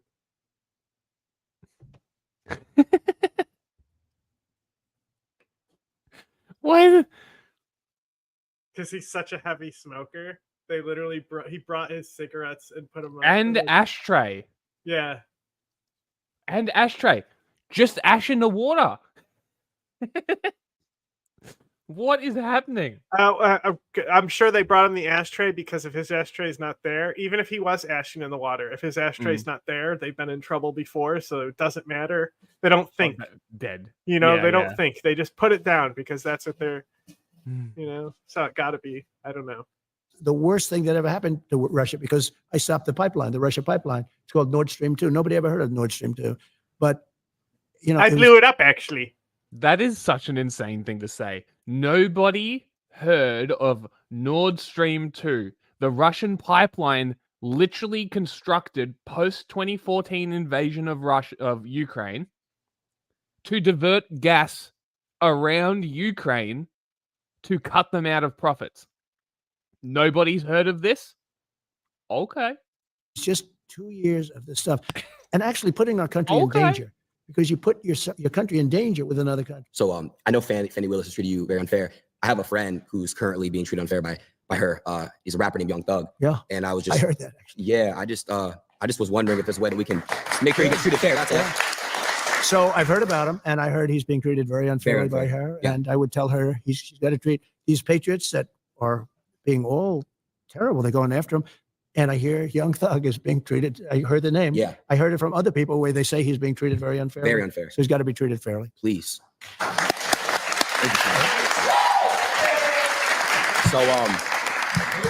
let's see who next on the we got a couple more people left. Okay. Got some, hopefully some good ones. Cool. Wow, that was a So heavy derailment he for was just very Kim good with me Jong Un, because when wasn't they it? were doing the Russia hoax, they said I did something with him on a phone call, and basically I congratulated him on his winning the presidency. Right. And said some other things which turned out to be perfect, better than perfect.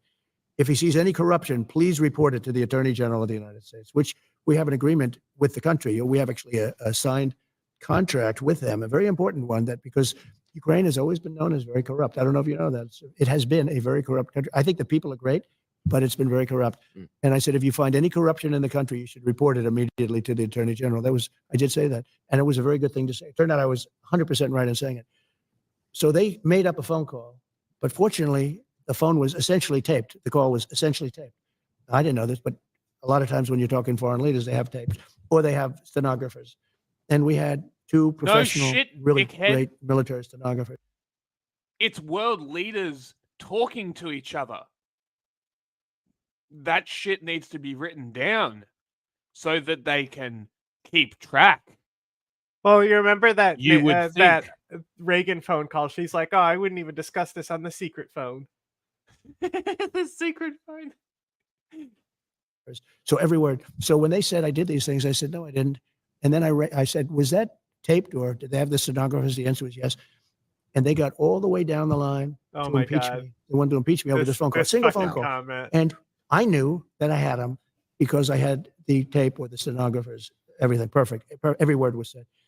And then they did the impeachment. And just before that, because I remember Nancy Pelosi was crazy, we can't impeach him. Look at what the phone call was. She saw the phone call. Yeah. What did I mean? And then they decided, well, let's do it anyway. Can you believe how bad these people are? Horrible. Let's do it anyway, because they had the phone call. That's where Tim Scott, a great guy from senator from South Carolina, he said, wait a minute, I've just read the phone call. That phone call was, he was the first one to speak up. Tim Scott of South Carolina. Then and Republican you didn't pick him as a VP. And they were great. I mean, you know, there was great. Of course, the only one was Mitt Romney. You know, real stiff, and he couldn't get elected dog catcher right now. But where's that 1% gone? Although, and he actually voted. He actually only took a half a vote away, but everybody else voted for me 100%. Like that dog catcher line goes hard. He couldn't get elected dog catcher. Like that's a fucking great insult. Unanimous with the Republicans, and it was fine. But what they did was they made up a call, and then when they found out that I had it essentially on tape, they looked really bad, and they had a decision to make. Do they pull it? And she said, no, we shouldn't be doing this, but let's go ahead with it anyway.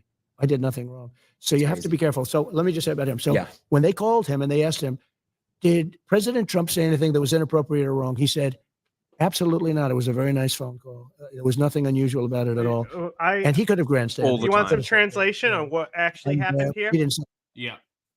They knew that it wouldn't pass because the Republicans had a majority. When she said we can't do it, she's saying it's not going to pass, right? Yeah. So he's able to slowly steer that into she knew it was wrong and she did it anyway. Right? And Pelosi almost never brought things to the floor she didn't have the votes, right? Yeah, it was always, if it was guaranteed to pass, she would bring it. She was very methodical. So, like, that's what she's talking about. Then, also, right, he's saying that, go back. I forgot what he said. Because I'm also trying to read stuff. So what they did was they made up a call, and then when they found out that I had it essentially on tape, they looked really bad. And they had a decision to make. Do they pull it? And she said, no, we shouldn't be doing this, but let's go ahead with it anyway. I did nothing wrong. So you have to be careful. So let me just say about him. So when they called him and they asked him, okay, so did President Trump say anything that was inappropriate? That's not true. It's just that, like, they didn't, because of how the system works and the votes that they needed, it doesn't mean you didn't do anything wrong. It didn't move forward. The evidence was still there. I don't know. Also, the second impeachment is worse. It was a very nice phone call. There was nothing unusual about it at all. And he could have grandstanded. He could have said, well, you know.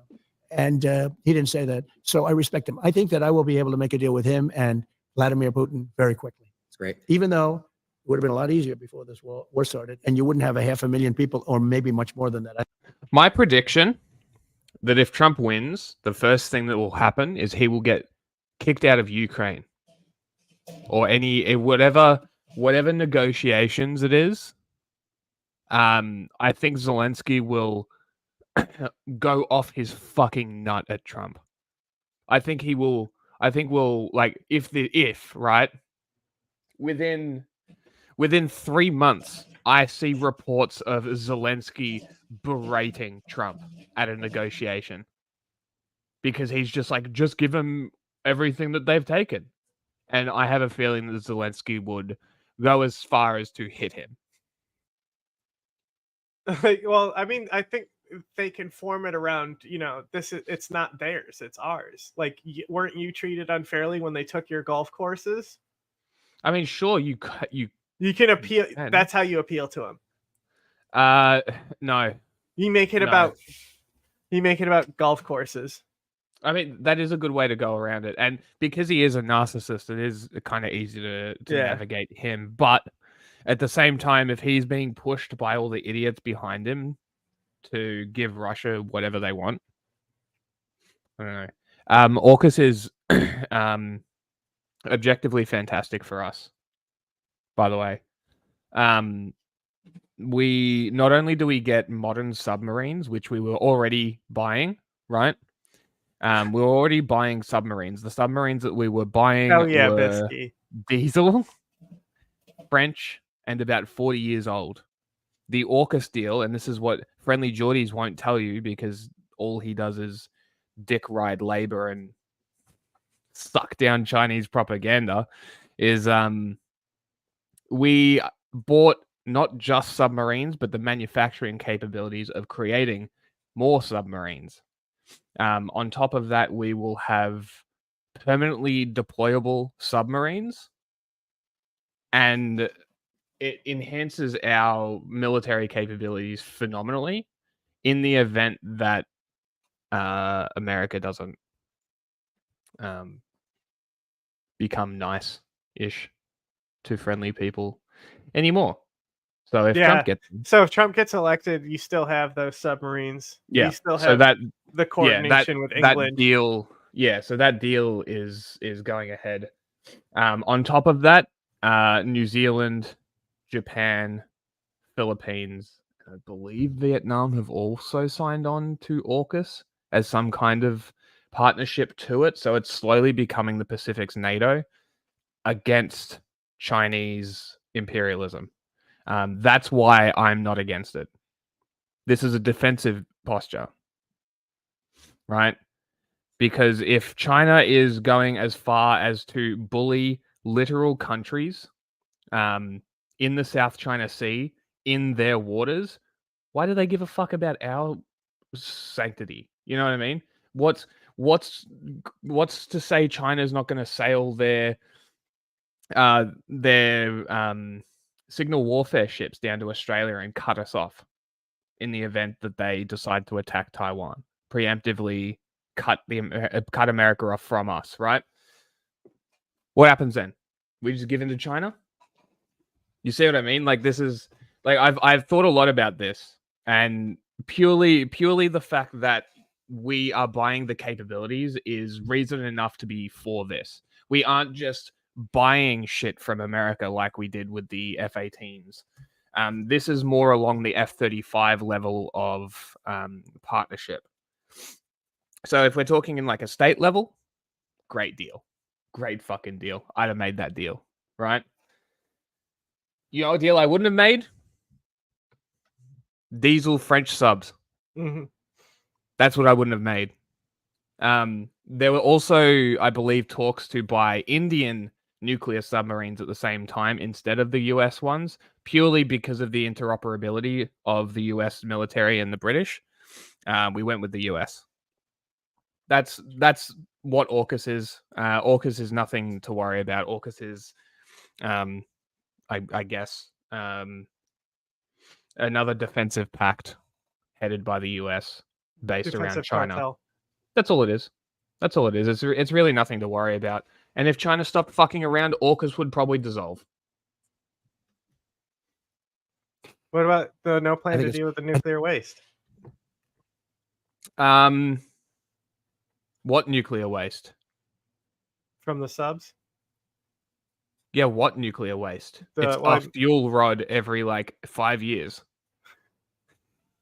What nuclear waste? What are we talking about? I will. But the clams, I will Jack, the double clams, check that. The clams in Soviet Union, Jack, near the nuclear port, big.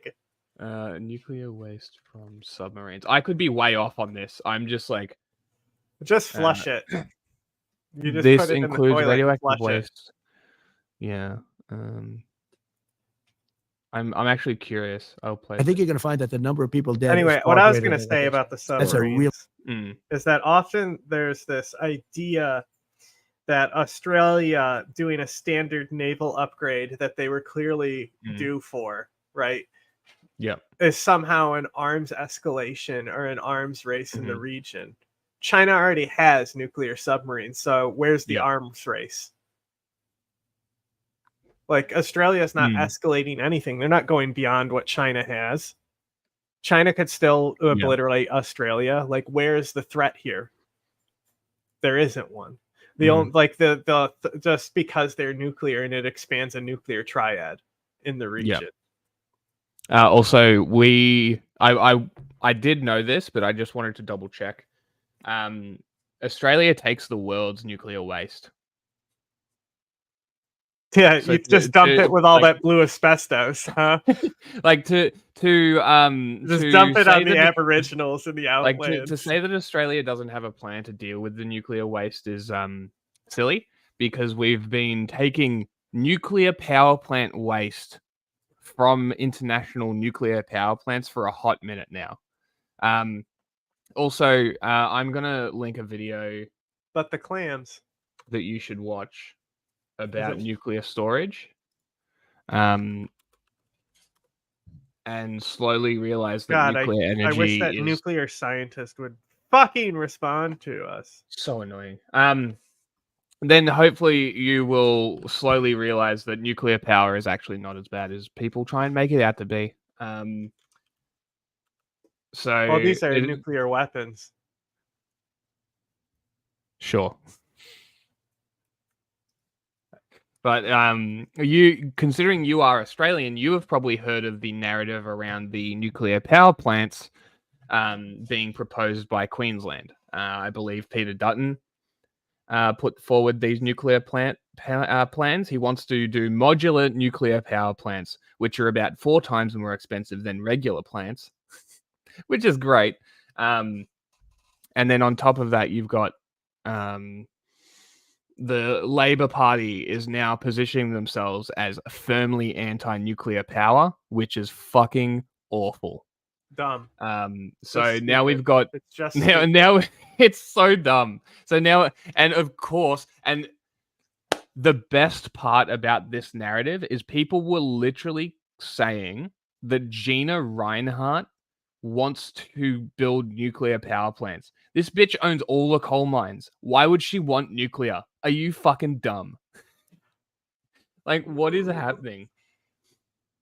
We have Jews. See? That's fine. That's fine. Dutton's plan might be, right? But my whole point here is that this is a domestic information warfare tactic from Labour to permanently position themselves as anti-nuclear power in a country where we should be moving away from fossil fuels into as many resources as possible. Wind, solar, we don't have geothermal, I don't think, but we could easily do ocean. Find out how to take poop and use that as fuel. Yeah. We could use salination. How come nobody figured out how to use poop as fuel yet? Right, so is that what biodiesel is? Poop fuel? It actually is like kind of this whole, and because one of my biggest criticisms of Australia is that we've never done nuclear power, and we would be one of the most appropriate countries to do nuclear fucking power, but we don't. And now, in an event that we could actually get nuclear energy, it's being positioned by Labour and the Greens as a bad thing because the Liberals proposed it. Now I can't hold my opinion as pro-nuclear without being accused of being some liberal fuckwit because Australians are that dumb that they don't realize that people can hold positions before their little team sports come and collect and segregate the positions, right? There is zero nuance in Australia's discussions of nuclear energy. So please watch that video. Okay, so about the poop fuel, right? So the poop fuel, yes. I was trying to get you to go, how come nobody has decided to make fuel out of poop? It wasn't happening. I was on my nuclear. So anyway, this is solid waste. This is solid waste fuel, right? So it's not actually poop fuel, but it's just funny to say that because it's it's like solid waste. It's actually kind of cool, right? But like if you look at this, like this stuff, like this is like this is fucking chinchilla food, like that's chinchilla food, okay? But see, these are made just from sunflowers, right? All this biofuel, right? These pellets that you can make. So it's like even like sunflowers, like you look at places like America, like we need to divest out of corn. We could put a ton into sunflowers to make this biofuel, right? More instead of like a corn-based ethanol. Yeah. And that would be a way better way. Well, it's also like, but the thing is that you can use waste. You can literally turn our shitty recycling program into solid waste fuel.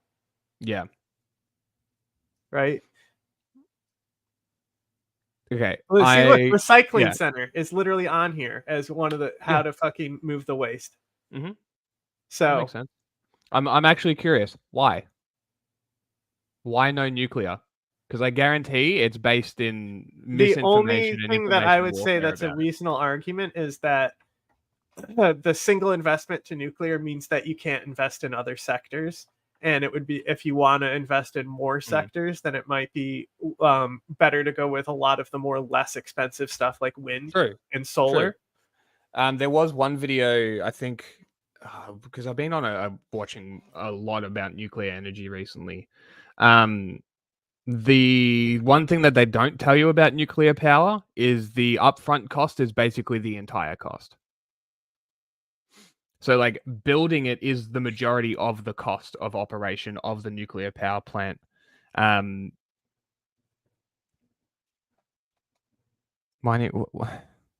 yes, okay, yes, like that's actually a very interesting proposition. Nationalize it. Yeah, that's a great reason as well. See, I was thinking too capitalistically. Yeah. We're too state brained on the show. But yeah, it's like that's a fair point. Nationalize it, problem solved.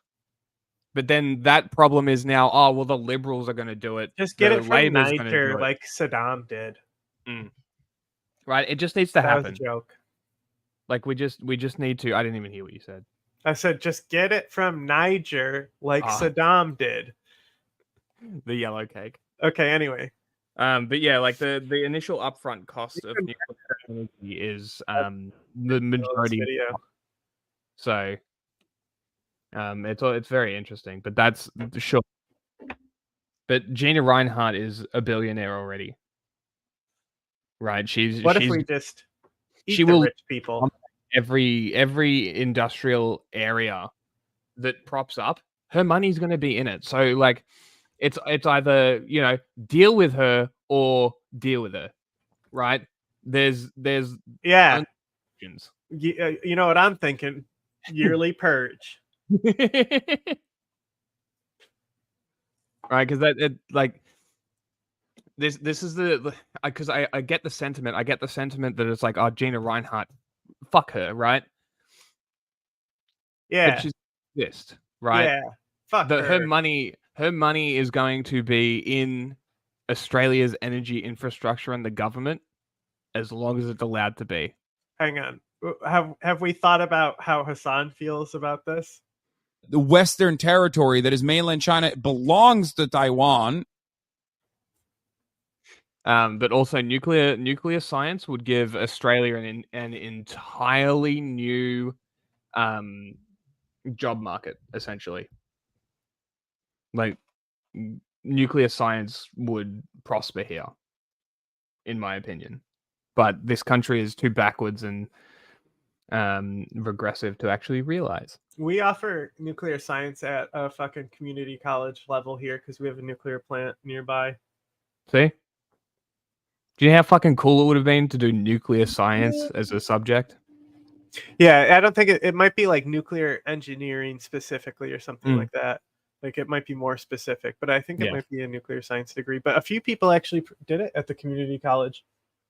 Because you get 2 years and it's a fucking doctorate. You know how much money that is off your like doctorate to do 2 years of it in a community college, and it's like a small class size where it's like only 10 people are in your degree. Oh, you would get so much information from that. You would learn so much. Really nasty. It's a nasty thing. I even thought about switching to it, right? Because it would just be smart. Yes, like it would just be. But I fucking hated school, so I wasn't about to fucking. Rolling Stone wrote an article. For like Trump got a free 6 cybertruck years. from streamer Adin. Yeah. It's pretty great. Is that legal? The controversial content creator known. What the fuck?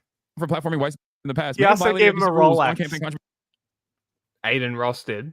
Yeah, and it's like Trump's a billionaire. You think he doesn't have a Rolex, bro?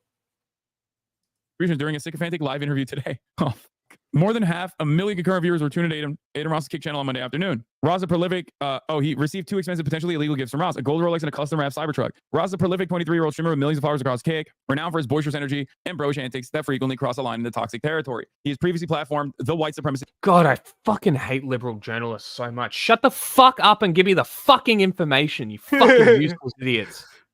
God fucking damn it. Do I have to do it again? You're gonna get, oh, here comes the journalism guide.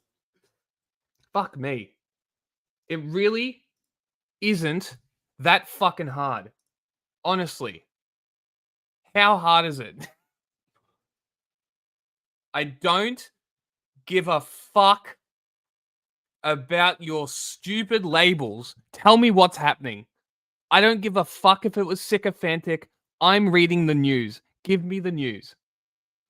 Fucking unbelievable. Nick Fuentes, as well as the alleged sex trafficker Andrew Tate, a mentor of sorts. Ross accidentally snitched on Tate as he claimed criminal charges in Romania. Tate was awaiting. Why are we talking about Andrew Tate?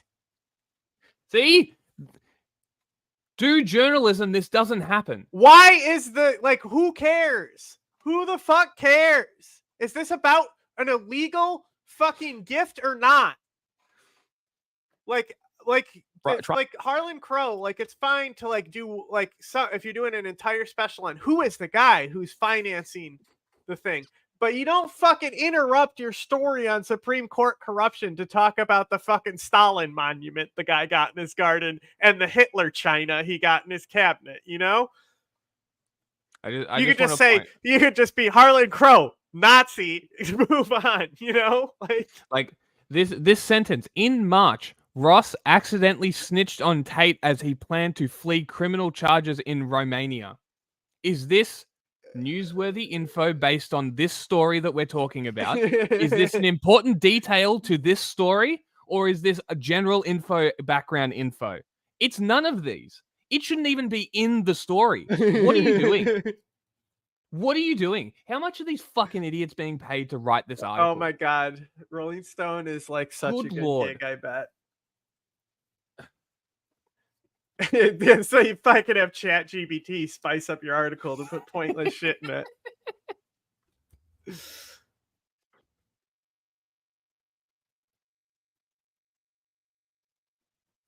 Are you playing it? Because we're looking at a triangle. I am playing it, yes. A doofus. Fans over the years, the last one permanent. Ross in 2023 moved to the streaming platform. Have we gotten to the gifts yet? Did he not even finish reading that article, or did you skip he's playing forward? video now. So he didn't finish the article, or did you skip forward? No, he didn't finish the article at all. Okay, so he literally got bored because it was a bunch of unimportant shit. Way to go, Rolling Stone. And way now you would have kept him. You would have kept him on the article, and you just followed the triangle. Said he thinks that Twitter is mean. Okay.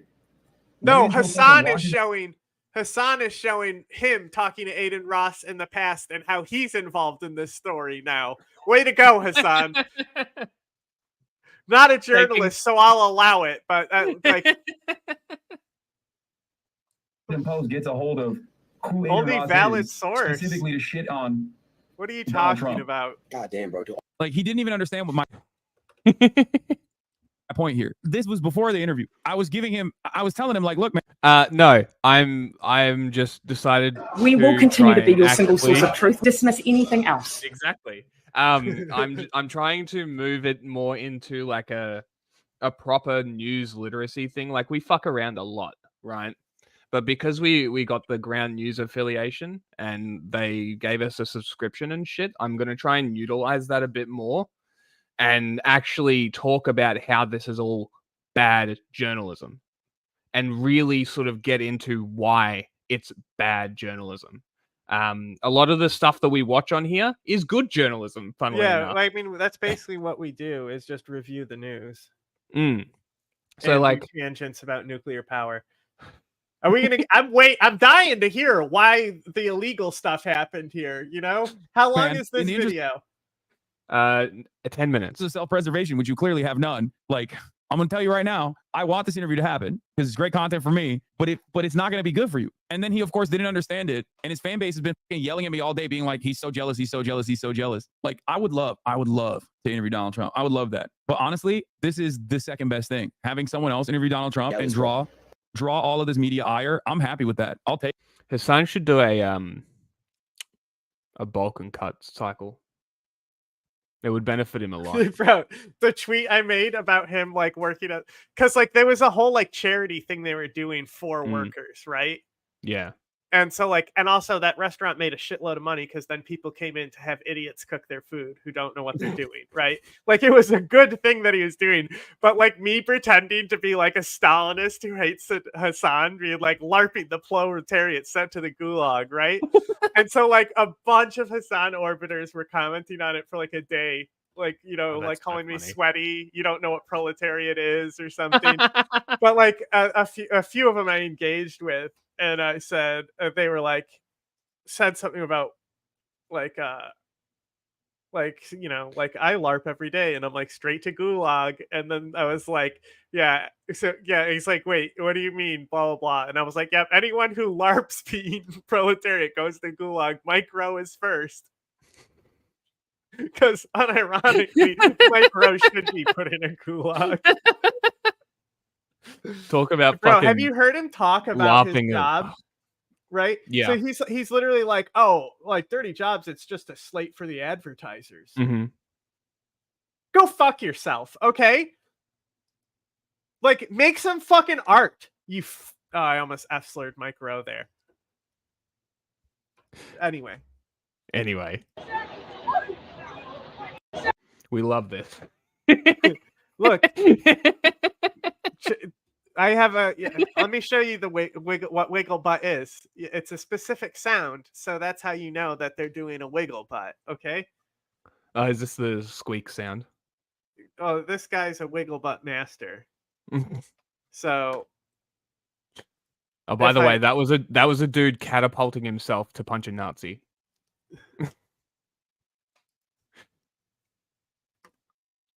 Okay, hang on.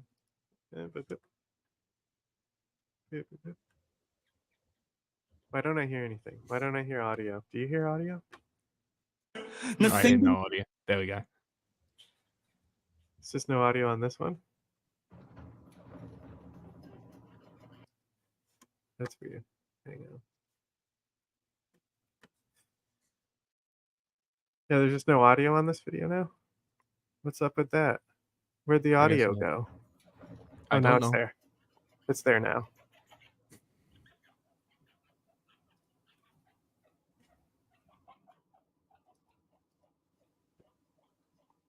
It's not the loudest.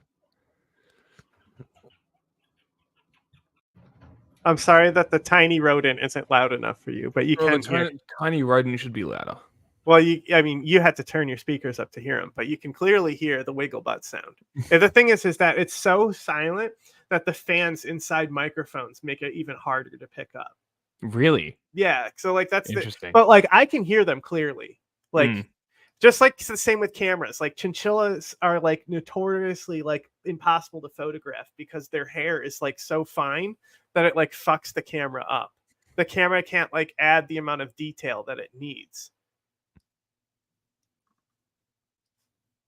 That way I get to react to it for the comfort of my home. I don't get any additional hatred as a consequence of like platforming Trump or whatever. Trying the fuck, to derail. You know what I mean, I'm happy. This is a win-win for me. They're already Kamala Harris says we're weird. Donald Trump just finished a disastrous interview with a streamer known as Adin Ross. Midas touch coming in hot. Ross is a weird dude. He got famous by sniffing butts.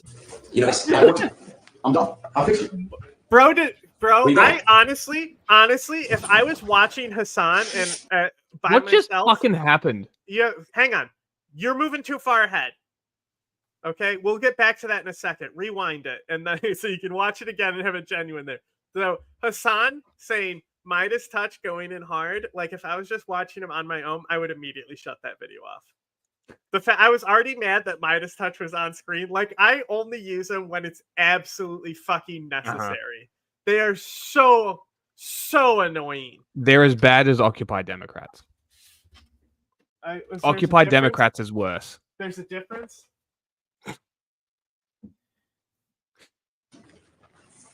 That's even weird. Let's go. I'm like, I can tell you. Ew, I think Dude, who does this? The joke. So look, okay, so it is weird. I'm not defending the weirdness, right? I just want to say part of what built Adin's audience is because the only thing that immature males find funny is being sus, right? That's why the military, they're always touching each other's dicks and stuff and thinking it's a joke. This is what young boys do, right? So part of the audience building is audience, like he would get these like hardcore rappers and say sus shit to them, right? And Okay, so like that's funny as fuck. so that's why this type of shit happens, right? Because he's doing it because he knows like this is what's built him is the sus stuff. Look, saying it to people who've probably killed people is pretty fucking funny. Yeah, exactly.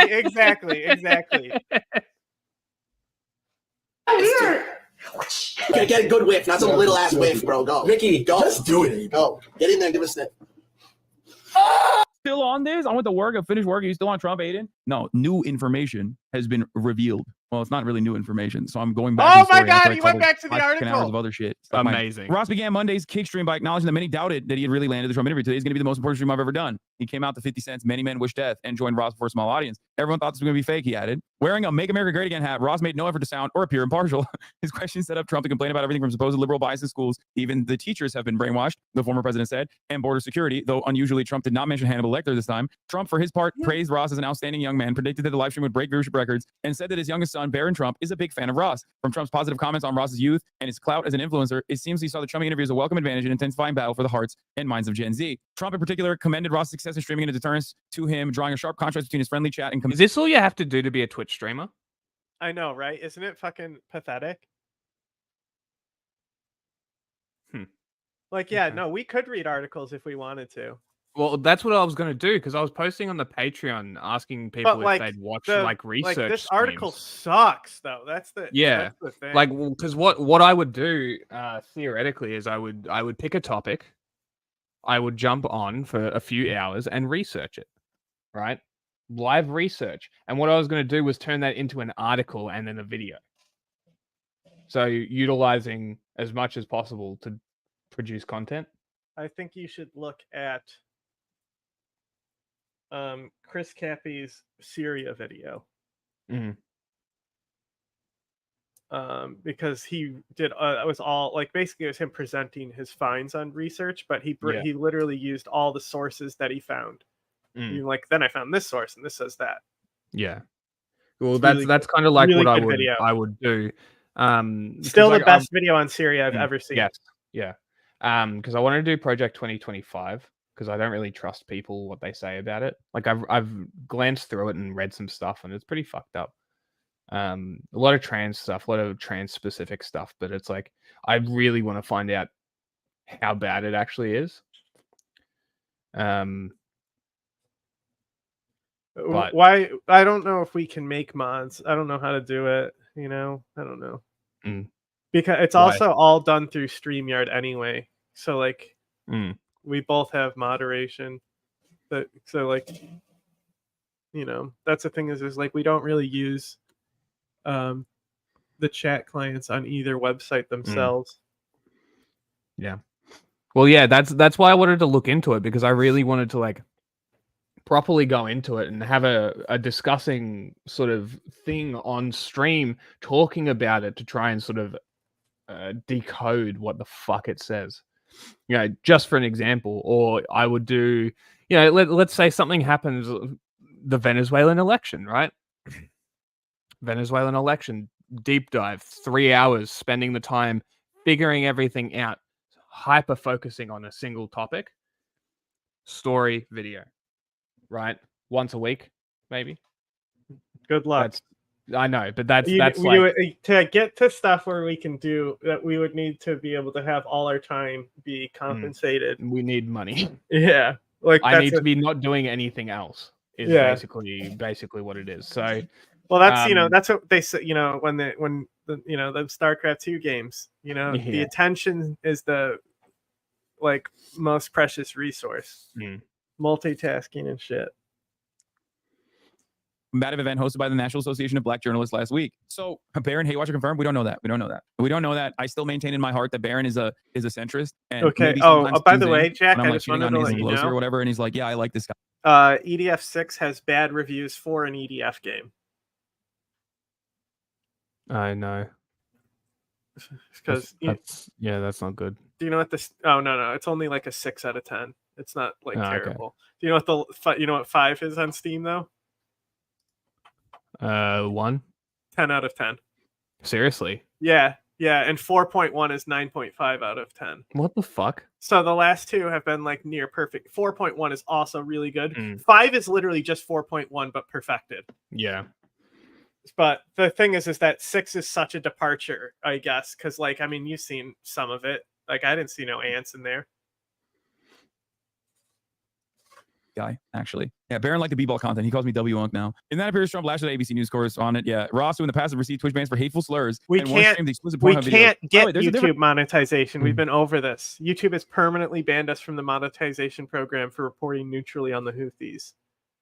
Meanwhile, Hassan literally is platforming them, but because he's doing it on Twitch, it can be recycled to YouTube, no problem. I mean, this is also why we're trying to push people onto Twitch, because Twitch is a much better platform to sort of integrate all this payment stuff for. I think the subscription model is better. I think they probably take a bit more, maybe about the same. I'm not really sure. Yeah, but I mean, if it's big enough on both, then YouTube will also help us as well.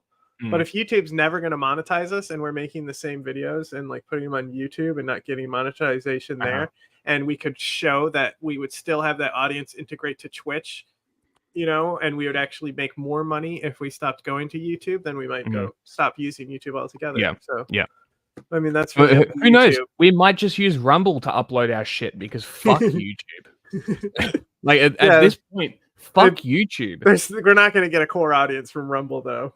No, but just like to have the videos on Rumble, push Rumble, and then if YouTube comes up, push Rumble in the YouTube videos. Be like, hey, yeah. I mean, that's what all these grifters do.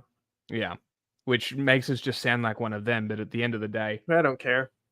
Who gives a shit? Yeah, I really could care less. An angle to this in terms of like Adin Ross being a culture vulture that like has not really been as prominent. I haven't seen that take a lot. This is yet another dude, like yet another white dude who's just like basically built a platform off of like black culture, presenting himself as like the arbiter of black culture, and then only to turn around and be like this fucking weirdo right winger, aligns with racist people, and then has like the top racist on his broadcast as he fucking fillets him. You know what I mean? It's like, what the fuck is this? It's just crazy. And the funniest thing is like, including in the W community, like everyone kind of understands this, where like they know you say something even remotely mean about Adin, immediately his fan base is going to say the most unhinged racial slurs to you and dox you, which is again, it's like, what the fuck is going on here? Like his fan base is so insane. I don't know how else to describe it other than that. It's just like, they're nutty. Ross, who in the past have received Twitch bans for hateful slurs, once streamed explicit Pornhub videos to an audience that likely included many underage viewers. Elsewhere sought to criticize Harris because a rapper was twerking at her at a rally. He did not mention the performer Megan Thee Stallion by name, and given his history as an edgy content creator, the scandalized routine rang somewhat hollow. But the more glaring indications that Ross was out of his depth came in the form of his gifts to Trump. First, he gave the former president a gold Rolex. That's a great watch company. Trump gambling on Kick. Now I know it's worth it, he added, seeming the joke that had been worth his while to appear on Ross's channel. Then, towards the end of the live stream, Ross took Trump outside. They paused to greet Felix Lengel, a Canadian streamer better known as XCC, who was wearing a shirt of Trump with gold and silver grills in his teeth, to reveal a Tesla Cybertruck wrapped with an image of Trump holding his fist up after being wounded in an assassin's attempt on his life at a Pennsylvania rally last month. Brandon Fisher, deputy executive director of Documented, a watchdog group that tracks... There's no fucking way. Literally nothing. She's ultra left, waste ultra of radical. time video from Hassan. No. I'm going back. Sure. I love that. Thank you very much. Since day one. No shot. That's good. Okay, so where the fuck it? How did I lose the actual stream? What is happening? Maybe you didn't have it in there. I literally played it. Maybe it got taken down. Beat him to the punch. I would love to. What? Oh, you want to see? Probably kept. Doesn't matter. Yeah, you look good from both sides. Yeah, it doesn't really matter at all. X, come on outside with the truck. Come on. Yeah.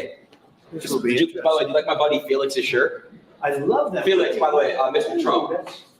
fantastic. Well, Yeah, you got the grills on. I like that. Hey, I know that's what I noticed. I noticed. Go ahead. Go ahead. I just want to see if anybody else notices what I just noticed. Him touching his hair before shaking his hand. I know that's what I noticed. I noticed. That was probably the weakest handshake I've ever seen from a person in my entire fucking life.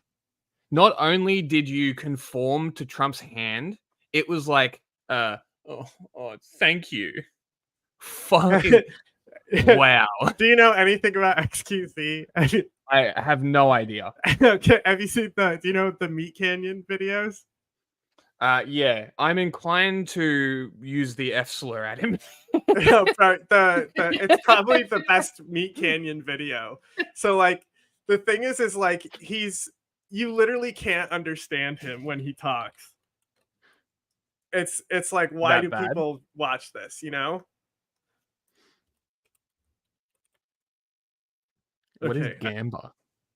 Gambling. Oh, gambling. Aren't they a gambling company though? Yeah, that's like their whole gambling point. company? It's like their whole point. Okay, check this out. I can just click any video.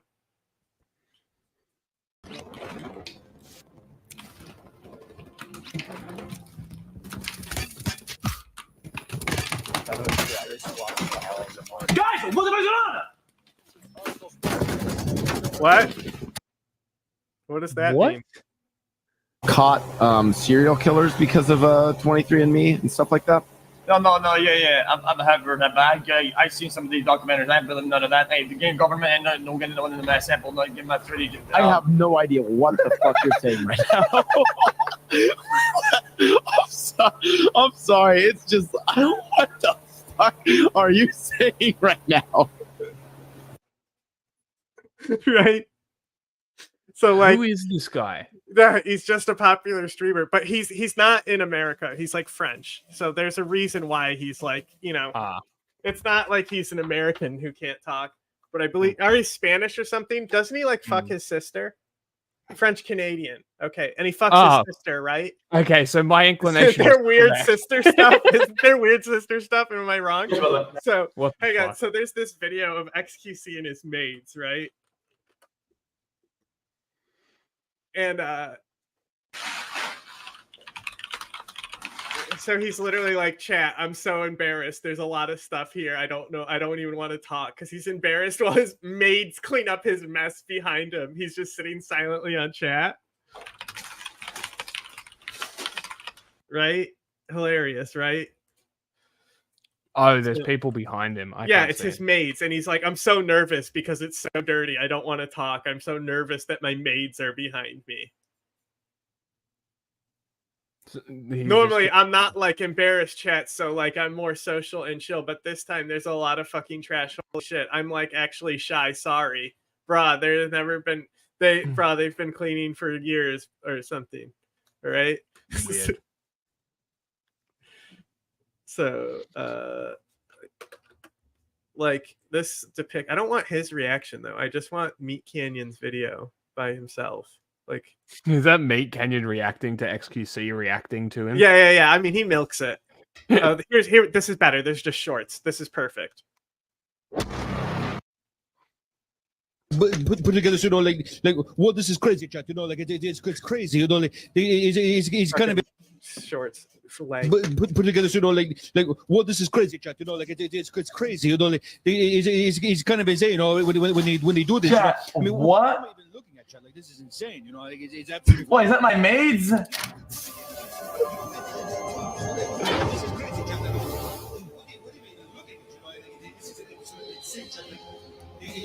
What is all that? Why don't we just take some here? These jobs are for kids in high school. Shut up. Strange. All right, continue. Nice to see you. Thank you. It's gonna get to the part where he's a dragon. All right, let me know when you find it. Yeah.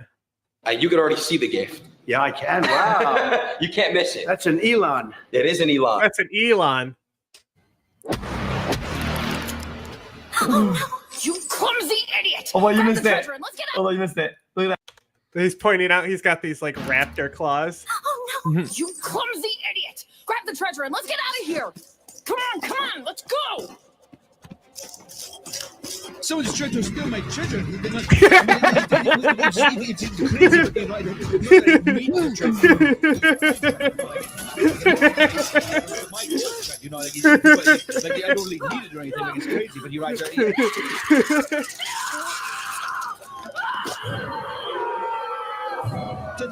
I got reviews, chat. Like I need them for YouTube vlogs, chat. You know, it's people who miss the streams. Like yeah, exactly. Like it's crazy, chat. Like I have a views now. You know, it's when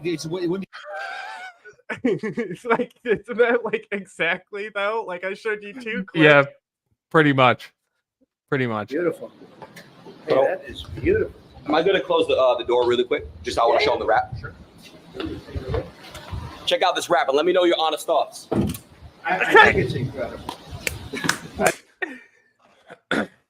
Peak, right? Am I right? Hey, Adin, you know he can't drive, right?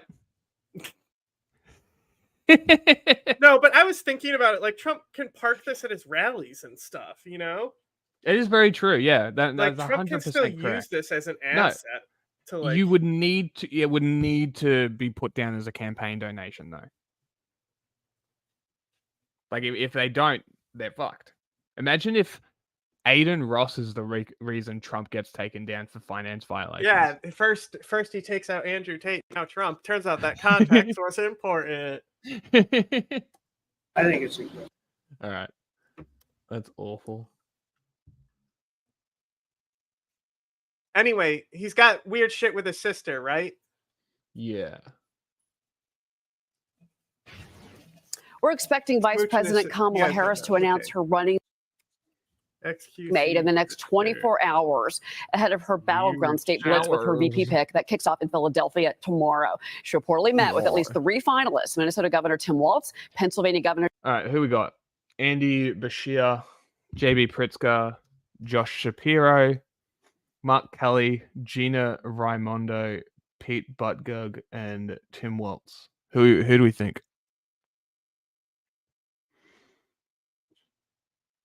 Oh, it's Walz. Yeah. Yeah. We already know. Ah, okay. How? Like, why? if I'm wrong, because Jackie said so. You know, and like I keep saying, be a correspondent. Like, see you later. Here I am sourcing it when I could be like, hey, this person said so, and then be like, here's $5 for being a correspondent, but she doesn't want to reply, so she doesn't get paid. So well, I'll just use her stuff for free then. Anyway, Josh Shapiro and Arizona Senator Mark Kelly yesterday at her Naval Observatory residence in D.C. Meanwhile, Maria spoke with Trump's running mate, Ohio Senator J.D. Vance, on Sunday Morning Futures about the recent criticism surrounding his candidacy. Watch. I actually take their criticism as a badge of honor. Of course, the media is going to attack the people they fear the most. And I don't come from inside the Beltway, Maria. You know, I grew up as a poor kid. I didn't come from a political family or a wealthy family. I worked my way through college, through the Marine Corps, and eventually landed as Donald Trump's running mate. I think that's a story that a lot of normal Americans can empathize with. And I guess the Democrats see all of that as weird. What do you say about this new strategy to call you weird from the Democrats? I think that it's a lot of projection. I'm doing this because I want to be a good public servant who fixes the problems of the Democrats. They can call me whatever they want to. The middle school taunts don't bother me. What bothers me and what offends me is what Kamala Harris has done to this country. Joining me now, Democratic strategist and HEG President Fred Hicks, and pollster and WPA Intelligence CEO Chris Wilson. And Chris, I want to start with you. Your reaction to what J.D. Vance told Maria yesterday. At this point, I don't give a shit. Is that Thatcher and Reagan on your wall? Is it? Fred Hicks, and pollster and WPA. Uh-oh. And Churchill. Boy. Intelligence CEO Chris Wilson. And Chris, I want to start with you. Your reaction to what J.D. Vance told Maria yesterday. Well, I think Vance's willingness to take on Republicans as well as Democrats does show he's not beholden to Washington interests. I think he's done a very...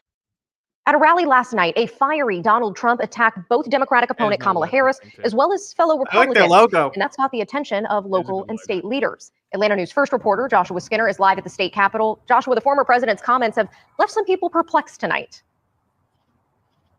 Judging by it, though, What is yoked? judging by this, they're a local, like, independent entity. Like here we have, it's literally called, I believe it's still called this, but it was Channel 10. Yeah. Or something, or Channel 12 or something. And like, just because it doesn't have anything like it doesn't have any code that I could see, like the broadcasting codes. I never even pay attention. They could literally say whatever, like any fucking letters, and I would not even know what my station was. But yeah, that's a good way to say it there, Carly. It's been 24 hours since that rally, and Sir, Kamala is the candidate, or is a candidate. Yeah. See, they just had the primary, right? And that's where they vote to approve the candidate. Yeah, and most of the delegates, they went with Kamala Harris. I'm guaranteed there's delegates that still voted Biden too. I bet there were. You know, eyebrows are still kind this of reminds me of that history, right? That one election after, so third presidential election. All right, let's go to this real quick. A third. Yeah, well, yeah. So we go here. I'm gonna pull this up real quick because there's a showing that this is not anything. Okay, so the third election, aka the election Washington decided to advocate power. They even have people voting for Washington in this election, even though he said he did not want a third term. People still voted for him, right? Because this is actually what determines the federal candidate. Yeah, because, you know, this is not the democratic part of our system, and this is not even unusual for a Western country. I mean, the parties in most countries pick the candidates. The primary system, where you have the primaries come out, especially if you're an incumbent, it's a scam. Like, it's just like, primary votes don't actually win the candidates anything. It does not matter until the conventions. That's how the system's been designed. That's how it's always been set up. Yep. I've never once selected the guy that I voted for. Even though I only voted once. I mean, realistically, you don't. There is like unwritten code, but like, come on, they always drop out before it gets to the fucking primary anyway. And then there's always gatekeepers who keep normal people from politics, and now there's political classes. Well, I mean, the last time this happened, I want to say it was LBJ, right? Who stepped down. So and that caused like fights because the people were divided on who they like. It was like a three-way tie for the candidate in that year, so it caused a lot of stuff. So anyway, raised on why the Republican presidential nominee would attack members of his own party, it's got people kind of surprised. What the hell is going on in Georgia? It's a statement that sums up the former president's rally Saturday night, where he spent some time fucking Midas touch idiot was like, see, I told you they paid people to be at Trump's rally. Look at this guy who wasn't enthusiastic enough or something. I'm like, what the fuck are you talking? Proof that they, like, you don't need to pay people to go to Trump's rally. No. Like, what a fucking moronic thing for this fucking idiot to say. But this journalist for this team needs to get a bit more of these in so he can flex his fucking pecs a little more, get it really coming in on the camera, because the stand up. Yeah, you think he's like in there like doing fly? No. Look at him. He's definitely got some kind of muscle. No, but I'm under saying you that think he did a shirt, right? pump before going on air. You know, I would. Like, you're waiting. I mean, no, realistically though, like, to bring like weights with you, right? Like, you're waiting for them to come and give you the standby signal. You can fucking get some curls and, you know, do some flies in there to honestly get your pecs going. You wouldn't even need that. Couple of bands, some exercise bands. That's all you'd need. You literally, all you need to take is a couple of exercise bands of varying talk just to admit yourself that Kamala would not ever survive. She didn't. She failed the primary process before. Yeah. But I'm not sure if you know this, but like when the president steps out, the vice president comes in. That's kind of the process that's already been defined. Yeah. Also, Biden, when he if somebody else wanted to challenge her, they could, but the primaries don't exist. Yeah, it's I'm not sure whether you're aware or not, but Biden is still the president. Yeah, this is for the candidacy for the next presidency, the next 4 years. So it's not normal. Biden dropped. Yeah, literally, the last time this happened, it was around the same time that the president dropped out, right? And so the thing is like the only difference this time is that they're pretty unanimously around the next candidate. I don't, like, we'd have to see the actual vote numbers when it actually takes place. Mm-hmm. Yeah. Also, like, no, like you don't always run for president, like, to get presidency or vice presidency. It's a lot of the instead, time it's just to get your name out there. The president has not dropped out. Yeah, we said this. You're correct. Remember when he literally, this is a fucking bot, you can tell. Yeah. Remember when Jack literally just said that Biden's still the president? Wow. Hold on, let me try something. Purposely gaslighting ourselves into believing that Biden is still the president? Wow. Crazy. Party, it's got people kind of surprised. What the hell is going on in Georgia? It's a statement that sums up the former president's rally Saturday night, where he spent time attacking both Democratic opponent Kamala Harris and Georgia Republican Governor Brian Kemp. He's the most disloyal guy I think I've ever seen. Trump spent a significant portion of his rally railing against Kemp for refusing to help him to overturn the state's 2020 presidential election results. He's a bad guy, he's a disloyal guy, and he's a very... Where did I say she would have? I'm pretty sure we said that she lost them already. I literally said that she lost them. Like, she ran for president before. She didn't get she didn't get to the National Congress stage. Like, yeah. And he's still the president. Again, this is for the candidacy for the next president. Biden is no longer the candidate. He dropped out of the race for his second term and dropped out endorsing Kamala Harris, who most of the delegates have now. The delegates can vote for whoever they wanted. Crazy. The primary process doesn't exist. The average governor, little Brian Kemp, bad guy. Kemp responded on X that he will, quote, not engage in petty insults, but still reiterated his support for Trump over Vice President Harris. Attacking Kemp in his home state might not be wise. According to a June AJC poll, Georgians gave Kemp a 63% approval rating. Trump also attacked the city of Atlanta. The typos are interesting when they hit them. Yeah. Right? So if you look at this one right here, right? Actually look at that, right? All this talk to capital J.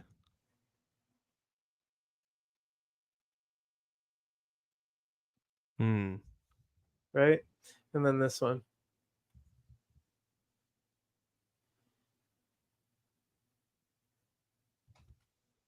It is very interesting.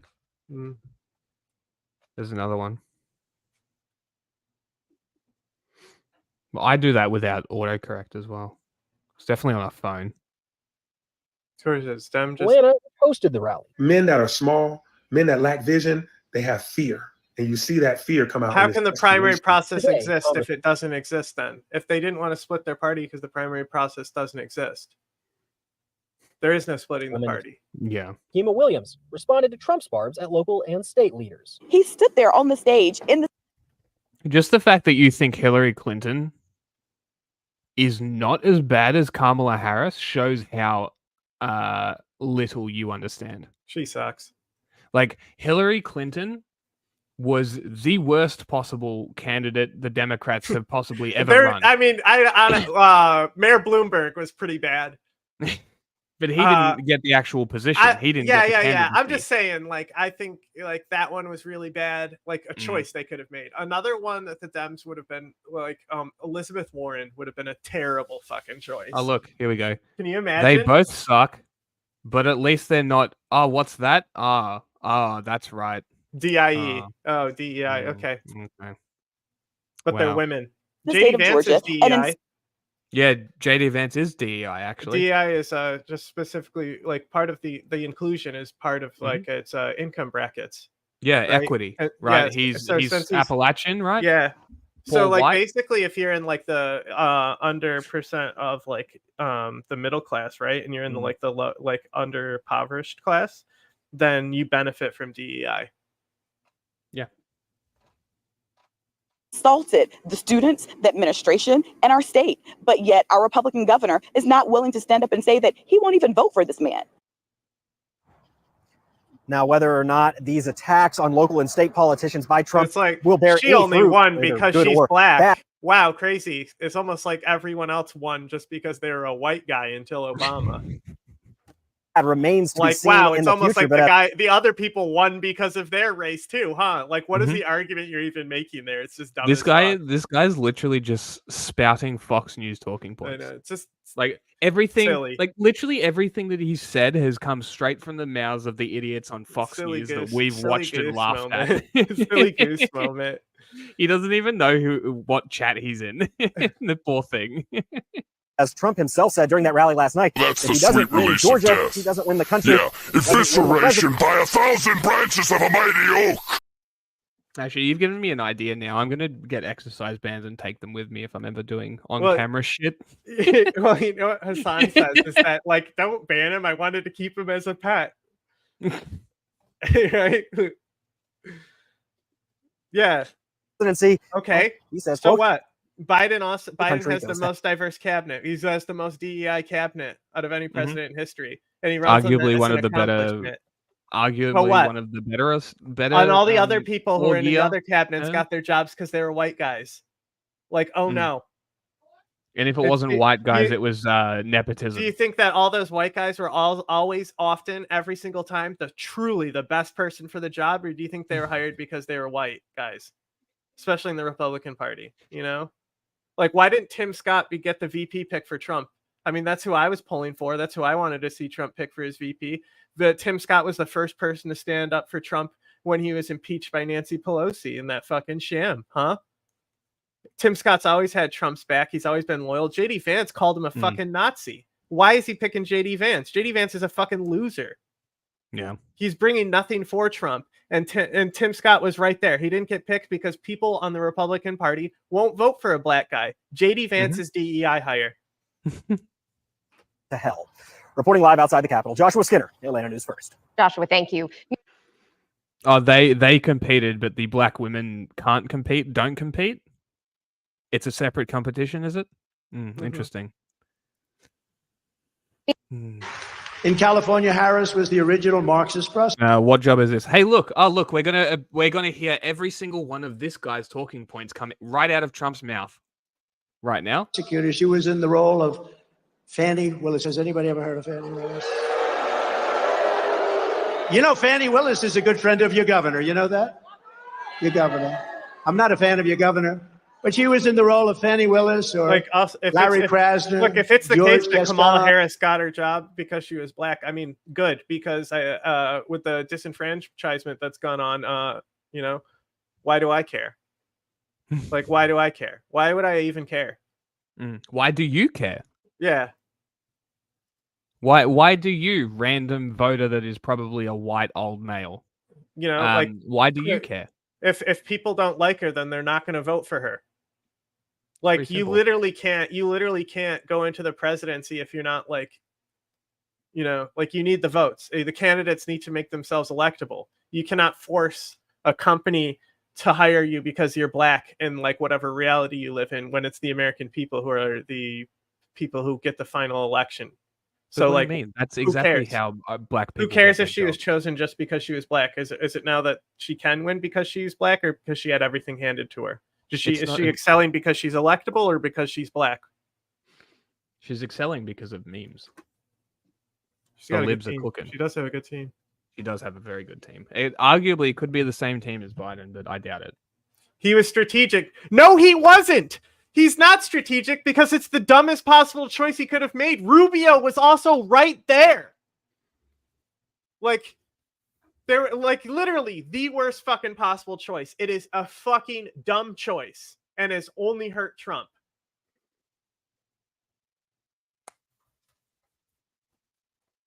That's not even English. If you live in this means country, nothing. you learn how to speak the language.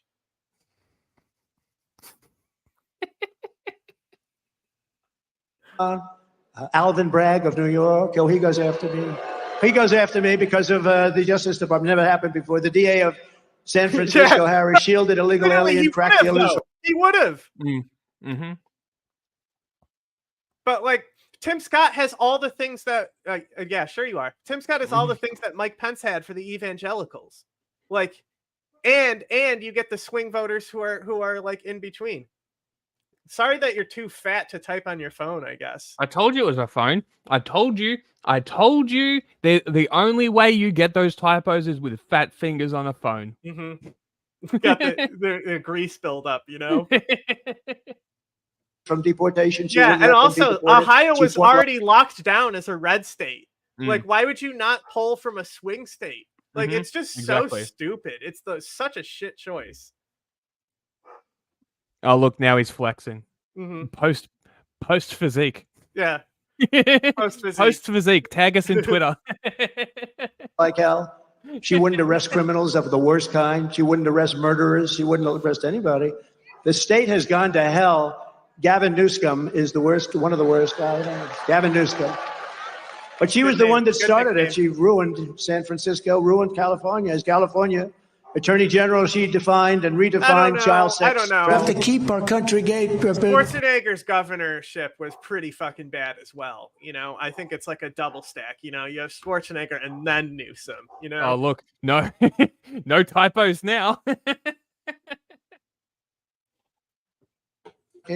Assault with a deadly weapon and rape of an unconscious person raped as nonviolent. These were nonviolent crimes. We shouldn't even prosecute these people. To help spring child predators and dangerous criminals out of prison. No, I agree with this argument too. And but during the you want to know who's the ultimate pick for not outshining him or overshining him? Tim Scott. Have you heard Tim Scott introduce and talk about Trump as compared to when Tim Scott was talking himself in the primaries? Like, it's so I'm honestly mad about Tim Scott not being selected because it's so stupid that you wouldn't pick him. And he deserves it. Like, you know, it's some fucked up shit that we're not going to pick the black guy who deserves the job just because he's black. It makes him unelectable. I'm fucking pissing myself laughing inside at this. It's like, bro, I cut the show short because I'm getting antsy because I want to go to the gym. You fuckwit. I literally walk 6 kilometers before and after an hour and a half workout. The Republican daily. pool is strong, and he didn't pick the best choice. He picked the worst guy. But don't worry. Like, even Mitt Romney would have been better, right? Because if you pick Mitt Romney, it's like a whole then you get Nikki Haley is the same boat, right?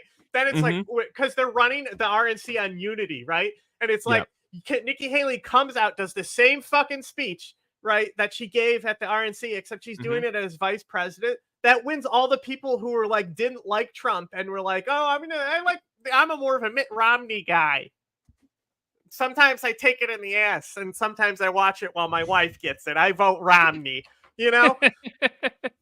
Like, he would have gotten all those guys back. But I can understand why he wouldn't pick Mitt Romney or Nikki Haley, right? But JD Vance also talked shit. Like, fuck JD Vance. Like, it's awful choice. Like, it's so funny because there's been like rumors they want to replace him, you know? Awful. Tulsi and Vivek don't belong in politics. Yeah, Tulsi would have done fine as a choice, but Vivek he would have been a better VP. Vivek's way too annoying, and Vivek is already appealing to the same people. What does he fucking offer? What does he fucking offer anyway? He got his money through a scam, sold his scam business, made money, runs for president. Tulsi would not be a bad VP pick, but she's not like an established Republican. But I still think like Marco Rubio and Tim Scott were by far the clear ones to pick. Yeah. Swing riots of 2020, you saw that. She urged her followers to donate to bail rapists and murderers out of jail while saying that the violent mobs should not stop. Mike Pompeo would also be an interesting one too. Because he's skinny now. You know, now it's a whole new Pompeo, not the guy who shook hands with Mullah Baratter. She said she was endorsing to fund the place. And Pompeo is arguably the toughest on China. Violent mobs. So it helps that violent narrative. Mobs keep going. Let them keep going. We love what they're doing. We love what they represent. This is the lunatic that the fake news is trying to build up to be the next Margaret Thatcher. You know? Oh, come on. Kamala Margaret Thatcher? No. This is such a good video. Hear how he says it? Dude, I got 20 seconds in. I'm like, I have to. No, go back because I talked and I couldn't hear him say fasci. Right. What does a fascist mean? I think this is fake, though. It means you are a far right authorization on ultra-analytic. Oh my God, analyst, political ideology movement characterized by dictator leadership, centralized autocracy, militarism, forcible suppression of opposition. So I don't know what that means, bro. I swear to God, I don't know what the fuck a fascism is. I don't know what the fuck that is. Benito Mussolini and Giviante Gentile and Jason Stanley. Like, who the fuck are these people, bro? It gets better. Is that the end? Never heard in my fucking life. Yeah. What is an example of a fascist? Yo! All right, bro. See what I'm saying, chat? Like, this is why I don't fuck with y'all, bro. That's fucking awesome. He's Jewish, so. Is he really? Yeah. So, like, seeing the Nazi shit, like, he legitimately doesn't like that, you know? That's so funny. Because, like, Mussolini, how do you not know who Mussolini is? Yeah, he steps down. You know, it doesn't matter. He can't step down, though. They're locked in. Yeah, they can't. Yeah. I mean, it would. I'm sure they could, but it would be unprecedented. And it's already all over the place, this election. She was considered grossly incompetent by the fake news. Now they're saying, "Oh, isn't she wonderful?" Well, it's the reading part, you know. I don't know. I agree though. Once he started reading ultra natalist, you know, that was fucking great. No, amazing. It's not wonderful. So we have to work. Bro, he's still 80 years fucking old. You guys are complaining about Biden at 80 years old. Trump is 80 now, is he not? Now he's technically the oldest guy to run for president. That's funny, right? Because Biden left. Because Biden never did. Well, no. He's older than Biden was when he ran last time. Okay. So he's now the oldest guy to run for president. That's very funny. Have you heard Donald Trump speak? No. This guy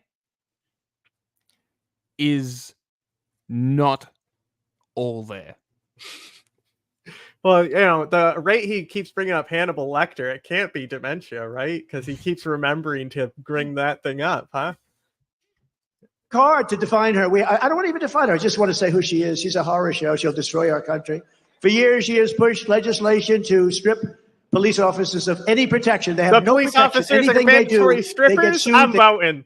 You go got me bankrupt. They sold. lose their house. They lose their family. They lose their cops. pension. That's all I They ruin heard. their lives. They want to ruin their lives. She was the worst at ruining police officers.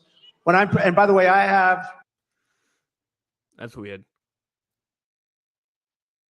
That's probably because YouTube hates us.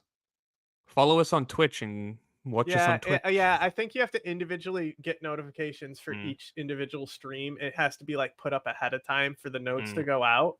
If you just go live, it doesn't. So you have to schedule it for it to fucking go, I think.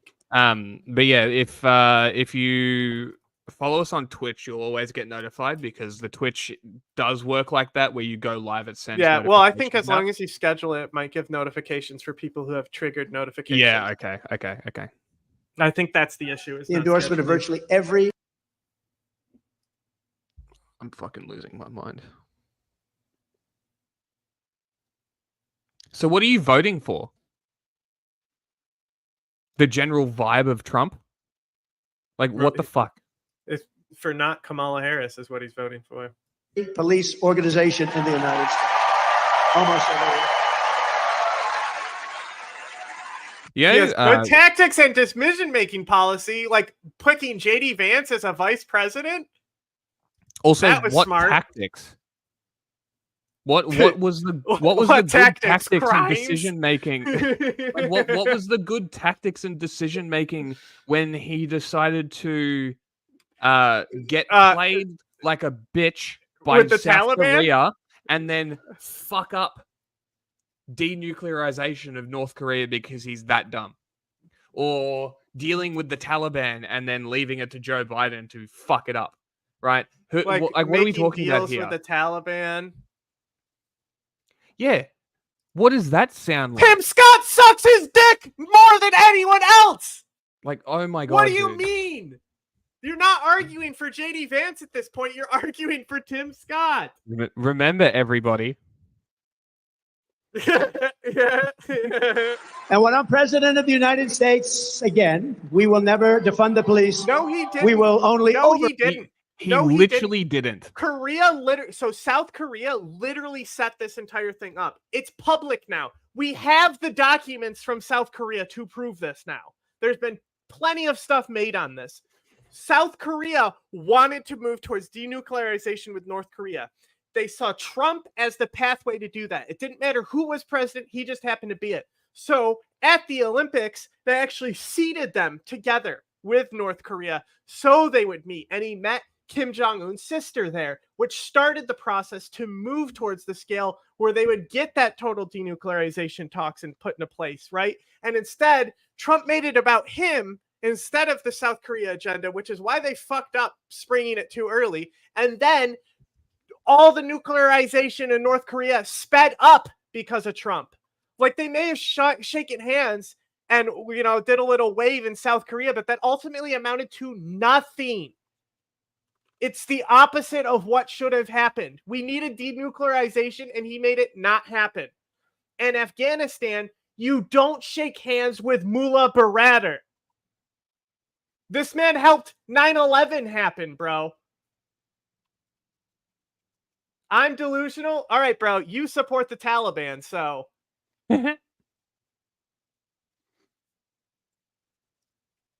Oh my God. Holy shit. Good Lord.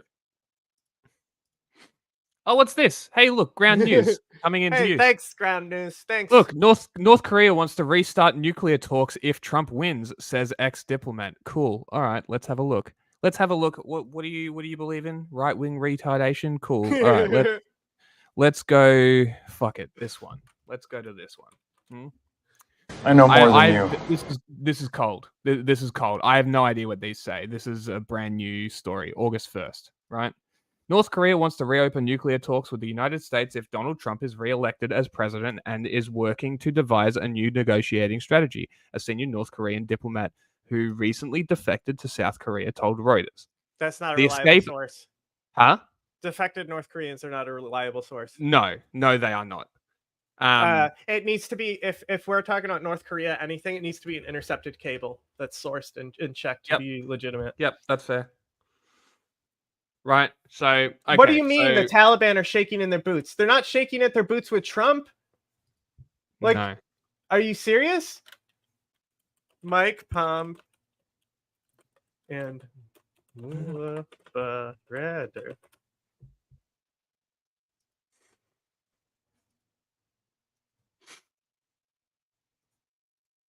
Are we gonna? Nobody's pretending this. It's about denuclearizing. It's about getting them out of China's grip. Look at that. It's about de-radicalizing North Korea. Wow, look at that, huh? Mullah Baradar. There's nothing. I know it's because my shit's locking up. No. You'll get there.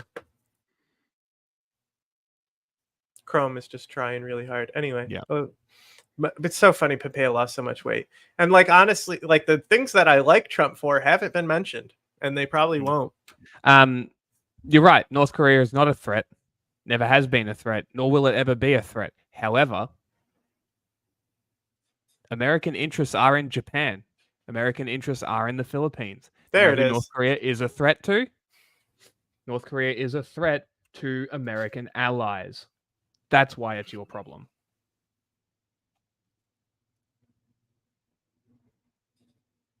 Was this a good policy? Right here? Was this a good idea? Does he look... Oh, he's shaking in his boots after he got let out of a Pakistani prison and put into power in Afghanistan. When Trump negotiated the Afghan policy that Biden did nothing to change, that the Afghan government wasn't even brought to the table. There was no even consideration to even support and prop up the Afghan government. It straight up was negotiations with how they were going to hand over the country to the Taliban. Is that a good policy to you? Do you think that's a good idea? Now the fucking Emir of Al-Qaeda's in there. The Emir of Al-Qaeda is fucking sitting pretty in Afghanistan. International terrorist meetings are going on in fucking Afghanistan, right? Do you think that's a good policy? When we talk about ISIS, right? If you control the Taliban, then yes. You can't control Sirajuddin Haqqani. No. Like, the dude's fucking would strap his own son to a car bomb. And then also, right, you like ISIS too, right? When Trump literally got ISIS prisons like sprung up because he fucking betrayed allies in northern Syria. Do you think that was a good policy? And then afterwards, he quickly withdrew it, but he was about to fucking negotiate those policies, those soldiers being pulled to then be mercenaries in Saudi Arabia. And then he says that he never said that right after because people are like, you what?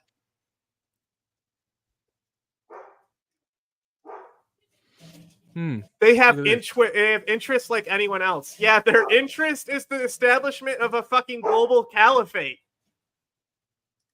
Wow, have a look at this. Look at this handy dandy little thing that I found here. Okay, December. Afghanistan, they're literally doing fucking over the border skirmishes with Iran and Pakistan. They have control. The fundamental belief of the Taliban is that the border with Pakistan is not existent and that they should form a Pashtun nationalist state to take over. He has no idea what he's stumbled into. Anyway, okay, we got a nuclear non-proliferation treaty. The North Koreans sign on. North Korea withdraws. Sirajuddin Haqqani literally trained and sold fighters to Hamas for October 7th. Do you call that in control of the Taliban? When they're literally fucking able to fly over to the Gaza Strip and then fucking do an attack on Israel? Like, you're a fucking moron.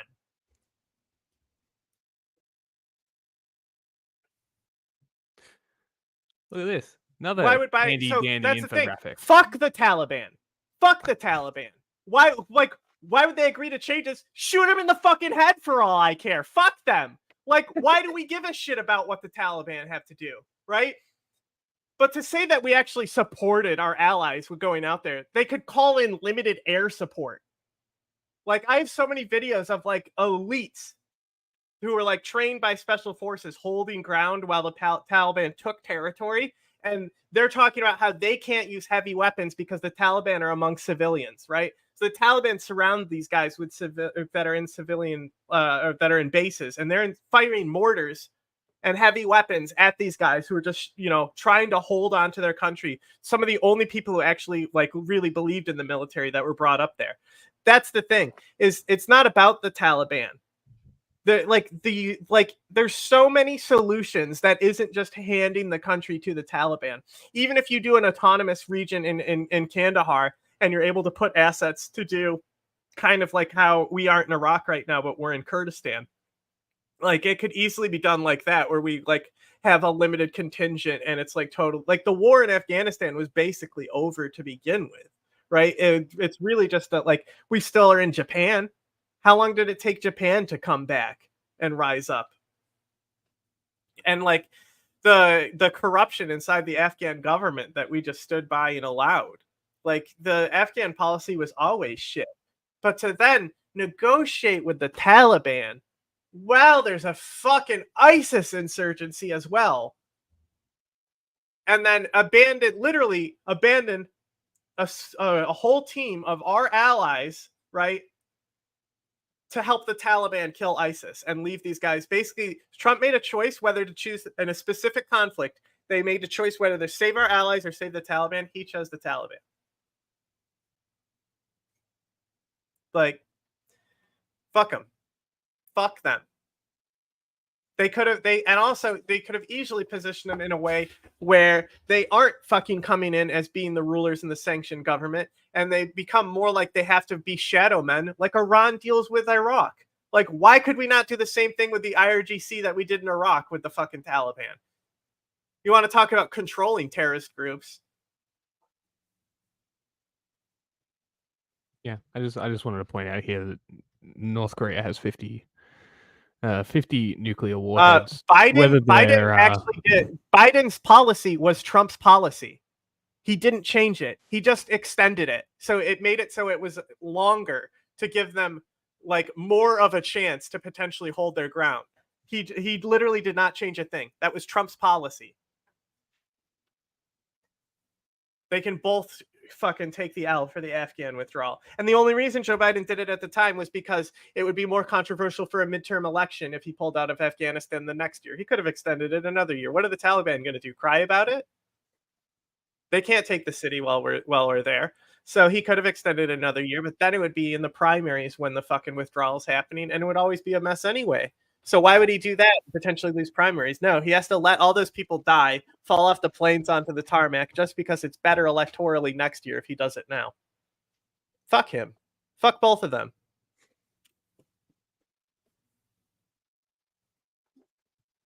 And you understand nothing. Trump does not understand the Middle East. Everyone in it, all his advisors will tell you this. Brother, these are not what ifs. This is exactly what happened. You mean? Where what ifs? What are the what ifs? None of those were what ifs. I don't know what you're listening to. I was answering another person's question about not dealing with the Taliban. Yeah. Not talking to you. No, Trump he doesn't. No, Trump he doesn't understand anything. He does not. All the other people who work in the Middle East will also tell you that he does not. If he understands the Middle East, betraying our Kurdish allies so ISIS gets out of prison and have hundreds of ISIS fighters escape. Not a good smart decision. The other really cool thing was him giving Kirkuk to Iran.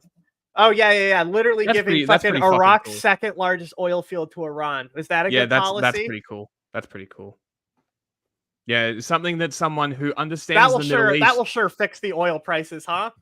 Somebody... What? It helped collapse Iraq's economy and Kurdistan's economy. Wow. So Crazy. Then they actually that wasn't good for oil prices, and he made them imagine if if for oil, so people died of starvation in Iraq because of Donald Trump. Crazy. Oh boy.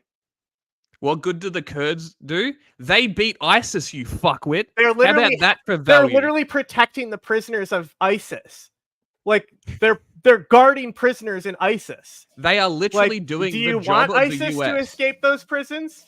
Are you pro-ISIS like you are pro-Taliban? What America should be doing, considering that they are mostly culpable at the creation of ISIS, along with Jordanian prisons, of course. But ISIS is largely America's fault. Largely imperialism's fault in the area, and the Kurds helped clean up this fucking problem that you guys caused. Also, what about when they helped us through the entire Gulf War, and then we said, "Oh yeah, all that stuff about us helping you afterwards, we are going to allow Saddam to be in power, and he's going to genocide you now." And then we left and just let them be genocided, and then come back, and we're like, "Oh hey guys, remember us? Oh sorry about the whole letting you get genocided thing." Yeah. No biggie. If anything, it's a miracle the Kurds don't execute Americans on sight. Honestly, it's a fucking miracle. The whole southern faction of Iraqi Kurdistan is loyal to Iran now because Iran has helped them more than America. Yep. Like that was a good move, huh? Yeah. Trump. And what's that? Where are American bases being attacked now? From where? In Iraq? Oh, who's doing that though? Who's doing those attacks? Oh, Iran. Director of the Heritage Foundation's Project 2025 has stepped down. The conservative think tank's president, Kevin Roberts, confirmed. Was this a racist comment because you don't understand what the Kurds are?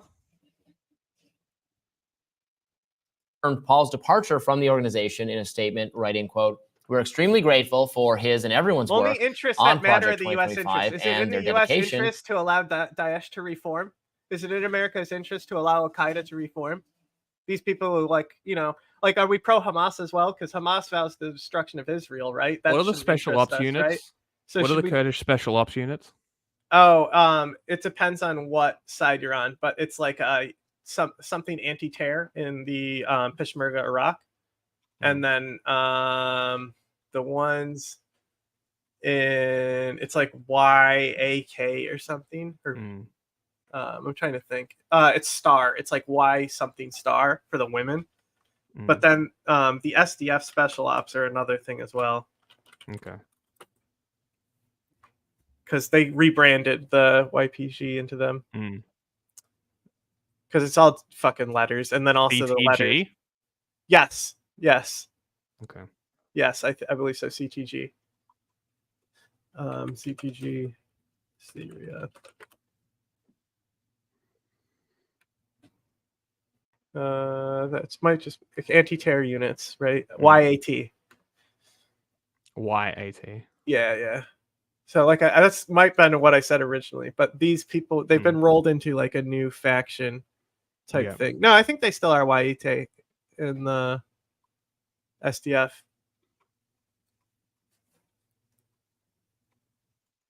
Okay.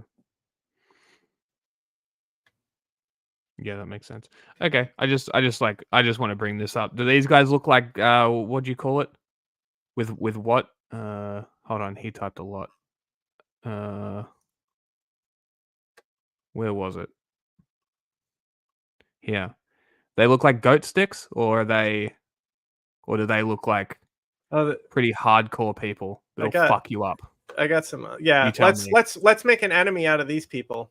Yeah, let's make an enemy. Like we did when we fucked over the Mujahideen originally in Afghanistan and let a civil war happen while leaving the biggest drug running organization in place that we fucking helped. Have you figured out yet that you know nothing and we know more than you? Have you figured that out yet? Well, they're smarter though. Of course. I forgot. I even starred the comment so I could remind myself every time I needed to that he's smarter. I'm gonna check if I have this badass YAT video. Bro, you have no clue what you're fucking talking about. It has nothing to do with oil. I can't figure out whether you're a conservative or a moron. It's genuinely interesting that you basically are unmistakable from each other. To saving America, our collective efforts to build a personnel apparatus. Israel is the least valuable country for U.S. interests in that entire area, by the way. America should cease all Israeli aid and give it all to Egypt. Apparatus, policymakers of all levels, federal. No. Help the Egyptian people in Cairo fix the poverty problem. Make Egypt a booming economy. Reap the benefit of the Suez Canal and fuck Israel. Jordan, federal, state, and local will continue. Roberts was vague on providing details about Paul's next move, saying only that he will be moving up to the front. Democrats have sought to link Trump directly to Project 2025, a 900-page blueprint intended for a second Trump administration. More perfect union girl. Administration. The ultra-conservative plan was compiled by a coalition of more conservative organizations and many Trump allies and former staffers. It called for a total overhaul of the federal government and axing as many as 50,000 federal workers that could be an obstacle for instituting a conservative agenda. The backlash against Project 2025 has been swift, with President Trump understanding it was becoming a political liability. Trump has vehemently denied having any connection to it. His campaign issued a... It's so funny when he's like, "Oh, I don't know anything about it," and then it's 2 months before, a month before, he's like, "Oh, these guys, the guys who wrote it, they're the best. I love these guys. I know them very well. They're basically my best friends." Literally, Peter Thiel, who's involved with Project 2025, is like Vance's daddy. Hysterical. Dark warning for those who continue to lump the former president. Look, I don't give a fuck what country it is. Give it to Saudi Arabia. Give it to Yemen. I don't give a shit. Jordan. As long as it's not Israel. Actually, you know what? Fuck it. Give it to the Palestinians. Jordan. President in with the controversial project. Now, it's worth noting that his running mate, J.D. Vance, wrote the foreword to the policy document. Writing in a statement released Tuesday, the Trump campaign. I only specified Egypt because there is a lot of people in Egypt, specifically Cairo, who can't afford to live and are basically living in squalor. It would be a great idea to inject multiple billions of that's why dollars Trump's that would over be there going, taking alleged bribes, right? Because it's such a better idea to send millions and millions and millions and millions of dollars in weapons to Israel instead of sending even a fraction of the billions of dollars that they send to Israel to Egypt for humanitarian aid and, structural assistance. but that money has to be used on American people because we matter first. Also, go fuck yourself if you're hungry here. Yeah, just an example. Maybe they should utilize that money to kill Assad and then rebuild Syria. That would for be the Syrian cool. people. How about that for a better idea instead of giving Israel billions in weapons? I'm for whatever policy kills Assad. That's these are all way better ideas. I'm a one policy voter, and that's done. Are you going to kill Assad? I don't think I posted Said that report YAT Project video 2025 to my Instagram. So can Israel. Fuck Israel. Demise would be greatly welcomed and should serve as notice to anyone or any group trying to misrepresent their influence with President Trump and his campaign. It will not end well for you. Now, Rising reached out to the Heritage Foundation for comment on Trump denouncing the project, and they responded with an email statement, quote, "When we began Project 2025 in April of 2022, we set a timeline for the project to conclude its policy drafting after the two-party conventions this year, and we are sticking to that timeline." Well, there you have it. Donald Trump really wanted to distance himself from Project 2025 to the extent that that's why he picked the JD leader Vance. of that. Yeah. Oh, look. What's this? Oh, his new Project 2025. Okay. I guess we'll go through that one considering it's the official. Thing is no longer running it for the Heritage Foundation. So I think that, it shows you that the media and the Democrats succeeded in demonizing this plan for conservative policy if Trump takes.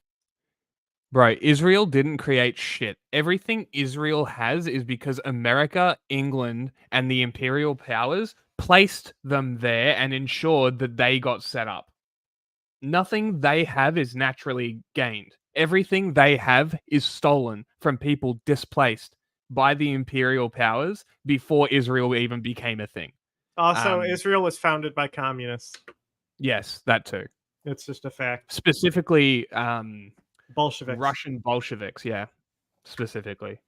Takes office again, and Donald Trump perceived it as a liability and has repeatedly said that he has nothing to do with it, doesn't really know or understand who's behind it, is not working to implement it. And the first attempt at Israel, anyway. Well, I mean, they were already settling the area.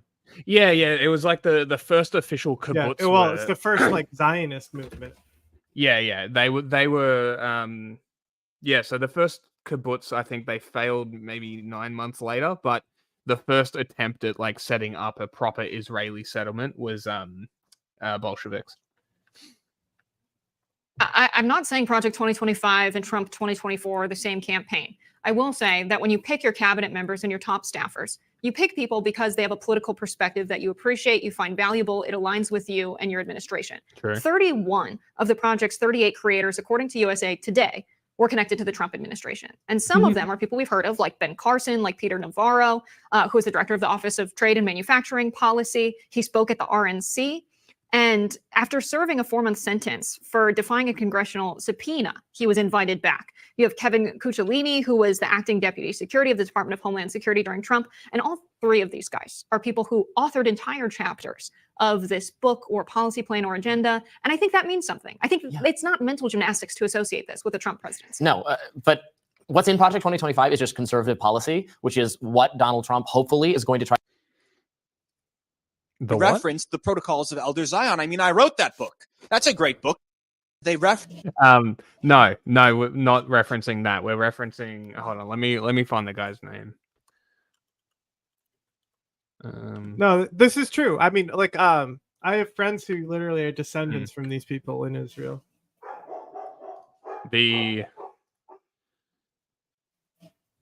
So The first kibbutz was Degania Aleph in 1910, and this is the one that we're specifically talking about. I believe is the one that I looked into. Yeah, I don't know exactly off the top of my head. Yeah, the name I can't remember the name. I'll have to look it up. Founder of, hold on, Yosef Baratz. Sounds correct. Let's see. Moldova. Nah, like I have somebody who's actually like Russian Empire, yeah. So born in the Russian Empire, Baratz was educated at Heda and joined the Young Zion movement. He immigrated to the Ottoman-controlled Palestine in 1906. I worked in literally lived in the agriculture. Middle East. Have you only just seen him saying that? Yeah, I've been looking for this YAT video. That's badass. Yeah.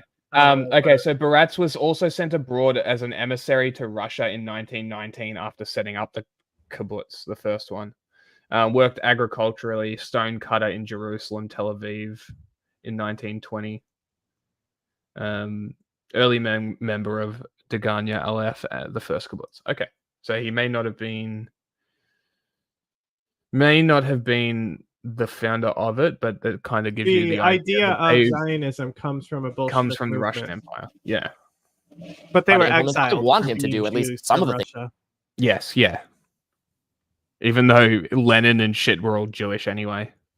So in Project 2025, because Project 2025 is just conservative policy. And if you're voting for Trump, you're voting to enact a conservative agenda on immigration, on foreign policy, on the economy, on domestic spending priorities, on education spending priorities. What Republicans, what conservative think tank people want to do is reduce the size and scope of the federal government, reduce its influence on your life. They want to eliminate unnecessary, wasteful, needless spending. They want to shrink and reduce federal bureaucracies that have all of this policy-making power that we don't even fully comprehend, that stay in office regardless of which political faction is in charge. That's funny. The Jewish Virtual Library on the first kibbutz says it was founded in Israel on Jordan Yarmouk Plain south of Lake Kinneret instead of saying it was occupied Palestine.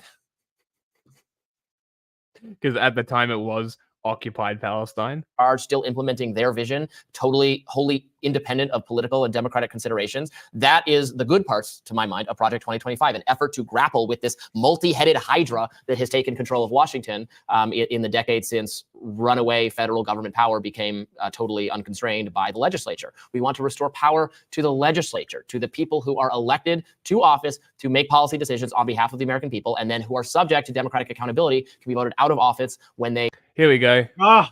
Somebody uploaded a compilation. The first video is the footage that I was looking for. Okay, I found it. So here, bro, you understand civilization started in Baghdad, right? Jesus fucking like you Christ. understand where civilization started. Was founded in 1909 on the land that was among the first holdings acquired by the Jewish National Fund. Let's look at what the Jewish National Fund is. I mean, I wouldn't go this far at the end, but yeah, they basically are the same people. That is true. Right. From its inception, the Jewish National Fund was charged with the task of fundraising in Jewish communities for the purpose of purchasing land in Eretz Yisrael to create a homeland for the Jewish people. So the first kibbutz was run by Russian Bolsheviks, owned by the Jewish National Fund, whose goal was to create the state of Israel, i.e. Zionism. Yeah. I hope that we've convinced if you support Israel, you're a commie. You support you're a commie. You're a commie. That's the whole point. And okay, anyway. Like, let's piss these people off, huh? Just shutting off all their lights as they come up in this compound, right?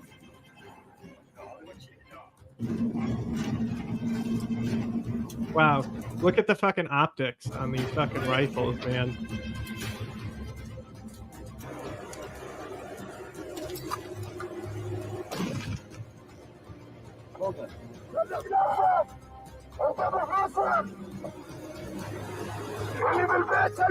This the Kurdish Special Forces.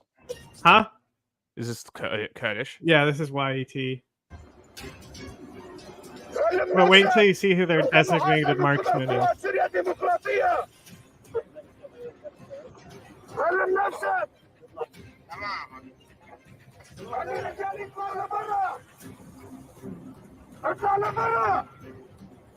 If this is the one I'm thinking of, I'm pretty sure this is. We go further into the house.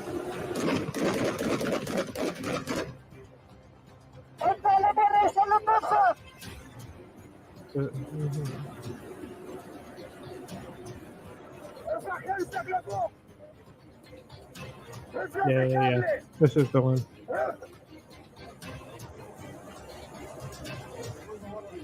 You see their lasers, though? You know, only one guy is actually watching this guy. Yeah. Yeah, Iraq isn't terrible as far as like violence right now compared to like what it was for the last 20 years. Mm-hmm.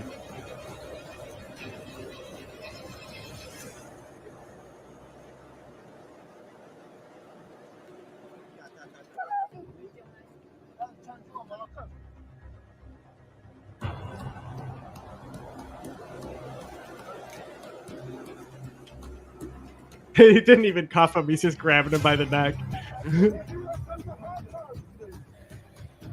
Right, this is the marksman actually going into clear now.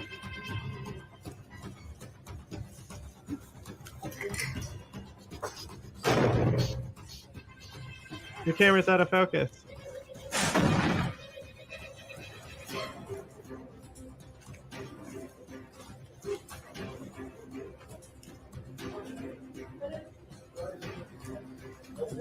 Oh, you know what? It's not. It's this one that I want. This one right here.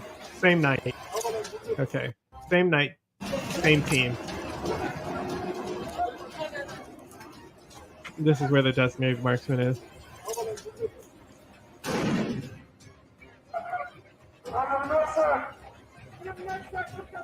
See that?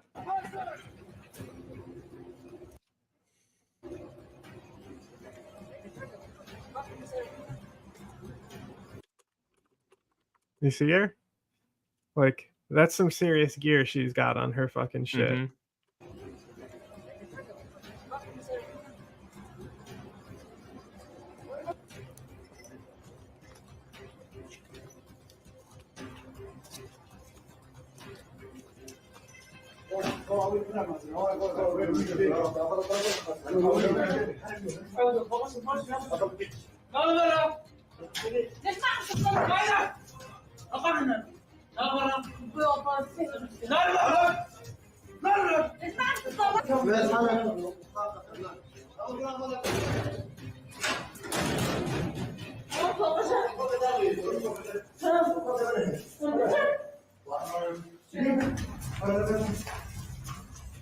Boy, yeah, you know. And this is the type of forces that we didn't have to fall back on in Afghanistan. Yeah. You know? Yeah. Should have. Could have. Could have. And these are the people that Americans fucked over after they trained them. Mm-hmm. Again, and again. And again, and again. But now the Kurds are perfectly capable of defending themselves for the most part. So I guess they lost, but they didn't lose everything, I guess. I guess we'll see how Turkey happens. Vote, as we learned, you can't vote Dr. Fauci and people like that out of office. They just stay in office regardless of who's in power, making policy decisions. That is what my understanding is Project 2025 is trying to combat. That is what this is difficult. Obviously the Sidiris are going to have a major role, but the coordination framework is got to go. It's the same way like any type of like they'll be like, we have minority representation. Like even the Taliban have a fucking I almost said Yazidi Hazara. Like they have a Sunni Hazara as like they're like military chief. Even Taliban got the DEI, you know. So the thing is that the opposition to the coordination framework they might be a little bit more divided, but they represent more of the interest within Iraq. And so like even though like Sadr is a psycho, his party represents the poorest of the Shia community. And the thing is that the Sunnis being purged from the government didn't have good results for the long-term effects. The good thing is like with the autonomous region in Kurdistan, like basically they're not being allowed to leave Iraq, is they actually are helping stabilize the government themselves. So there is a silver lining to that. Like they're able to negotiate with all parties because they have basically 2 presidents in their territory. So it really depends on a few things. The Sunnis really need to have something where it's not by seats, like some type of more autonomous system with the Sunnis as well. But that's, you know, then it's like you're doing Sunnistan. That's ISIS shit.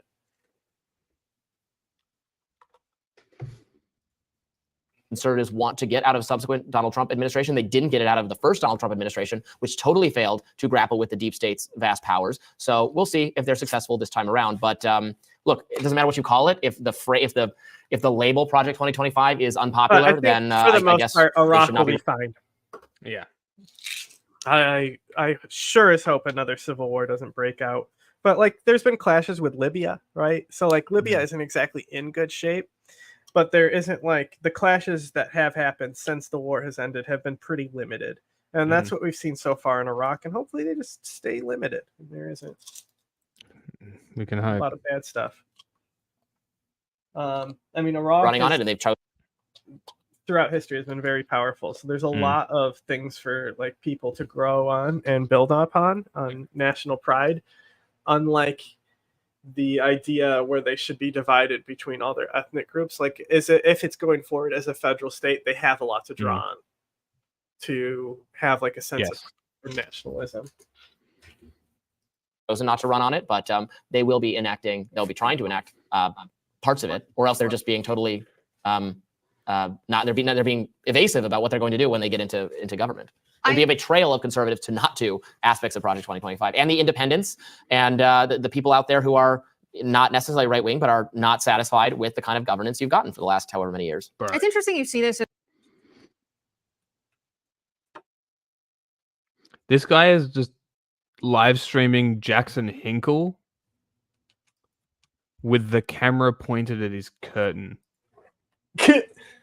He's probably asleep. That's cool. Probably asleep. That's cool. Congratulations on going to Dubai. I would also be disgusted by a slave society. Of reduction in power for the federal government, because Project 2025 is being criticized for being a power grab for the executive branch, including the presidency, which is a key part of the federal government. They want to do things like ban the abortion pill access. They said directly that they want the Department of Health and Human Services to maintain a biblically based, social science reinforced definition of marriage and family. What they're pushing here is really a power grab for the president after the Supreme Court ruled that there's presidential immunity. I think we should all be afraid about the power the executive branch has now, according to the Supreme Court ruling, no more and the power that people very close to Donald Trump. CNN reported that it's over 100 former Trump staffers that are involved in this. You hear her sourcing shit, right? Robbie doesn't know what this. They hired a journalist that's too good for this show. Robbie's like, "What is your sourcing?" What's a source? Reason TV doesn't use. They talk sources. about banking away from having a central bank, and they talk about Congress and the president coordinating on these reforms. Now, the Federal Reserve is regulated by Congress, not the president. So if you're afraid of executive power, you should be afraid of Project 2025, because on several levels, they propose the president of the United States and the executive branch having more power than Congress when the Constitution dictates that these departments are regulated by Congress, and Congress has. I hate when people like this, who are clearly smart enough to figure out the problems, don't look further than liberalism. No, she's a commie. She's a total. Oh, she's full commie, is she? Yeah. She's more perfect union. Okay, that's okay. That makes some kind of sense then. Final say. So, do we want the president? Still disappointing, but that's workable. and who becomes the president to determine what happens in federal agencies? Or do we want the people we elect to Congress I told to a oversee? liberal today that that the Olympic thing was an information warfare attack, and they said that I'm justifying and defending fascism. What? I don't. I legitimately don't understand.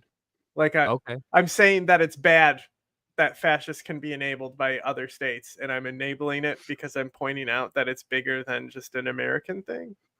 You should find the picture of the little kid that's doing like the sort of thumbs up. I literally responded with like a armed equalities post on it, and then I also posted the literal Olympics being like, yes,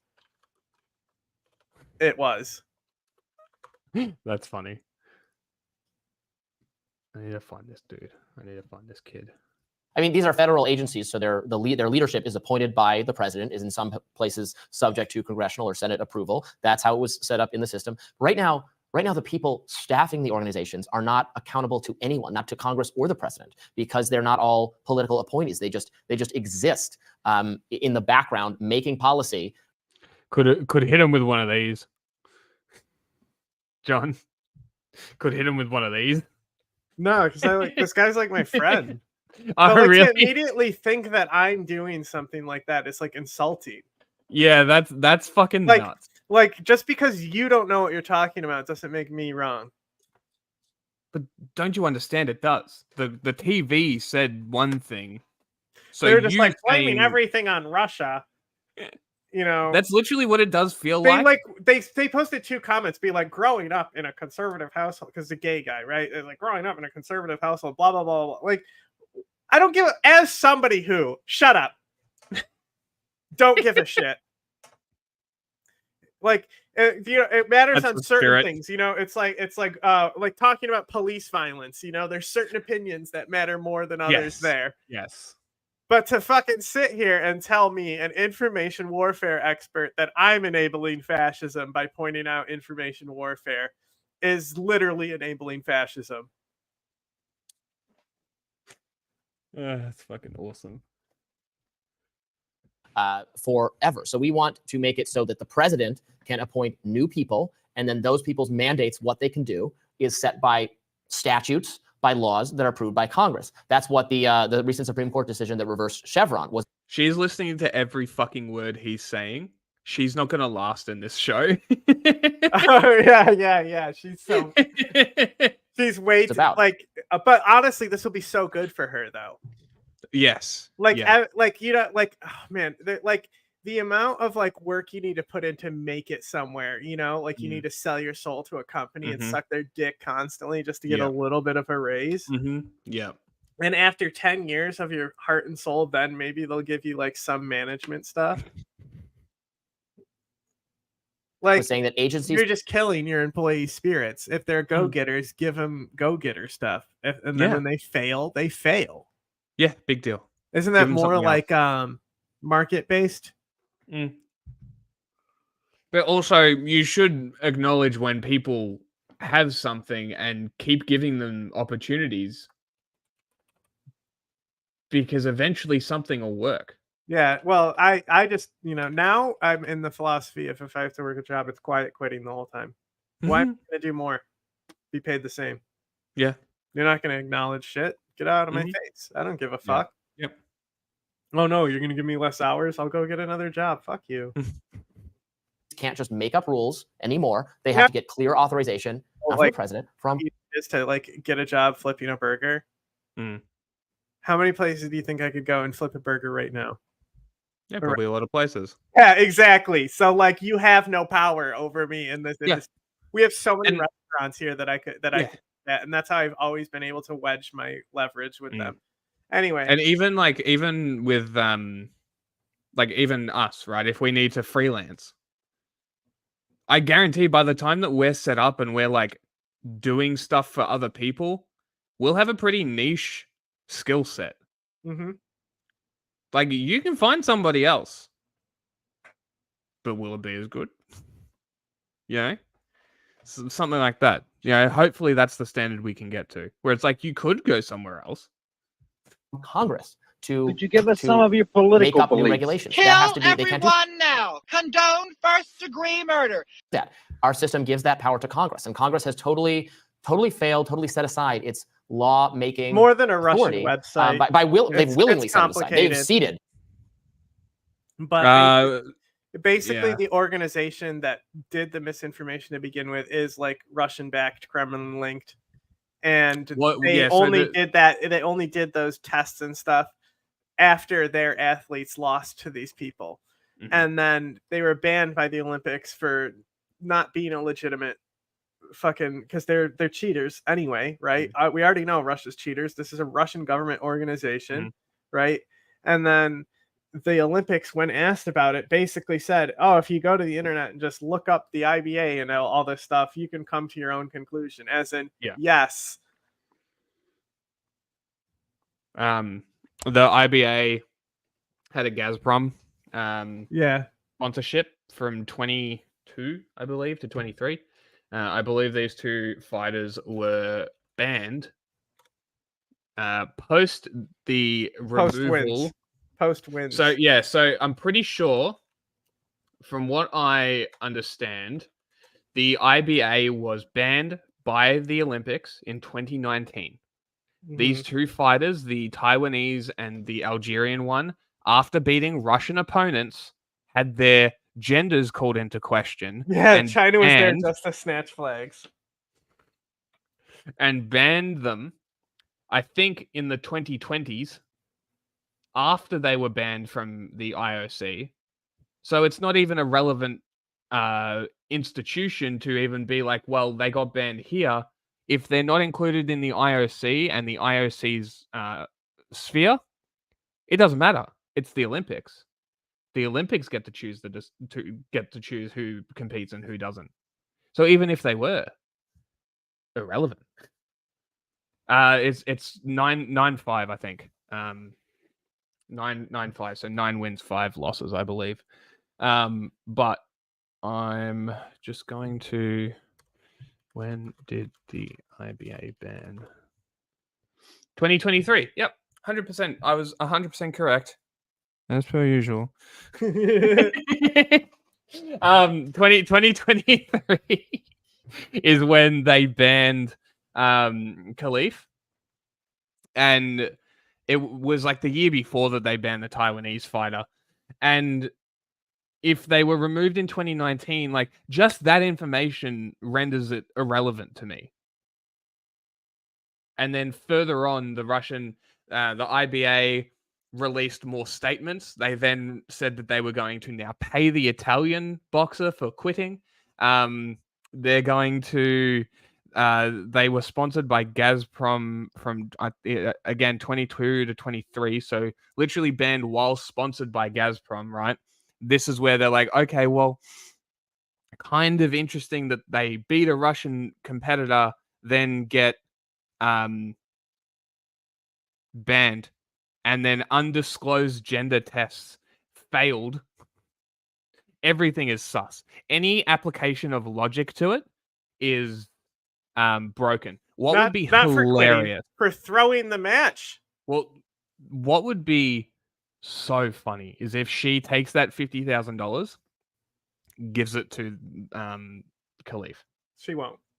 She won't. $50,000. But that would be pretty funny. It's $50,000 to a cop. Cops don't make money. Yeah. Also, cops in Italy. Mm. You're gonna say that there's no collusion there directly? Like, I think it might be deeper than we can see, is what I'm saying. It may be. Who knows? The paying thing is super weird though. Like, that's obvious, too obvious. You know what I mean? It's like they're trying to bait them into doing something wrong. To the president and to unelected bureaucrats, they were happy to do so. They just want to go on TV and talk about all the things they're going to do if their side, Democrats and Republicans, do this. If you got to vote for us because we're going to do all this great stuff if we get in office. He's so surface level. I'm so excited to only hear her talk.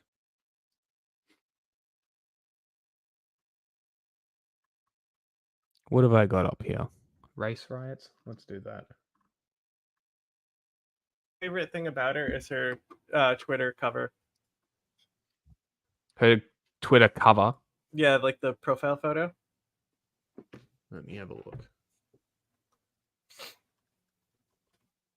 It's so good. It's so perfect because it's rising. Yes, it's her rising attitude. You know, like That's it, funny. like shit, like there's people who clearly can be aware enough to see what she's doing here. You know, Mhm. It's not like it's just us. Yeah, yeah.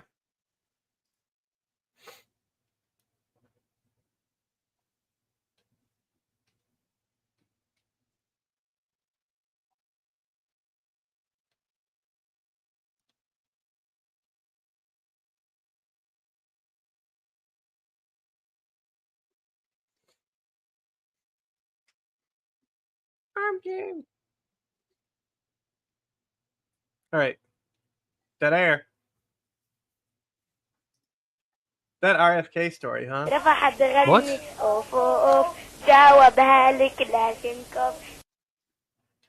RFK story. Yeah, we'll get there. No, we already did it. Wasn't that crazy though? Ah, yes. The Dead air. fucking bear. Dead air. American, we're the Mujahideen. Oh, what the fuck? We're the Mujahideen. Protests I swear I transferred it over. Anyway. are turning violent in the UK as far-right demonstrators gathered outside a hotel housing asylum seekers. This is just one of several protests around the country that resulted in property damage and arrest. Authorities say misinformation about attack. This is when you couldn't get dumber. Oh my god! Like this new girl they put on there, like she's way too far out there. Fucking like thing to have the dumb lib up there. Like she runs circles around Robbie.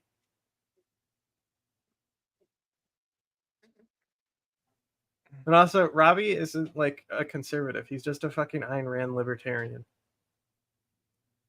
It's not a conservative. But don't you understand? There is only liberal and conservative. There is only two that exist. That's right. I forgot.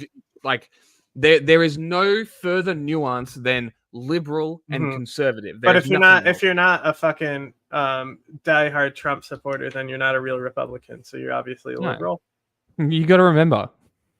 I'm just confused on like if it's only liberal and conservative, but then these people they say that they're rhinos. Are they liberals then? Are those people libs? It must be. I just don't know how it works. And what about AOC? If like she's got Marxist principles, is she a lib? Weren't those Marxist regimes kind of conservative? Yeah, they were. So is she a conservative if she's Marxist? It's actually really funny. They're very conservative based on Leviathan principle. They're like conservative is incorrect. Conservative is conservative. Libertarian is libertarian. Incorrect. I would say it's like small government and conservative. Yeah, there's libertarians that are like they run in the Republican ticket. Oh yeah. Because nobody's going to vote for a libertarian. But again, that would mean that there's only two things, liberal and conservative. Yeah. And no nuance. Girls dead is what set off these protests. The false online reports claimed the assailant in the stabbings was a Muslim immigrant. The British Prime Minister condemned the violence, which injured at least 10 officers, and hundreds of arrests were made. The UK has seen the worst rioting in over a decade, with the Prime Minister pointing the finger at far-right thuggery. Starmer's team have also condemned Elon Musk, the owner of X, for the way that fucking the UK will be talking, like their gangs are called hooligans. Like, shut the fuck up. You know, and someone the other day was trying to argue with me that American English is not superior or something because, like, I don't know. Like, we're obvious. Like, how do you let someone else be better at your shit? Claims that civil war is inevitable. So what's going on? You're an idiot. And why has this disorder spread? The murder of 3 young girls in a knife attack at a children's event in the northwestern town of Southport. Conservative is when, you know. Hey, so can you? What are you conserving? Yeah, but like libertarians, they don't care if people like are gay or anything like that. You know, they don't care if people are trans. That's why a lot of trans people we know are libertarians. Even left-wing libertarians, which exist. Crazy. It's almost like it's not a. It's almost like there isn't two options. country. But soon, false claims that the perpetrator was a Muslim migrant were spreading online, amplified by right-wing commentators and politicians. Even as the victims' families urged calm, groups of people, including some not from Southport, descended on the town, hijacking a vigil, throwing bricks at police and attacking a mosque. In a bid to combat disinformation, the court took the rare step by That's the actual identifying party, though. You know. Yeah. Suspect as a 17-year-old who was born in Wales. But since then, violent disorder has spread to towns and cities across the UK, with rioters shifting to more generalised anti-immigrant rhetoric. The number of people involved in the riots so far has been relatively small. Authorities are brick in these riots. That's hysterical.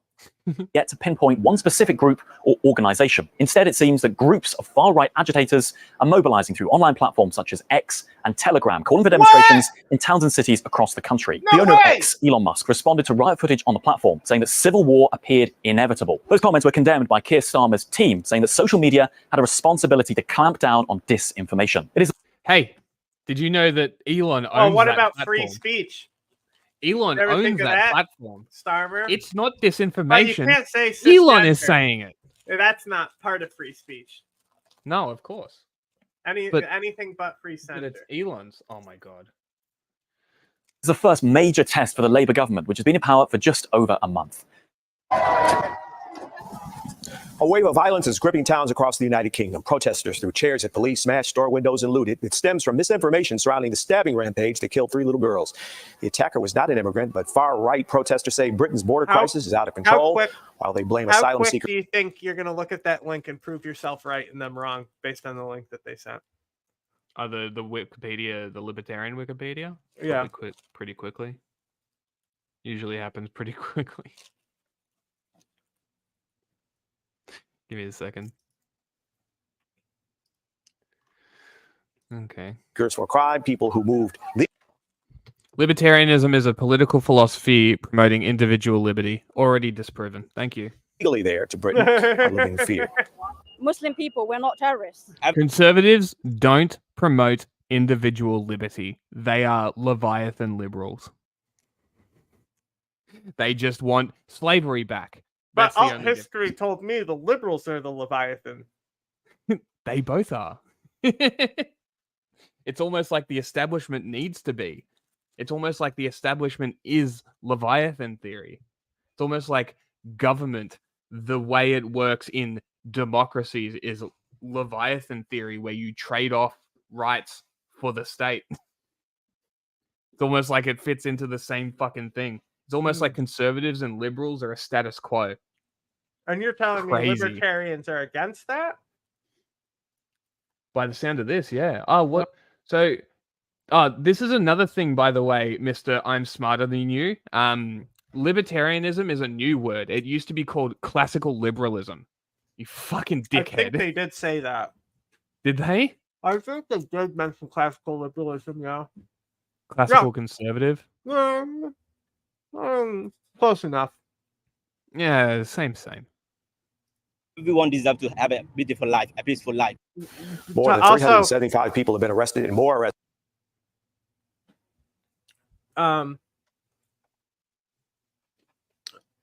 Remember when we talked about this the other day? Mm. Where I was talking about, like, is it conservative or liberal to do this, right? Yeah. With those older parties. Mm-hmm. Let me keep reading. Broadly, there are 4 principal traditions within libertarianism, namely libertarianism, that developed in the mid-20th century out of a revival tradition of classical liberalism in the US after liberalism associated with the New Deal in the 1930s. The libertarianism developed in the 1950s by anarcho-capitalist Rothbard, who based it on the anti-New Deal, old right, and 19th century libertarianism and American individual anarchists such as Lysander Spooner, while rejecting labor theory of value in favor of the Austrian school. Let's have a look at the Austrian school. Austrian School of Economics. Cool. Okay, so we've got Austrian school owes its name to the German Historical School of Economics, who argued that Austrians during the late 19th century in which Austrians defended the role of theory in economics as distinct from the study or compilation of historical circumstance. Fine.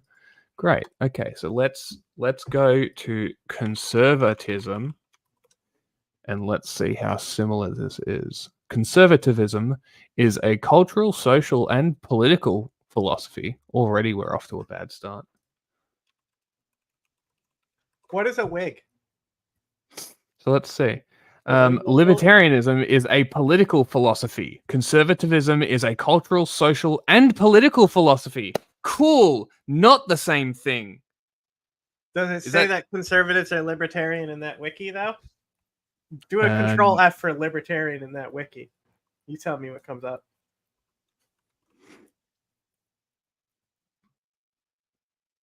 That's fucking...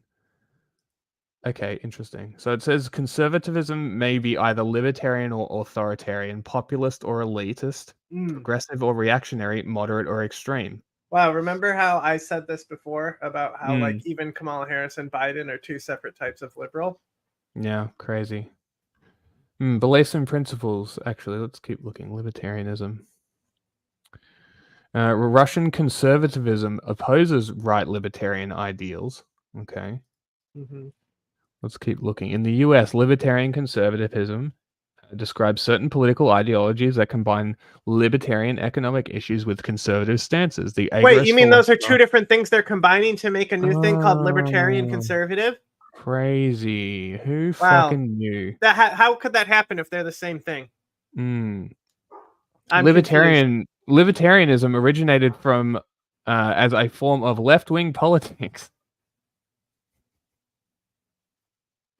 It's funny. The further we read, the more wrong you become. Okay. Didn't we say this, though? Didn't we say that libertarians want to maximize liberty by in government? Remember when I'm pretty sure the first thing... Remember when Jack said that before you even sent a fucking link? Yeah, crazy. It's almost like I used to be one. Always libertarian is defined in America, always has been. No, we just read the wiki that you sent us. It's been defined as at least 4 different schools. What is a Whig? So it was an agorist that labeled this as right libertarianism. So not conservative libertarianism, right libertarian. Different thing, great. While Frank Meyer coined the term fusionism to describe this ideological hybrid. Let's just do some word definition here. What does hybrid mean? Like the Linkin Park album? Hybrid theory? What do you think they meant by that? What do you think the name hybrid theory of that Linkin Park album meant? You think that was a political message? Calling it hybrid theory? Hybrid, the offspring of two plants or animals or different species or varieties, such as a mule, a hybrid of a donkey and a horse. Okay, cool. Does that explain to you? Let me put it into political terms. Mules. Yeah, so let's put it into political terms. The offspring of two ideologies, such as libertarianism and conservatism. Wow, that was the actual definition when you typed in hybrid political? No. This is just me shooting. Such as right libertarianism, a hybrid of conservatism and libertarianism. Wow. Are expected. The new prime minister has crazy. You're telling me that libertarians can also be socialist? Is that what that means? Yes, that's the other hybrid. The hybrids are the ugly fucking half electric cars. Gross. Also a combination of two different things. Here's a quote from a libertarian activist. Libertarianism is basically Aristotelian, while conservatism is fundamentally Platonic, privileged elitism, mysticism, collective order. As in Platonic, plutocratic? Plato's Platonic. Sorry. So it's got it has brackets. One is let me read it. One is Plato. Yeah. So libertarianism is Aristotle, reason, objective, individual self-sufficiency, while conservative is just Plato, privileged elite, mysticism, collective order. You mean these aren't original ideas, even? And this is coming from the Conservatism Wikipedia. Wow, you even went to a specific dipshit version of Wikipedia to prove them wrong? Wow, crazy. Both versions prove them wrong? Wow, crazy. So that's from the conservative one. These are the libertarian fucking one. commies who tell you to read theory, and you're like, I read it. Did you? Dismissed calls to send in the army to restore order. Yeah, well, my source totally confirms what you're saying to me. What do you think of that? Haha. Like, great. Thanks for linking a source that proved you wrong. I'm just going to read these 1, 2, 3, 4, 5, 6, 7. Impossible to be a words. leftist and an libertarian. Okay. Here is whatever you say. What is a leftist? Here is what is a leftist? Hold on. Here is 8 words from the Wikipedia that you linked us. Libertarianism originated as a form of left-wing politics. Wow. Shut up. Crazy. I can't believe this. Okay. Always has been. We're talking about libertarianism in America. That's a completely different thing. Well, are you telling us that ideologies change depending where they are and how they're implemented? No, it only matters in America. By the people, nothing exists except America. When by I have a globe in my people house, who implement them. You mean to tell me that people put Canada on my globe? It's like in Alaska and the United States and Hawaii. That's it. Nothing else exists on my globe in my house. I won't have that. You know how like horses are super dumb, so they put bags on their head and shit.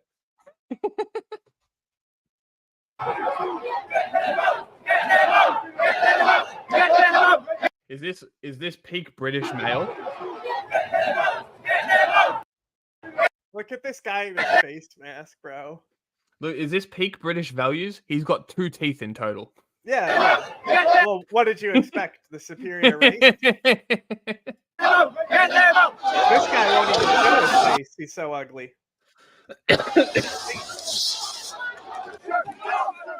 Will any reporting cite the anti-terrorism law? I guess we'll find out. Far-right demonstrations have gripped parts of the country after 3 girls were killed in a knife attack at a dance class in Southport.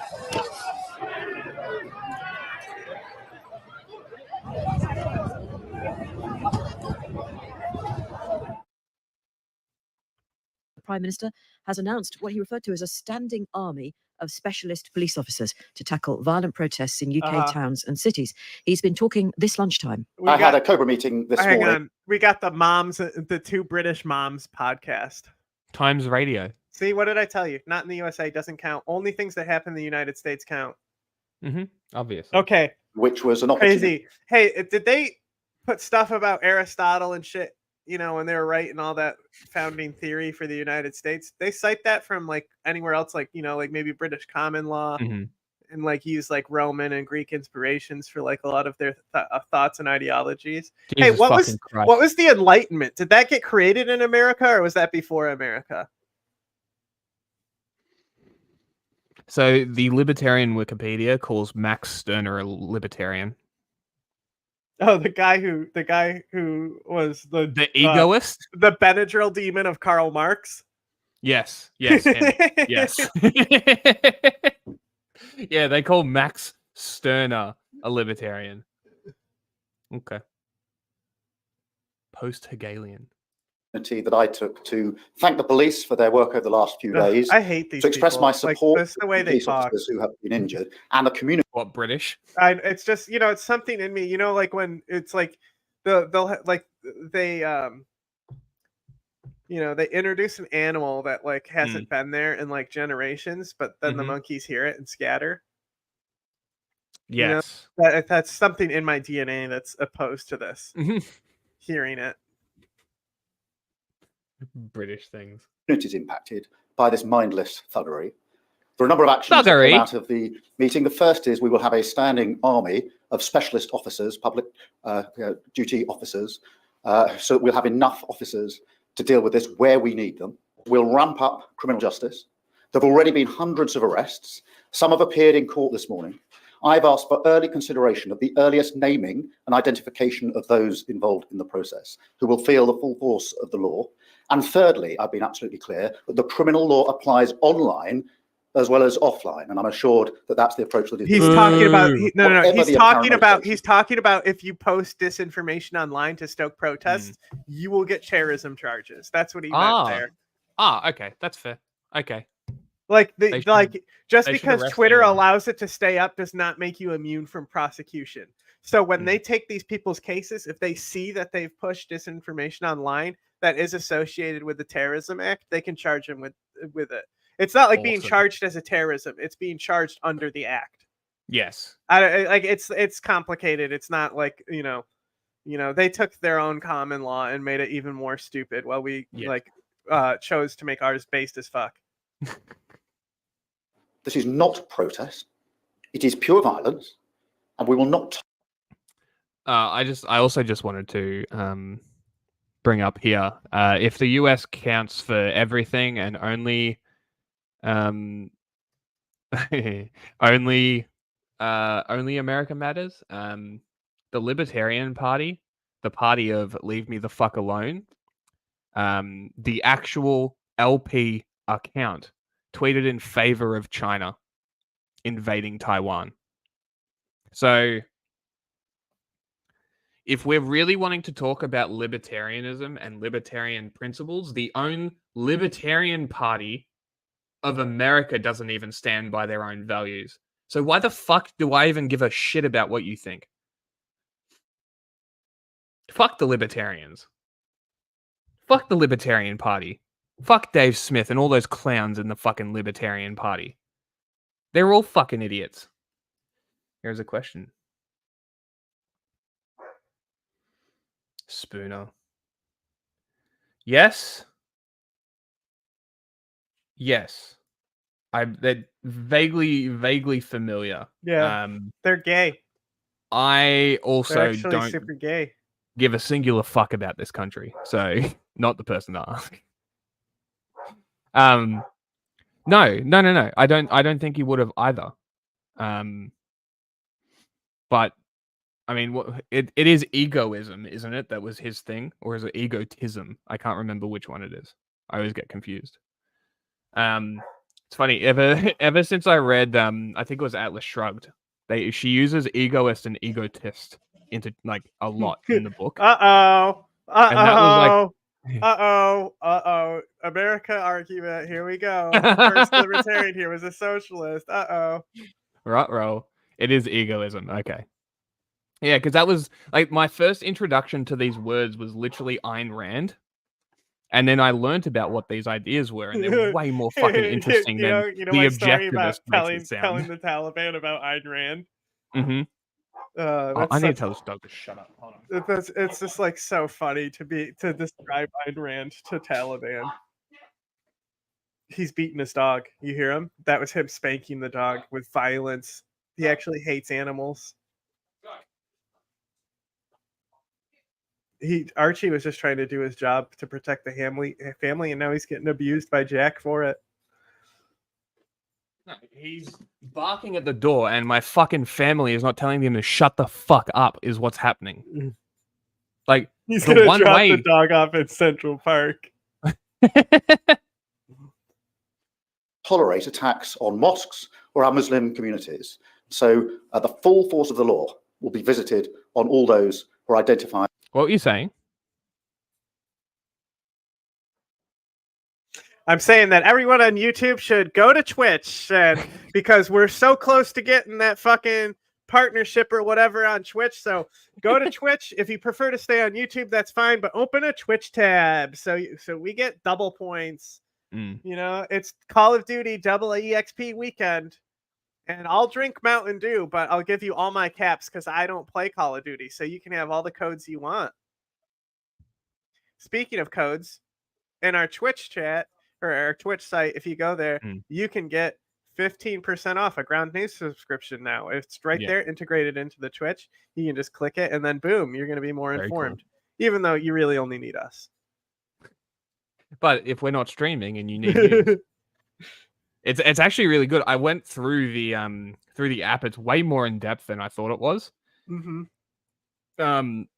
Fucking crazy, like really, really good. And I think on the app, it doesn't actually redirect you to news sites, so you can read the whole article as well, which is kind of good. Oh, it's okay if you can't physically open a new tab, of course.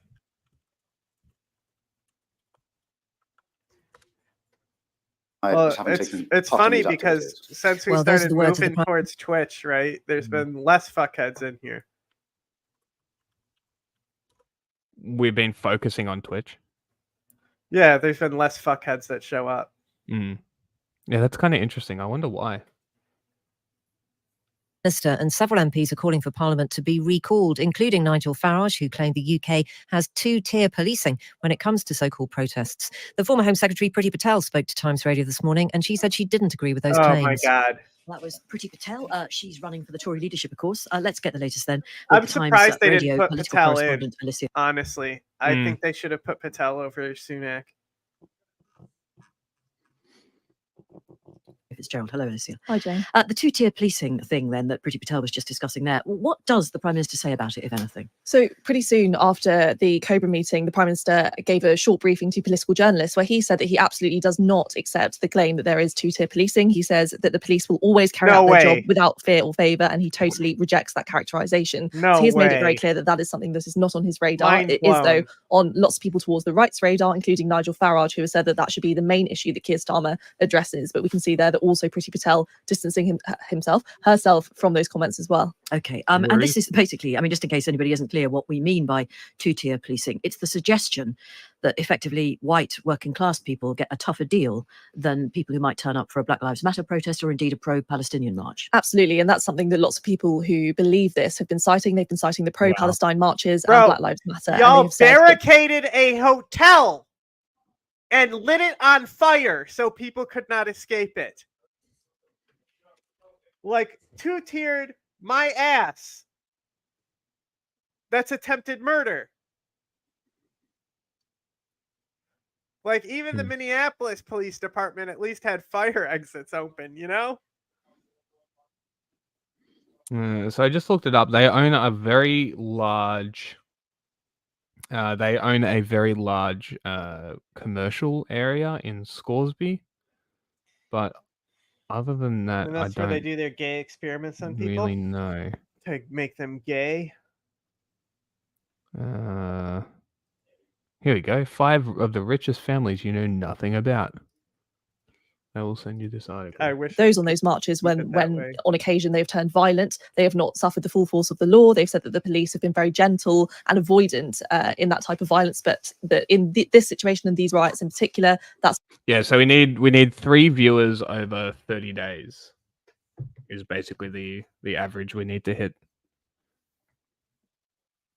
It's not what's happening with the police. So that's a claim there, alluding to the fact that the police potentially have some kind of favoritism over the two.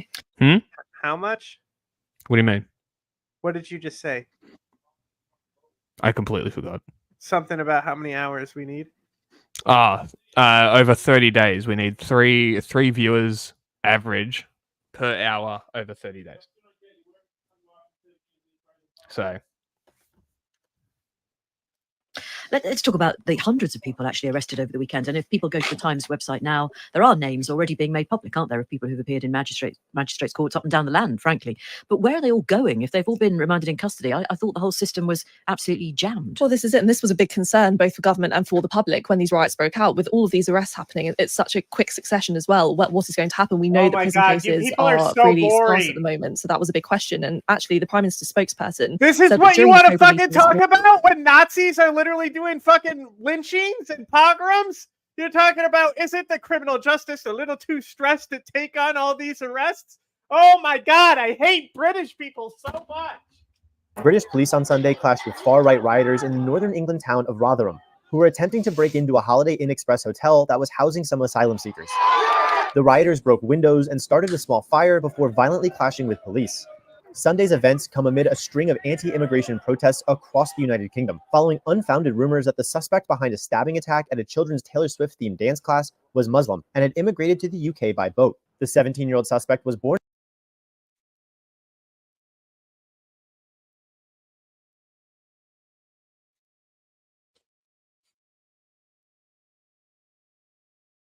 in the UK and has no known links to Islam. Since the deadly stabbing attack, rioters lit fires, overturned cars, destroyed storefronts, and clashed with authorities and counter-protesters alike across the United Kingdom.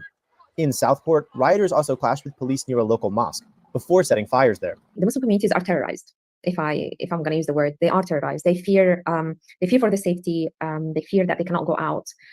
They fear that anything could happen. On Sunday, newly elected Prime Minister Keir Starmer pledged to stop the riots. I utterly condemn the far-right thuggery we've seen this weekend. Be in no doubt, those that have participated in this violence will face the full force of the law. Concern over immigration has been a hot-button issue in the United Kingdom, and critics say tensions have only increased as far-right politicians have pegged the rise in immigration as the reason for far-right fuckery. Can't hear you. Yeah, it's the fuggery. What do you mean? No, fuckery is what it No, sounds it's fuggery. like. Yeah. Fuckery. It is fuggery. Fuckery. Fug. Yeah, because the British people can't pronounce TH. It's physically impossible for them. Variety of issues. You know, you need front teeth for it. Facing the UK. I had a COBRA meeting this morning, which was an opportunity that I took to thank the police for their work over the last few days, to express my support for the police officers who have been injured and the communities impacted by this mindless thuggery. There are a number of actions that came out of the meeting. The first is we will have a standing army of specialist officers, public we'll have a duty standing officers, army. so that we'll have enough officers to deal with this where we need them. The second is we'll ramp up criminal justice. There have already been hundreds of arrests. Some have appeared in court this morning. I've asked for early consideration of the earliest naming and identification of those involved in the process who will feel the full force of the law. And thirdly, I've been absolutely clear that the criminal law applies online as well as offline. And I'm assured that that's the approach that is being taken. Whatever the apparent motivation, this is not protest. It is pure violence. Of course, and we will not tolerate attacks on mosques or our Muslim communities. So the full force of the law will be visited on all those who are identified as having taken part in these activities. Prime Minister, how quickly can this army of specialist officers you've just told us about bring these violent protests to an end? And where people are apprehended, do we have the courts to process them or the prison cells to put them in? In relation to the police, I'm absolutely clear that we will have the officers we need, where we need them to deal with this disorder. And that is why the standing army has been set up, specialist officers ready to be... Why can I hear him breathing? ...deployed to support communities. On the question of prisons, firstly, we're monitoring it on a daily basis. I'm appalled that we've been put in this position by the previous government, that it's even a discussion, it's even a question that you have to ask me. But we will make this work and ensure that we've got the places that are needed to bring the perpetrators swiftly to justice. So on both those fronts, I'm confident that we can absolutely make sure that those engaged in this activity do feel the full force of the law. Some MPs have said that a recall of Parliament is necessary. Is that something you're considering? Look, my focus is... Okay. When we think of the Islamic State, also known as ISIS or Daesh here in the Middle East, we conjure images of men dressed in black, looting, killing, and terrorizing people in their path. But do we know the history of the lands and the peoples who have suffered the attacks and had to live under this organization's political and ideological because system? I've seen him unblurred. Oh, really? Yeah. Among these peoples are the Yazidis, a people with beliefs and customs dating back out. But what's YBS? It's the PKK Yazidi branch. Ah, okay. So they specifically defend the Yazidis. Long before the birth of Jesus Christ or the Prophet Muhammad, and still today the bearers of ancient traditions and culture. Most of them live in Bashur, their ancestral home. Over the course of their history, they have suffered more than 74 genocides. Today, they number only a few 100,000, many of whom live far from their actual homelands. 10 years ago on this day, the Islamic State in Iraq was at the height of its power and influence. Solidified by their control over Mosul, people given the option of being massacred or being forced to live under Islamic State law, museums and archaeological sites dating back to the Neolithic period were looted and destroyed, and the group continued its terror route towards the Shingal Mountains to enforce its rule over the Yazidis. The Peshmergas of the PKK, responsible for the defense of Shingal, disarmed the population and fled. The Yazidis, armed with only a few Kalashnikovs, responsible for the Shingal Mountains to enforce its rule over the Yazidis. The Peshmergas of the PKK, responsible... The Peshmerga of the PDK disarmed them. Really? Yeah, no, actually, there's video of them literally shaking hands with ISIS before the Shingal stuff, meeting on a bridge, shaking hands, because it was like, basically, it's like you can save yourselves. It's a self-preservation thing. Fuck me. Mm-hmm. Solve the Yazidis and we won't come for you next, basically. Council for the Defense of Shingal disarmed the population and fled. You notice how he The says Yazidis, it though, with only a few KDK, because that's like, because they pronounce the letters differently. Yeah. So he's saying it in like how he hears it around. Yes. Facing the heavy weapons that Daesh looted from Mosul, led a valiant resistance to the invasion of their homeland. Their martyrdom and determination are still celebrated and remembered to this day. The rebellion gained precious hours in warning the surrounding villages and enabling the population to flee, but also gave an important message to their people. Where they embodied the strength to defend their land, it became a symbol of resistance. Those girls look very young. Yeah. Well, Yazidi is a little bit of a different culture. Okay. Tried to flee into the mountains. Because they've been isolated for a very long time. Mm-hmm. So there is some more, look at the Yazidi girl who's stoned to death, you know? Yes. So it's very, very conservative there. Yeah. Okay. In different ways. They hold true to like tradition. So like one of the issues with repatriating Yazidi, I'm choking. It's because they have kids, because they're raped, they're sex slaves, right? Yes. So their kids in that custody, like that's the only attachment that they have, right? So their kids end up being something that gets them through that, and those kids can't go back with them to the Yazidi community because they'll be ostracized. I mean, they'll kill the girl instead, like in some cases. Right? What the fuck? So like the girls integrating back have to basically go to an orphanage that specializes in separating those children from the mothers. And those children are orphans of Daesh. They don't get to have good lives.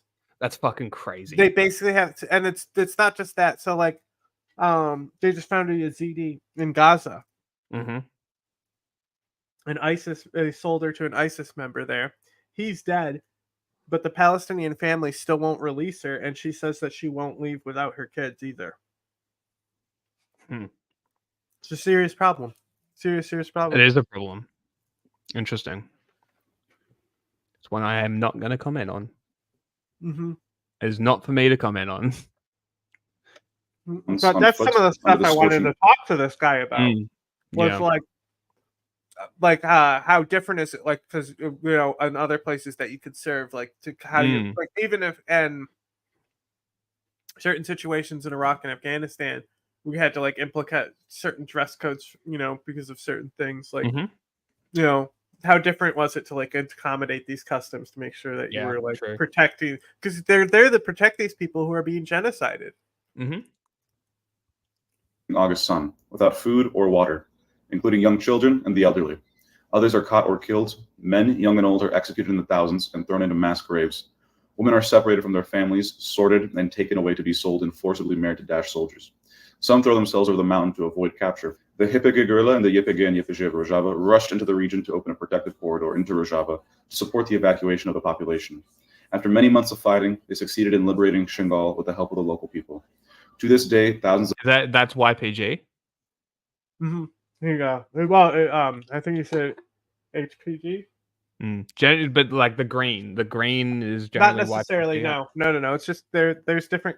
That's a common scarf you'll see throughout Kurdistan. Yeah. Okay. Lost in the hands of Daesh or have yet to be discovered in lost mass graves. I always say the Kurdish fighters always have some kind of like neck scarf on that's like colored sometimes. It's just like a Kurdish thing. Yeah. Okay. I wasn't sure. Telling the story of the genocide means preventing others from telling it. It means knowing your enemy. It means preventing them from forgetting or denying it. Like Erdogan's government, which to this day denies and forbids discussion about the genocide of the Armenians in 1915. To tell the story of the genocide also means telling the story of a people's resistance and raising the question of reconstruction and rebuilding. What kind of healing is possible in the face of the collective trauma? To emerge from these horrors, the Yazidis have chosen a revolutionary path, that of organizing themselves, protecting themselves, and choosing their own destiny. What's with the choice of the triangular flag? What's up with that? Because the YPJ and YPG also could ask him. Do the PKK we got use him a on the triangular interview? Flag? Yes, they do. Okay, I I'm believe so yeah, curious. they have regular ones as well. I wonder why. Why the triangle? Rather than waiting for others, the Peshmergas, the Iraqi state, Well, I think to the do triangle so, is specifically the battle flag. Ah, see, there's a okay. square one right there. There's Yeah. there's a Yazidi square and flag right abandoning there them on that once post. again. The Yazidis of Shingal have stated loud and clear that they are resisting, that they are still here, and they will never again let genocide befall them. To speak of the genocide suffered by the Yazidis is also to echo the ongoing genocide of the Palestinian people. To speak of these events is to refuse silence. International solidarity is more than necessary. To oppose the policies of extermination from Daesh to imperialism, the strength of peoples organized for themselves, and the possibilities of lasting democratic solutions for the Middle East. Long live the Yazidi people. Biji Berhodana Shingale. There you go. Look, Cool. you can email him. Go ahead and send another one. Another one? I mean, it's been a year since I've talked to him. When we think of And really, there was that whole disinfo campaign, which might have been why he broke off, because like command told him no. True. I've talked to Right him through Instagram though, I will. and they did say they would do it before. Oh, really? Yeah. And then that campaign hit, and then they kind of stopped Yeah. responding. Well, it's it makes. I don't blame them. Yeah. YBS International.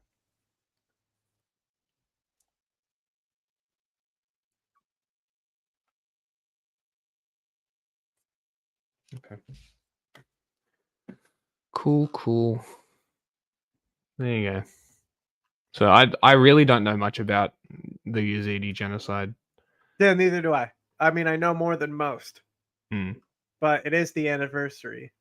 Yes. So. All right. What's the one thing we need to do? We've done race riots. Did the bear? Bangladesh. Bangladesh. We have not done. There's some funny. Well, so there's a really funny footage from the UK riots that I saw, where this lady with like no teeth was like, also think of this, the Titanic, they let on those people on. What happened? It sunk. Or like, okay, like you can see, and this one is I love so much because you can see where the brain synapses disconnected in her brain, right? It's between Titanic sunk and not enough lifeboats.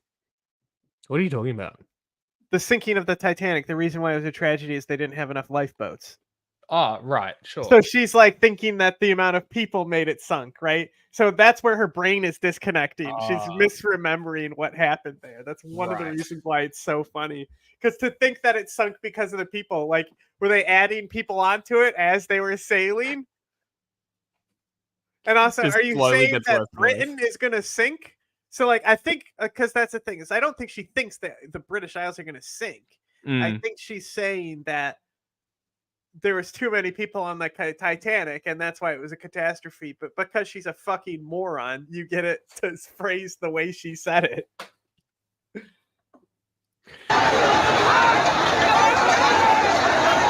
is so big. Look, they didn't need the Americans to come help pull it down with their fucking MRAPs.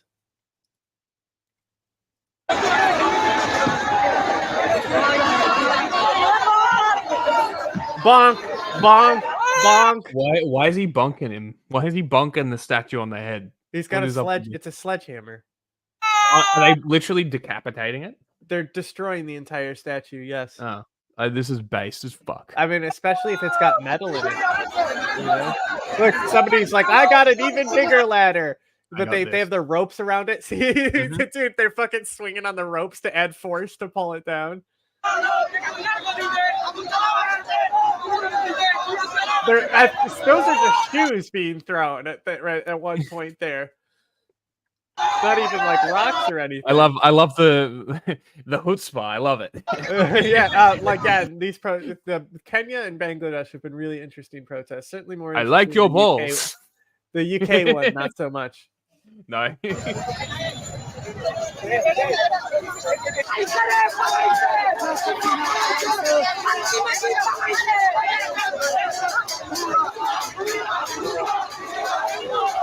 They're pushing it.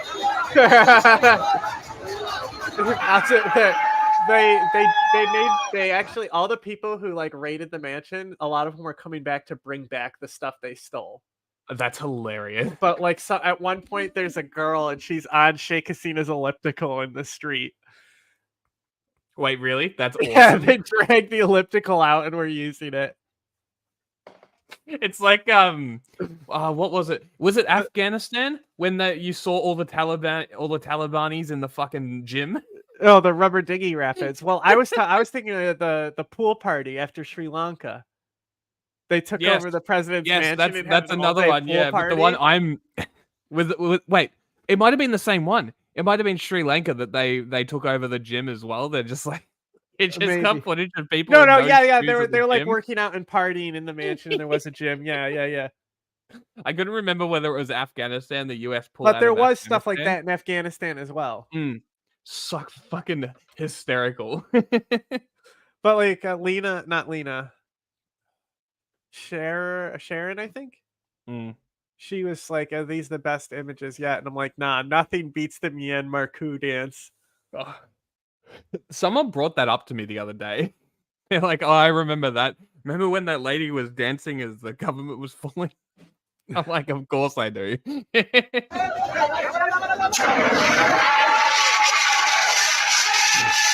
It's just boys being boys.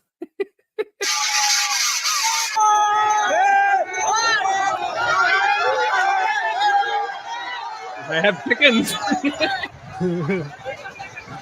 They got a flat screen, the office chair. They got a ceiling fan, bro. Like, is it fucking hysterical? Like, what a beautiful fuck. Like, this is why this region is so cool, because when shit does fall, it's fucking great, you know? And only a few hundred people had to die that we know of. It could be in the thousands for all we know. Sri Lanka, many people died because of the famine before the protests. Yeah, well, we shouldn't be forgetting that people died to get here. Oh yeah, no, I'm not. That's what I'm That's why I'm bringing it up. You know? Yeah. No, it is very important. Like, it is funny. Like, this is funny and this is good. This is great for them. But people died. Hundreds of people died because of Sheikh Hasina. So, yeah. You know, commies were involved. Were they? Yeah.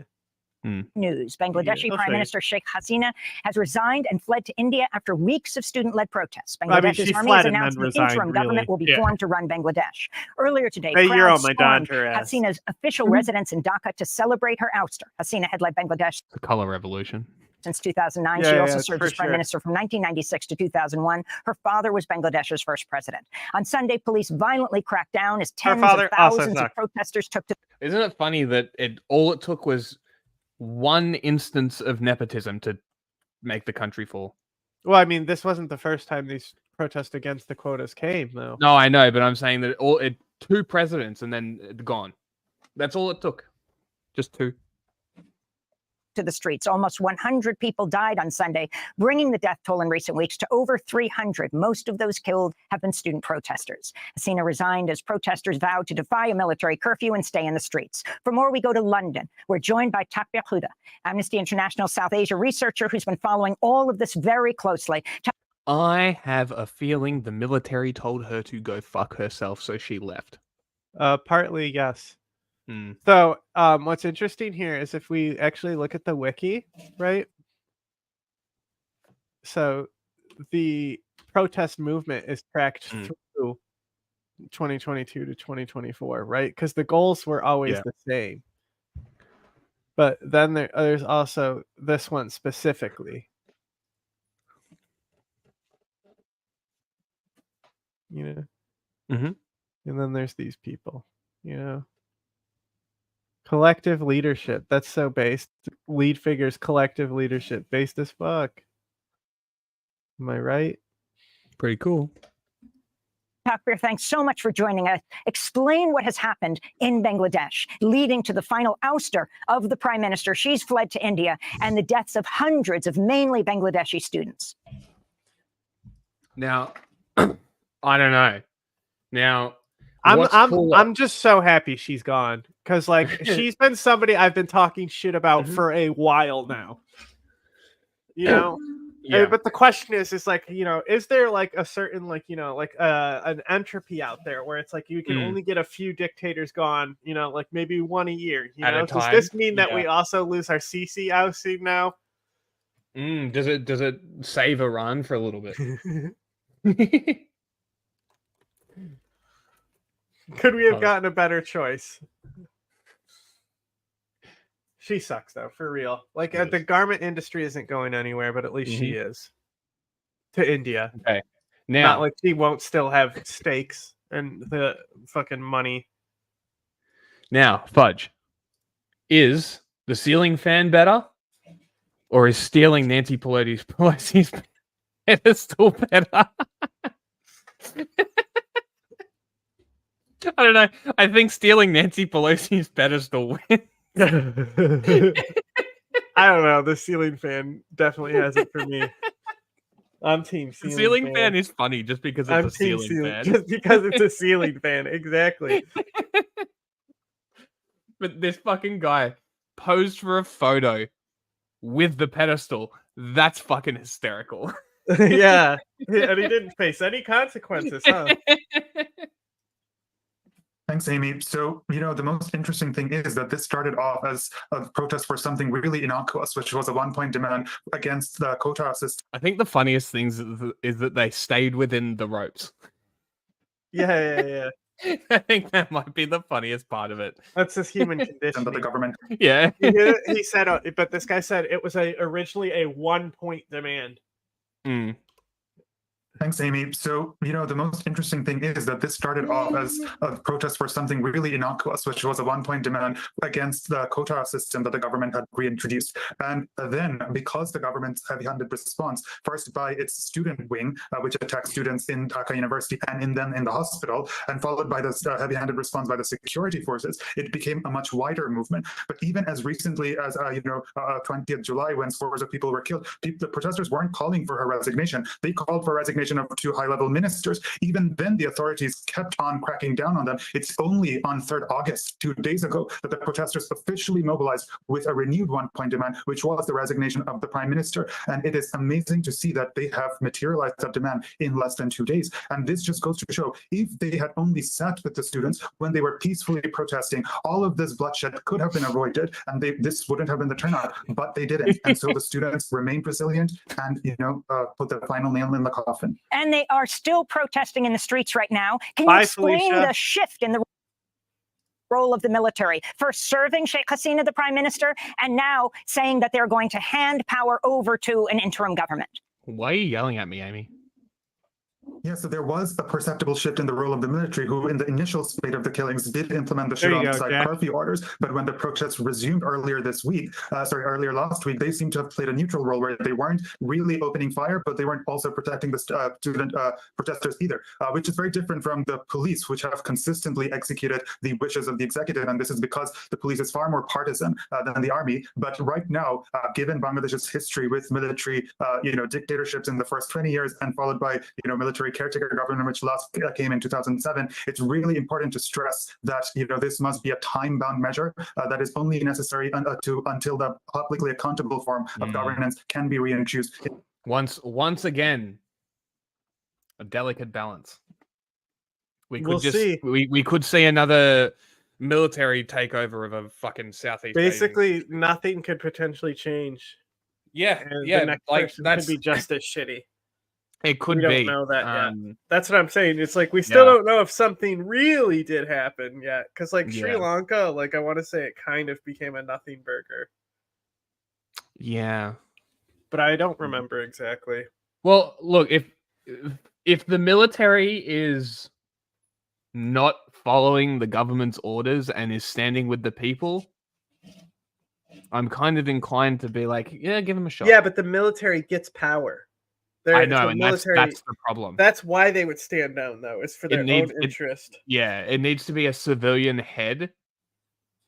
Yeah, so that's the thing is that it's military now, and we need to see how quickly this interim government forms. Yeah, because that really is the crucial part now, is getting a civilian at the front as opposed to a military leader, so it doesn't turn into a junta.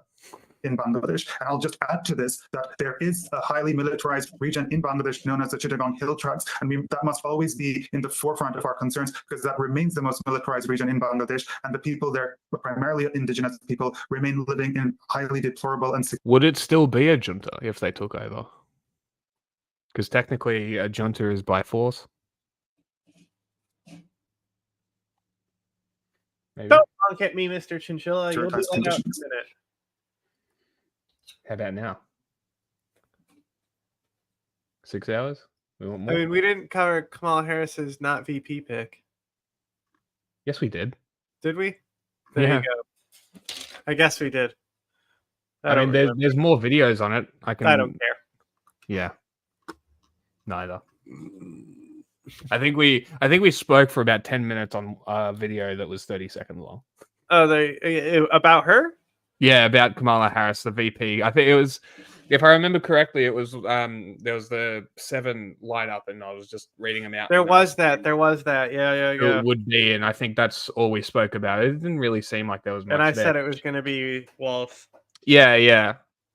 So we can look at something else, but no. I don't really think it's necessary. It's fine. There's Iran stuff as well, but nothing's happening. I'd like to Iran's start. done nothing. I'd like to start at 30 minutes earlier next time. Yep. Ideally. All right. Late. We'll call it. In honor of this episode. I know more than you. Don't forget. Arabs don't know what civilization is. No offense, but it sounds like some fucking commie gobbledygook. All right. See you later, everybody. Remember, Twitch. We need viewing. Goodbye.